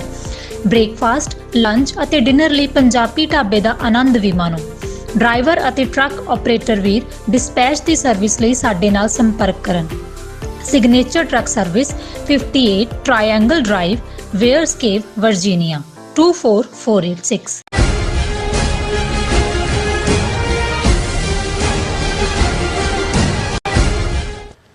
Viewers welcome back to programme. So viewers annual section 'ਚ ਆਪਾਂ ਪਹੁੰਚ ਚੁੱਕੇ ਹਾਂ। ਉਸ ਦੇ ਵਿੱਚ ਆਪਾਂ ਗੱਲਬਾਤ ਕਰਨ ਜਾ ਰਹੇ ਹਾਂ ਕਿ ਮੀਡੀਆ ਰਿਪੋਰਟਾਂ ਅਨੁਸਾਰ SGPC ਦੇ ਪ੍ਰਧਾਨ ਹਰਜਿੰਦਰ ਸਿੰਘ ਧਾਮੀ ਨੇ ਅਸਤੀਫਾ ਦੇ ਦਿੱਤਾ ਹੈ ਔਰ ਅਕਾਲ ਤਖਤ ਦੇ ਜਥੇਦਾਰ ਗਿਆਨੀ ਰਘਬੀਰ ਸਿੰਘ ਦੇ ਰੋਲ ਸੰਬੰਧੀ ਅਜੇ ਸ਼ੰਕਾ ਹੈ। ਸੋ ਬਾਦਲ ਦਲੀਆਂ ਦੀ ਨੁਟੰਕੀ ਦੀ ਵਜ੍ਹਾ ਕਰਕੇ ਅਕਾਲ ਤਖਤ ਸਾਹਿਬ ਦੇ ਮਾਨ ਸਨਮਾਨ ਨੂੰ ਨੁਕਸਾਨ ਪਹੁੰਚ ਰਿਹਾ ਹੈ। ਇਹੀ ਭਾਰਤੀ ਏਜੰਸੀਆਂ ਚਾਹੁੰਦੀਆਂ ਹਨ। ਸੋ ਵਿਊਅਰਸ ਇਉਂ ਜਾਪਦਾ ਹੈ ਕਿ ਸਾਰੀਆਂ ਧਿਰਾਂ ਭਾਰਤੀ ਏਜੰਸੀਆਂ ਦੀਆਂ ਕਠਪੁਤਲੀਆਂ ਬਣ ਚੁੱਕੀਆਂ ਹਨ। ਸੋ ਇਸ ਬਾਰੇ ਆਪਾਂ ਗੱਲਬਾਤ ਕਰਨ ਜਾ ਰਹੇ ਹਾਂ ਔਰ ਨਾਲ ਹੀ ਜਿਹੜੇ ਤੁਹਾਡੇ ਲਾਈਵ ਮੈਸੇਜ ਨੇ ਉਹ ਵੀ ਸ਼ੇਅਰ ਕਰਨ ਜਾ ਰਹੇ ਹਾਂ। ਸੋ ਅਸੀਂ ਚਾਹਾਂਗੇ ਕਿ ਤੁਸੀਂ ਇਸੇ ਤਰ੍ਹਾਂ ਬੜੇ ਰਹਿਣਾ, ਦੇਖਣ ਸੁਣ ਲਿਆ, ਲਿਖਣ ਲਈ ਤੁਹਾਡਾ ਸਭ ਦਾ ਬਹੁਤ ਬਹੁਤ ਸ਼ੁਕਰੀਆ। ਜੀ ਡਾਕਟਰ ਸਾਹਿਬ ਕੀ ਵਿਚਾਰਾਂ ਨੇ? ਦੇਖੋ, ਕਾਮਨ ਜੁਡੀਸ਼ਰੀ ਬਾਰੇ ਵੀ ਇੱਕ ਕਮੈਂਟ ਕੀਤਾ ਜਾਂਦਾ ਹੈ, justice delayed is justice denied. ਅੱਛਾ, ਕਿ ਜਦੋਂ ਕਿਸੇ ਮੁੱਦੇ ਨੂੰ ਬਾਰ-ਬਾਰ ਅੱਗੇ ਪਾਇਆ ਜਾਏ, ਉਹਨੂੰ ਇਨਸਾਫ ਫੌਰਨ ਨਾ ਮਿਲੇ, ਤਾਂ ਇਸ ਦਾ ਮਤਲਬ ਇਹੀ ਹੁੰਦਾ ਹੈ ਕਿ ਉਸ ਨੂੰ ਇਨਸਾਫ ਨਹੀਂ ਦਿੱਤਾ ਜਾ ਰਿਹਾ। ਭਾਰਤੀ ਅਦਾਲਤਾਂ ਦਾ ਹਾਲ ਤਾਂ ਅਸੀਂ ਦੇਖ ਹੀ ਰਹੇ ਹਾਂ। ਹੁਣ ਪਿਛਲੇ ਦਿਨਾਂ 'ਚ ਦਿੱਲੀ ਕਮੇਟੀ, ਮਨਜਿੰਦਰ ਸਰਸਾ, ਸਭ ਚੋਰ ਮੰਡਲੀ ਪ੍ਰੈਸ ਕਾਨਫਰੰਸਾਂ 'ਚ ਬੈਠ ਕੇ ਵਧਾਈਆਂ ਦੇ ਰਹੇ ਸੀ ਮੋਦੀ ਨੂੰ ਕਿ ਜੀ ਸੱਜਣ ਕੁਮਾਰ ਨੂੰ ਕੋਰਟ ਨੇ ਕਨਵਿਕਟ ਮੰਨ ਲਿਆ, ਹੁਣ ਉਹਨੂੰ ਸਜ਼ਾ ਹੋਰ ਉਮਰ ਕੈਦ ਇੱਕ ਹੋ ਜਾਏਗੀ। 40 ਸਾਲ ਤੁਹਾਡੇ ਹਜ਼ਾਰਾਂ ਮਾਰ ਕੇ ਉਹਨਾਂ ਨੇ ਤੁਹਾਨੂੰ ਰੋਲ ਕੇ ਸੱਜਣ ਕੁਮਾਰ ਜਾਂ ਦੂਜੇ, ਇਹ ਤਾਂ ਛੋਟੇ ਬੱਚੇ ਨੇ ਜਿਹੜੇ ਨੇ ਉਹ ਸਾਰੀ ਖੇਡ ਦੇ ਸ਼ਤੂੰਗੜੇ ਨੇ। ਵੱਡਾ ਸ਼ੈਤਾਨ ਕੌਣ? ਉਹ ਸਟੇਟ ਜਿਹਨੇ 40 ਸਾਲ ਤੋਂ ਉਹਨਾਂ ਨੂੰ ਪ੍ਰੋਟੈਕਟ ਕੀਤਾ। ਕਿੰਨੇ ਪ੍ਰਾਈਮ ਮਿਨਿਸਟਰ ਆਏ, ਕਿੰਨੇ ਗਏ, ਲੇਕਿਨ ਇਹ ਜਿਹੜੀਆਂ ਬੇਗੈਰਤ ਲੋਕ ਹੋ ਜਾਂਦੇ ਨੇ ਉਹਨਾਂ ਦਾ ਇਵੇਂ ਹੀ ਹੁੰਦਾ। ਉਹਦੇ ਤੇ ਹੀ ਚਾਰ ਟੱਪ ਰਹੇ ਨੇ ਜੀ, ਉਹਨੂੰ ਅਦਾਲਤ ਨੇ ਦੇ ਦਿੱਤਾ ਜੀ ਸੱਜਣ ਕੁਮਾਰ, ਹੁਣ ਅਸੀਂ ਇਨਸਾਫ ਲੈ ਕੇ ਛੱਡਿਆ ਜੀ। ਦੂਜਾ ਤੁਹਾਡਾ 30,000 ਬੰਦਾ ਮਾਰਿਆ ਤੁਸੀਂ ਸੱਜਣ ਕੁਮਾਰ ਜਾਂ ਉਹਨੂੰ ਜਿਹੜਾ ਉਹਦੇ ਤੋਂ ਤੁਸੀਂ ਸਮਝਦੇ ਹੋ ਵੀ ਤੁਸੀਂ ਜਿੱਤ ਗਏ। ਦੂਸਰੇ ਪਾਸੇ ਜਦੋਂ ਅਸੀਂ ਧਾਰਮਿਕ ਹਵਾਲੇ ਨਾਲ ਜਾਂ ਆਪਣੀ ਮੀਰੀ ਪੀਰੀ ਦੇ ਸਿਧਾਂਤ ਦੇ ਹਵਾਲੇ ਨਾਲ ਗੱਲ ਕਰਦੇ ਹਾਂ, ਅਕਾਲ ਤਖਤ ਦਾ ਰੁਤਬਾ ਔਰ ਇਸ ਦੀ ਜਦੋਂ ਅਸੀਂ ਸ਼ਾਨ ਗਲੋਰੀ, ਇਸ ਦਾ ਪਾਰਟ ਜਿਸ ਦੇ ਅੱਗੇ ਈਵਨ 3 ਲੱਖ ਮੁਰੱਬਾ ਮੀਲ ਤੋਂ ਜ਼ਿਆਦਾ ਬਾਦਸ਼ਾਹ ਦਾ ਜਿਹੜਾ ਲੈਂਡ ਦੇ ਉੱਤੇ ਬਾਦਸ਼ਾਹਤ ਕਰਨ ਵਾਲਾ ਮਹਾਰਾਜਾ ਰਣਜੀਤ ਸਿੰਘ, ਉਹ ਵੀ ਅਕਾਲ ਤਖਤ ਦੇ ਸਾਹਮਣੇ ਆ ਕੇ ਗਲ 'ਚ ਪੱਲਾ ਪਾ ਕੇ ਪੇਸ਼ ਹੁੰਦਾ ਹੈ ਔਰ ਉਹਦੀ ਖੁਨਾਮੀ ਦੇ ਲਈ ਜਿਹੜਾ ਉਸ ਨੂੰ ਇਮਲੀ ਨਾਲ ਬੰਨ੍ਹ ਕੇ ਕੋਰੜੇ ਮਾਰਨ ਦੀ ਸਜ਼ਾ ਦਿੱਤੀ ਜਾਂਦੀ ਹੈ। ਇਹ ਕਿਉਂਕਿ ਜਿਹੜੀ ਚੀਜ਼ ਫੋਕਲੋਰ ਦਾ ਹਿੱਸਾ ਬਣ ਜਾਂਦੀ ਹੈ, ਇਹ ਆਪਣੇ ਆਪ 'ਚ ਸੀ ਕਿ ਇਹ ਐਸਾ ਤਖਤ ਹੈ ਜਿਹਦੇ ਸਾਹਮਣੇ ਜੇ ਇਸ ਲੈਵਲ ਦਾ ਪਾਵਰਫੁਲ ਬਾਦਸ਼ਾਹ ਵੀ ਕੋਈ ਗੁਨਾਹ ਕਰਦਾ ਹੈ ਤੇ ਉਹ ਜਵਾਬਦੇਹ ਹੈ। ਅਸੀਂ ਮੌਜੂਦਾ ਦੌਰ ਦੇ ਵਿੱਚ ਵੀ 84 'ਚ ਜਦੋਂ ਅਸੀਂ ਅਕਾਲ ਤਖਤ ਦੀ ਆਨ ਸ਼ਾਨ ਨੂੰ ਜਿਹੜਾ ਸੰਤ ਜਰਨੈਲ ਸਿੰਘ ਪਿੰਡਾਂ ਵਾਲੇ, ਜਨਰਲ ਸੁਬੇਗ ਸਿੰਘ, ਭਾਈ ਅਮਰੀਕ ਸਿੰਘ, ਜਿਨ੍ਹਾਂ ਨੇ ਅਰਦਾਸ ਦੀ ਕੀ ਅਹਿਮੀਅਤ ਹੈ ਕਿ ਅਕਾਲ ਤਖਤ ਦੇ ਅੱਗੇ ਅਸੀਂ ਅਰਦਾਸ ਕੀਤੀ ਹੋਈ ਹੈ ਕਿ ਭਾਈ ਜਾਂ ਅਸੀਂ ਜਿੱਤਾਂਗੇ ਜਾਂ ਸ਼ਹੀਦੀ ਪਾਵਾਂਗੇ, ਔਰ ਅਖੀਰਲੇ ਸਾਹ ਤੇ ਅਖੀਰਲੀ ਗੋਲੀ ਤੱਕ ਉਹ ਜੂਝਦੇ ਨੇ। ਇਹ ਛੋਟੀਆਂ ਗੱਲਾਂ ਨਹੀਂ ਨੇ। ਔਰ ਇਹੀ ਕਿ ਤੁਸੀਂ ਅਕਾਲ ਤਖਤ ਨੂੰ ਖੰਡਰਾਤ ਬਣਾ ਸਕਦੇ ਹੋ, ਟੈਂਕਾਂ ਤੋਪਾਂ ਨਾਲ ਬਣਾ ਦਿੱਤਾ, ਪਰ ਤੁਸੀਂ ਉਸ ਸਪਿਰਿਟ ਨੂੰ ਜਿਹੜੀ ਹਰ ਸਿੱਖ ਦੇ ਅੰਦਰ ਹੈ, ਉਹਦੇ ਅੰਦਰ ਅਕਾਲ ਤਖਤ ਖੜਾ। ਔਰ ਇਹ ਜਿਹੜਾ ਏਜੰਸੀਆਂ ਦਾ ਏਜੰਡਾ ਉਦੋਂ ਤੋਂ ਰਿਹਾ ਕਿ ਵੀ ਅਕਾਲ ਤਖਤ ਨੂੰ ਕਿਵੇਂ ਡੀਗ੍ਰੇਡ ਕਰਨਾ ਹੈ। ਜਿਵੇਂ ਗੁਰੂ ਗ੍ਰੰਥ ਸਾਹਿਬ ਦੀ ਬੇਅਦਬੀ ਦੀਆਂ ਘਟਨਾਵਾਂ ਇੰਨੀਆਂ 2015 ਤੋਂ ਲੈ ਕੇ ਹੋ ਗਈਆਂ ਕਿ ਜਿਵੇਂ ਪਹਿਲੀਆਂ ਮੌਕੇ ਰਿਐਕਸ਼ਨ ਸੀ, ਹੁਣ ਉਵੇਂ ਦਾ ਰਿਐਕਸ਼ਨ ਨਹੀਂ ਹੁੰਦਾ। ਉਹਨੂੰ ਇੱਕ ਇਲਾਕੇ ਦੇ ਲੋਕ ਜਾਂ ਪਿੰਡ ਦੇ ਲੋਕ ਜਾਂ ਪੁਲਿਸ ਇੱਕਦਮ ਪਹੁੰਚ ਜਾਂਦੀ ਹੈ, ਉਹਨੂੰ ਕਿਸੇ ਨੂੰ ਮੰਦਬੁੱਧੀ ਕਹਿ ਦਿੱਤਾ, ਕਿਸੇ ਨੂੰ ਦੂਜਾ ਕਹਿ ਦਿੱਤਾ। ਪਰ ਅਕਾਲ ਤਖਤ ਦੀ ਅਜ਼ਮਤ ਨੂੰ ਰੋਲਣਾ ਇਹ ਏਜੰਸੀਆਂ ਦੇ ਏਜੰਡੇ ਤੇ 40 ਸਾਲ ਪਹਿਲਾਂ ਆ ਗਿਆ ਸੀ, ਜਦੋਂ ਉਸ ਖੰਡਰਾਤ ਬਣੇ ਅਕਾਲ ਤਖਤ ਦੀ ਛਾਂ ਥੱਲੇ ਸਰਬੱਤ ਖਾਲਸਾ ਹੋਇਆ 26 ਜਨਵਰੀ ਦਾ। 29 ਅਪ੍ਰੈਲ ਨੂੰ ਖਾਲਿਸਤਾਨ ਦੀ ਡੈਕਲੇਰੇਸ਼ਨ ਹੋਈ ਔਰ ਰਿਪੀਟਡਲੀ ਅਕਾਲ ਤਖਤ ਦੀ ਗੱਲ ਜਿਹੜੀ ਹੈ ਉਹ ਹਾਈਲਾਈਟ ਹੋਈ।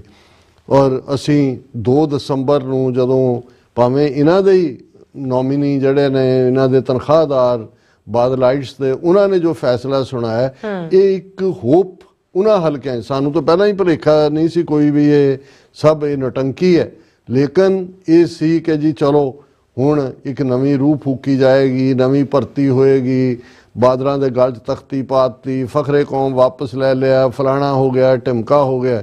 ਹੁਣ 2 ਦਸੰਬਰ ਸਾਰਾ ਮਹੀਨੇ ਤੋਂ ਬਾਅਦ ਸਾਰਾ ਦਸੰਬਰ ਲੰਘ ਗਿਆ, ਸਾਰੀ ਜਨਵਰੀ ਲੰਘ ਗਈ, ਅੱਜ ਅਸੀਂ 17 ਫਰਵਰੀ ਨੂੰ ਗੱਲ ਕਰ ਰਹੇ। 2.5 ਮਹੀਨੇ ਜਿਹੜੇ ਇਹ ਫੈਸਲਾ ਦੇਣ ਵਾਲੇ ਸੀ, ਉਹਨਾਂ ਨੇ ਤਾਂ ਉਹ ਇੰਪਲੀਮੈਂਟ ਕੀ ਕਰਵਾਉਣਾ ਸੀ ਇਹਨਾਂ 2.5 ਮਹੀਨਿਆਂ 'ਚ। ਪਹਿਲਾਂ ਤਾਂ ਉਹਨਾਂ ਨੇ ਗਿਆਨੀ ਹਰਪ੍ਰੀਤ ਸਿੰਘ ਦੀ ਕਿਰਦਾਰਕੁਸ਼ੀ ਕਰਕੇ ਉਹਨੂੰ ਪਾਸੇ ਕੀਤਾ। ਜਥੇਦਾਰ ਰਘਬੀਰ ਸਿੰਘ ਉਹ ਛੱਡ ਕੇ ਆਪਣੇ ਆ ਕੇ ਇੰਗਲੈਂਡ ਬੈਠੇ ਰਹੇ ਆ ਕੇ। ਹੁਣ ਜਦੋਂ ਉੱਥੇ ਬੈਠਿਆਂ, ਹਾਲਾਂ ਚੰਗੀ ਗੱਲ ਇਹ ਹੈ ਵੀ ਉੱਥੋਂ ਦੀਆਂ ਗੁਰਦੁਆਰਾ ਕਮੇਟੀਆਂ ਜਾਂ ਪੰਥਕ ਸੰਸਥਾਵਾਂ ਜਾਂ ਦੂਜਿਆਂ, ਉਹਨਾਂ ਨੇ ਰਘਬੀਰ ਸਿੰਘ ਹੋਰਾਂ ਨੂੰ ਮਾਲਿਸ਼ ਮੁਲਿਸ਼ ਕੀਤੀ, ਉਹਨਾਂ ਨੂੰ ਕਿਹਾ ਵੀ ਅਕਾਲੀ ਫੂਲਾ ਸਿੰਘ ਵੱਲ ਦੇਖੋ, ਗਿਆਨੀ ਗੁਰਬਚਨ ਸਿੰਘ ਵੱਲ ਨਾ ਦੇਖੋ, ਇਹ ਤੁਸੀਂ ਇਤਿਹਾਸ ਤੁਹਾਡੇ ਵੱਲ ਦੇਖ ਰਿਹਾ ਹੈ ਕਿ ਤੁਸੀਂ ਗੁਰਬਚਨ ਸਿੰਘ ਬਣਨਾ ਹੈ ਕਿ ਤੁਸੀਂ ਅਕਾਲੀ ਫੂਲਾ ਸਿੰਘ ਦੀ ਪੈੜ ਤੇ ਚੱਲਣਾ। ਹੁਣ ਇਹ ਸਾਰੇ ਦੇ ਚੱਲਦਿਆਂ ਜਥੇਦਾਰ ਜਦੋਂ ਤੱਕ ਵਾਪਸ ਗਿਆ, ਇੰਨਾ ਕੁ ਉਹਨਾਂ ਨੇ ਜਾਂਦਿਆਂ ਹੀ ਇੱਕ ਇਹ ਕਿਹਾ ਕਿ ਜੀ ਇਹ ਮਾੜਾ ਕੀਤਾ ਜੋ ਹਰਪ੍ਰੀਤ ਸਿੰਘ ਨਾਲ ਕੀਤਾ, ਜਦੋਂ ਮੈਂ ਕਿਹਾ ਸੀ ਵੀ ਇੰਟਰਵੀਨ ਨਹੀਂ ਕਰ ਸਕਦੇ ਔਰ ਇਹ ਇਖਲਾਕੀ ਤੌਰ ਤੇ ਗਲਤ ਹੈ। ਹੁਣ ਇਸ ਸਾਰੇ ਚੋਂ ਇੱਕ ਪਾਸੇ ਤਾਂ ਇਹ ਆਇਆ ਵੀ ਗਿਆਨੀ ਰਘਬੀਰ ਸਿੰਘ ਸ਼ਾਇਦ ਆਪਣਾ ਵੀ ਅਸਤੀਫਾ ਦੇਣ ਦੀ ਤਿਆਰੀ ਕਰ ਰਹੇ ਨੇ, ਇਸ ਲਈ ਉਹਨਾਂ ਦੀ ਸਿਚੁਏਸ਼ਨ ਸ਼ੰਕੇ ਵਾਲੀ ਹੈ। ਪਰ ਇਸ ਸਾਰੇ ਤੋਂ ਹਰਜਿੰਦਰ ਸਿੰਘ ਧਾਮੀ ਦੇ ਉੱਤੇ ਸੀ ਕਿ ਵੀ 7 ਮੈਂਬਰੀ ਕਮੇਟੀ ਜਿਹੜੀ ਅਕਾਲ ਤਖਤ ਨੇ ਬਣਾਈ ਭਰਤੀ ਕਰ, ਉਹਦੀ ਮੀਟਿੰਗ ਰੱਖੀ ਸੀ। ਹੁਣ ਇਹ ਧਾਮੀ ਬੇਸ਼ੱਕ ਉਹਦੇ ਬਾਰੇ ਰੈਪੂਟੇਸ਼ਨ ਤਾਂ ਇਹ ਹੈ ਕਿ ਇਮਾਨਦਾਰ ਹੈ, ਉਹਨੇ ਕੋਈ ਸੇਵਾਦਾਰ ਨਹੀਂ ਰੱਖਿਆ ਹੋਇਆ ਸ਼੍ਰੋਮਣੀ ਕਮੇਟੀ ਦਾ, ਆਪਣੇ ਖਰਚੇ ਤੇ ਕਰਦਾ, ਪਤਾ ਨਹੀਂ ਕਿੰਨਾ ਕਿ ਬਾਅਦ ਚ ਨਿਕਲਦਾ ਹੁੰਦਾ ਵੀ ਕੀ ਹੈ। ਲੇਕਿਨ ਇਹ ਜ਼ਰੂਰ ਕਮਜ਼ੋਰ ਸਾਬਤ ਹੋਇਆ। ਉਹਨੂੰ ਇਹ ਨਜ਼ਰ ਆਉਂਦਾ ਵੀ ਇੱਕ ਪਾਸੇ ਬਾਦਲਾਂ ਦੀ ਲਾਇਲਟੀ ਹੈ, ਦੂਜੇ ਪਾਸੇ ਪੰਥ ਦੇਖ ਰਿਹਾ। ਔਰ ਹੁਣ ਕਿਉਂਕਿ ਰਘਬੀਰ ਸਿੰਘ ਥੋੜਾ ਬਹੁਤ ਉਹਨਾਂ ਨੂੰ ਜਿਹੜਾ ਕੁਸ਼ਤਾ ਕਸ਼ਤਾ ਖਵਾ ਕੇ ਤਗੜੇ ਕਰਕੇ ਉਹਨਾਂ ਨੇ ਵਲਾਇਤ ਵਾਲਿਆਂ ਨੇ ਭੇਜਿਆ, ਲੱਗਦਾ ਕਿ ਵੀ ਇਹ ਮੇਰੇ ਤੇ ਗੱਲ ਆਈ ਹੈ। ਤੇ ਅੱਜ ਉਹਨਾਂ ਨੇ ਕਿਹਾ ਜੀ ਮੈਂ ਇਖਲਾਕੀ ਤੌਰ ਦੇ ਉੱਤੇ, ਕਿਉਂਕਿ ਅਕਾਲ ਤਖਤ ਨੇ ਇਹ 7 ਮੈਂਬਰੀ ਕਮੇਟੀ, ਮੈਂ ਅਸਤੀਫਾ ਦੇ ਰਿਹਾ। ਸੋ ਉਹ ਤੋਂ ਹੋਇਆ ਵੀ ਉਹ ਤਾਂ ਦੌੜ ਗਿਆ। ਇਸ ਕਿਸਮ ਦੇ ਗੀਦੀ ਹੁੰਦੇ ਨੇ ਜਿਹੜੇ ਸੱਚ ਨੂੰ ਫੇਸ ਨਹੀਂ ਕਰਦੇ। ਹੁਣ ਇਹ ਸਾਰੇ ਜੋ ਰਘਬੀਰ ਸਿੰਘ ਕੀ ਕਰਨਗੇ, ਉਹ ਆਪਣਾ ਅਸਤੀਫਾ ਵੀ ਦੇਣਗੇ ਜਾਂ ਬਾਦਲ ਉਹਨਾਂ ਨੂੰ ਵੀ, ਇਹ ਬਿਸਾਈਡਸ। ਲੇਕਿਨ ਇਹਨਾਂ 2.5 ਮਹੀਨਿਆਂ 'ਚ ਜਿਵੇਂ ਸ਼ਰਧਾਲੂ ਸਿੱਖਾਂ ਦੇ ਹਿਰਦੇ ਵਲੂੰਦਰੇ ਹੋਏ ਨੇ, ਜਿਵੇਂ ਅਕਾਲ ਤਖਤ ਦਾ ਨੂੰ ਇੱਕ ਜਿਹੜਾ ਉਹਨਾਂ ਦੇ ਜਿਹੜੇ ਹੁਕਮ ਨੇ 2 ਦਸੰਬਰ ਦੇ, ਇੱਕ ਖਿੱਦੋ ਖੂੰਡੀ ਦੀ ਖੇਡ ਬਣਾਇਆ ਹੋਇਆ ਵੀ ਉਹਨੇ ਮਾਰਿਆ, ਉਹ 7 ਮੈਂਬਰੀ ਕਮੇਟੀ ਵੱਲ ਚਲਾ ਗਿਆ, ਉਹਨਾਂ ਨੇ ਮਾਰਿਆ, ਉਹ ਧਾਮੀ ਵੱਲ ਚਲਾ ਗਿਆ, ਫਿਰ ਉਹ ਪਿੱਛੇ ਦੇਖ ਰਹੇ ਨੇ ਸੁਖਵੀਰ ਬਾਦਲ ਜਾਂ ਦੂਜਾ ਕਿ ਵੀ ਜੀ ਉਹਨੇ ਹੁਣ ਕੀ ਖੇਡ ਖੇਡਣੀ ਹੈ। ਪਰ ਅਸੀਂ ਇਹ ਸਮਝਦੇ ਹਾਂ ਵੀ ਅਕਾਲ ਤਖਤ ਦਾ ਕੁਝ ਨਹੀਂ ਵਿਗੜਦਾ ਹੈ। ਉੱਥੇ ਅਰੂੜ ਸਿੰਘ ਵਰਗੇ ਵੀ ਆਏ ਜਿਨ੍ਹਾਂ ਨੇ ਡਾਇਰ ਨੂੰ ਸਿਰੋਪਾਓ ਦਿੱਤਾ ਸੀ। ਅੱਜ ਤੱਕ ਵੀ ਜਦੋਂ ਕਿਸੇ ਨੂੰ ਟ੍ਰੇਟਰ ਕਹਿਣਾ ਹੋਏ ਤੇ ਅਰੂੜ ਸਿੰਘ ਦੀ ਸੰਗਿਆ ਦਿੱਤੀ ਜਾਂਦੀ ਹੈ। ਇਹਨਾਂ ਦੀ ਵੀ ਜਿਹੜਾ ਰੁਤਬਾ ਉਹੀ ਹੋਏਗਾ। ਪਰ ਇਹਦੇ ਵਿੱਚ ਕੋਈ ਸ਼ੱਕ ਨਹੀਂ ਹੈ ਕਿ ਭਾਰਤੀ ਏਜੰਸੀਆਂ ਅਕਾਲ ਤਖਤ ਦੇ ਮਾਣ ਸਨਮਾਨ ਨੂੰ ਰੋਲਣ ਦੇ ਵਿੱਚ ਇਹ ਸਾਰੀਆਂ ਹੀ ਧਿਰਾਂ ਜਿਹੜੀਆਂ ਕਠਪੁਤਲੀ ਵਾਂਗ ਨੱਚ ਰਹੀਆਂ ਨੇ। ਕਿਹਦੇ ਬੜੂਏ ਕਿੱਥੇ ਫਸੇ ਹੋਏ ਨੇ, ਕੌਣ ਕਿਹਦੇ ਤੋਂ, ਕੌਣ ਅਮਿਤ ਸ਼ਾਹ ਤੋਂ ਕਿਉਂਕਿ ਜਿਹੜੇ ਬਾਗੀ ਤੇ ਦਾਗੀ ਵੀ ਨੇ ਉਹ ਵੀ ਸਾਰੇ ਉਹਨਾਂ ਨੇ ਪੋਜੀਸ਼ਨ ਕੰਪਰੋਮਾਈਜ਼ ਕੀਤੀ ਹੋਈ ਹੈ। ਤੇ ਸ਼ਰਧਾਵਾਨ ਸਿੱਖ ਬੈਠਾ ਦੇਖ ਰਿਹਾ ਵੀ ਇਹ ਸਾਰੇ ਜਿਹੜੇ ਚੋਰਾਂ ਦੀ ਮੰਡਲੀ ਹੈ ਇਹਨਾਂ ਤੋਂ ਕਦੋਂ ਸਾਡੀ ਜਾਨ ਛੁੱਟੇ ਤੇ ਸੱਚੇ ਸੁੱਚੇ ਸਿੱਖਾਂ ਦਾ ਜਿਹੜਾ ਜਮਾਵੜਾ ਹੈ ਉਹ ਇਸ ਸਾਰੇ ਪਾਸੇ ਨੂੰ ਜਿਹੜਾ ਅੱਗੇ ਤੋਰੇ ਪੰਥਕ ਪਿੜ ਦੇ ਵਿੱਚ ਜਿਹੜੀ ਹੈ ਪੰਥ ਦੀ ਚੜ੍ਹਦੀ ਕਲਾ ਹੋਏ। ਜੀ ਰਾਜ ਸਾਹਿਬ ਤੁਹਾਡਾ ਬਹੁਤ ਬਹੁਤ ਸ਼ੁਕਰੀਆ। ਸੋ ਹੁਣ ਆਪਾਂ ਆਪਣੇ ਜਿਹੜੇ ਵਿਊਜ਼ ਮੈਸੇਜ ਨੇ ਉਹ ਲੈਣ ਜਾ ਰਹੇ ਹਾਂ। ਸਭ ਦਾ ਬਹੁਤ ਬਹੁਤ ਸ਼ੁਕਰੀਆ ਅਦਾ ਕਰਦੇ ਹਾਂ ਔਰ ਬਹੁਤ ਹੀ ਵੱਡੀ ਗਿਣਤੀ ਦੇ ਵਿੱਚ ਅੱਜ ਸਾਡੇ ਵਿਊਅਰਸ ਸਾਨੂੰ ਦੇਖ ਵੀ ਰਹੇ ਨੇ ਔਰ ਲਿਖ ਵੀ ਰਹੇ ਨੇ। ਸਭ ਦਾ ਬਹੁਤ ਬਹੁਤ ਧੰਨਵਾਦ। ਔਰ ਜਤਿੰਦਰ ਸਿੰਘ ਜੀ ਸਾਡੇ ਪਹਿਲੇ ਵਿਊਅਰ ਨੇ, ਸਾਨੂੰ ਫਤਿਹ ਬੁਲਾਉਂਦੇ ਨੇ। ਵਾਹਿਗੁਰੂ ਜੀ ਕਾ ਖਾਲਸਾ ਵਾਹਿਗੁਰੂ ਜੀ ਕੀ ਫਤਿਹ।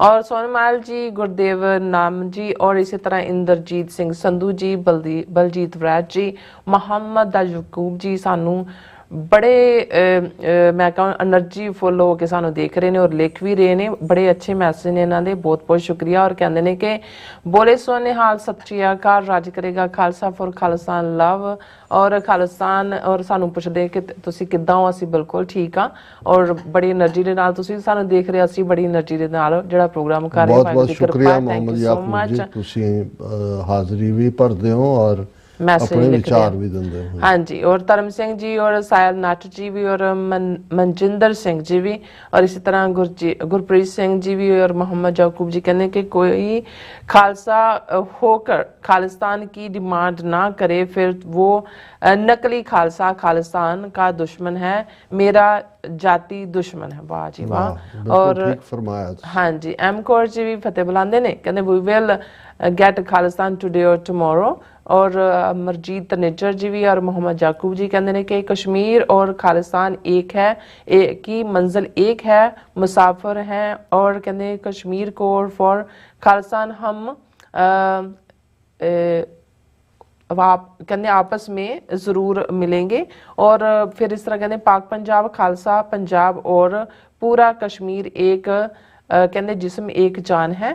और फिर इसी तरह सिंह पिंडी जी भी और करम सिंह जी भी सानू कहते डॉक्टर साहब एंड नीलम कौर, वाहिगुरू जी का खालसा वाहिगुरू जी फतेह of the best programme like always, Waheguru मेहर करे।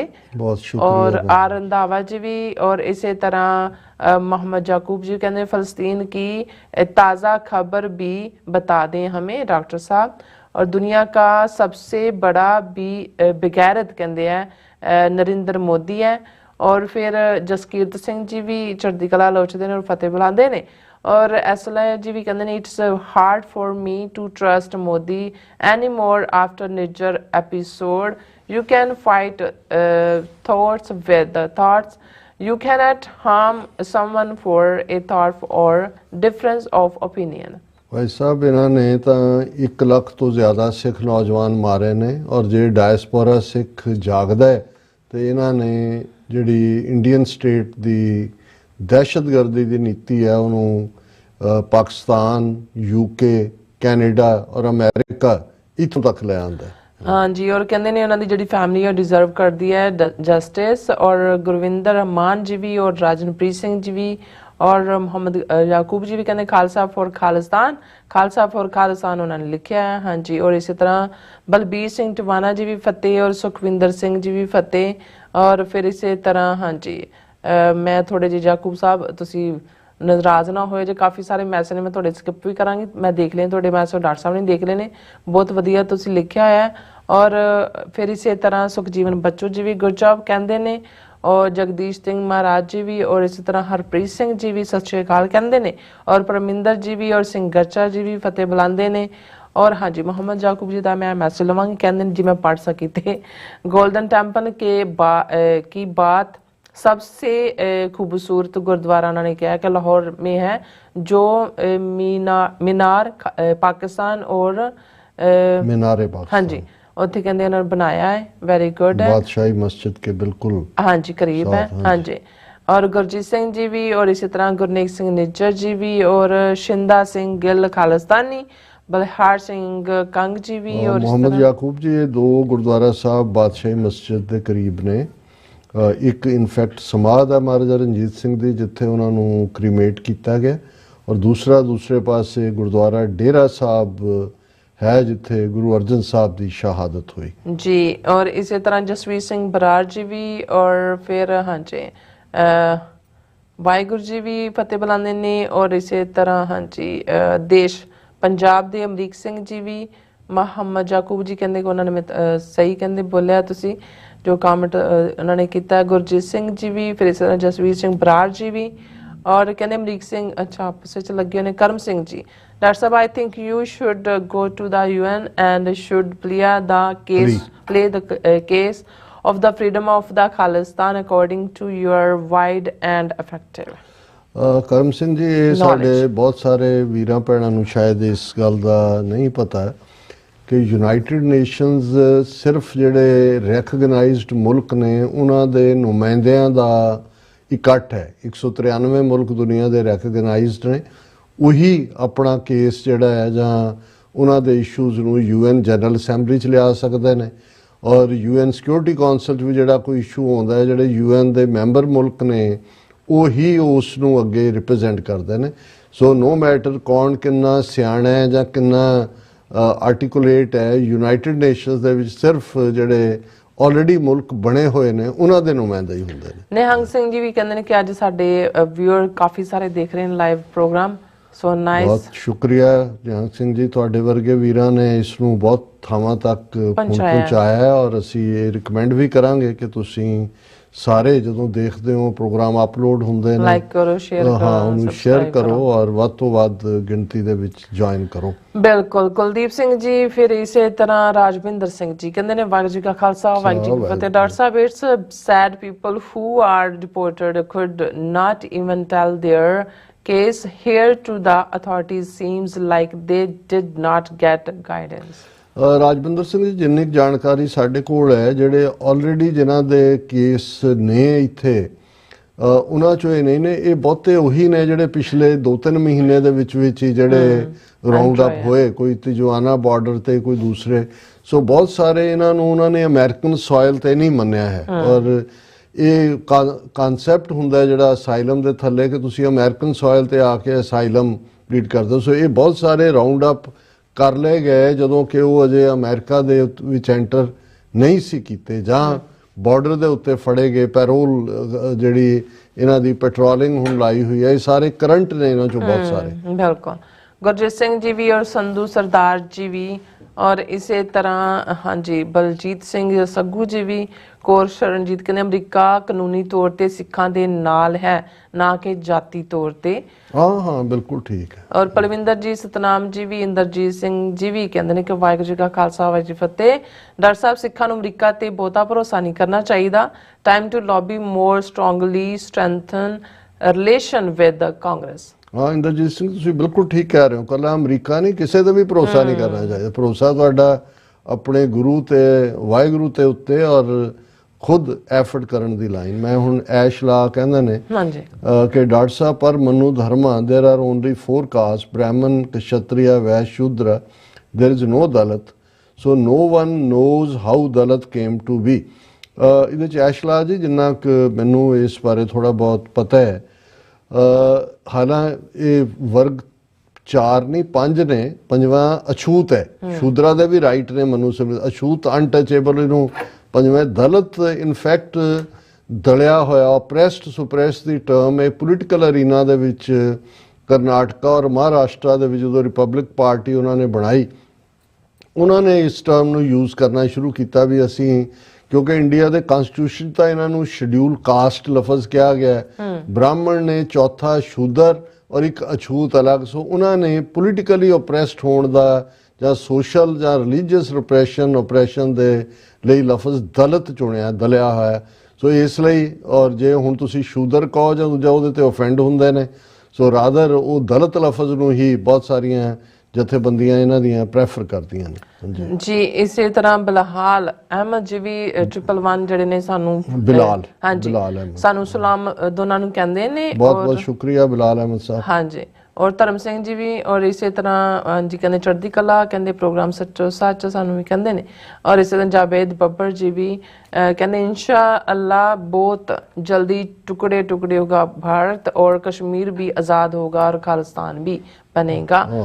गॉड विलिंग इवें ही होएगा जावेद साहब। और कुलदीप कौर जी भी और बिलाल अहमद जी 111 कहते हैं कि मैं दुआ करता हूँ कि अल्लाह आपको अपना मुल्क अता करे। डॉक्टर साहब आज़ादी बहुत बड़ी नेमत है और आज इंडिया के लोगों का हाल देखकर बहुत दुख होता है। डॉक्टर साहब कायदे आज़म मोहम्मद अली जिन्ना बिल्कुल ठीक कहते थे। हाँ बिलाल साहब तुसी बिल्कुल ठीक किया, गुलामां दी कोई जिंदगी नहीं हुंदी। बिल्कुल और कहंदे रब चढ़दी कला च कहंदे रखे। ਇਹ ਸਾਨੂੰ ਲਾਹੌਰ ਤੋਂ ਦੇਖ ਰਹੇ ਨੇ ਸੋ ਨਾਈਸ। और रशद मोहम्मद नंबर जी भी और कहते मे रब bless you your own country at the earliest आमीन। और ऋषि भारद्वाज जी भी आए ने। और इसी तरह सुरजीत सिंह जी भी और रशद नंबर कहते राज करेगा खालसा। गुरमील सिंह जी भी, सतनाम सिंह जी भी, लवली सिंह जी भी, लवनीन और इसी तरह जसविंदर सिंह तूर जी भी और मनजीत सिंह जी भी और रंधावा जी भी।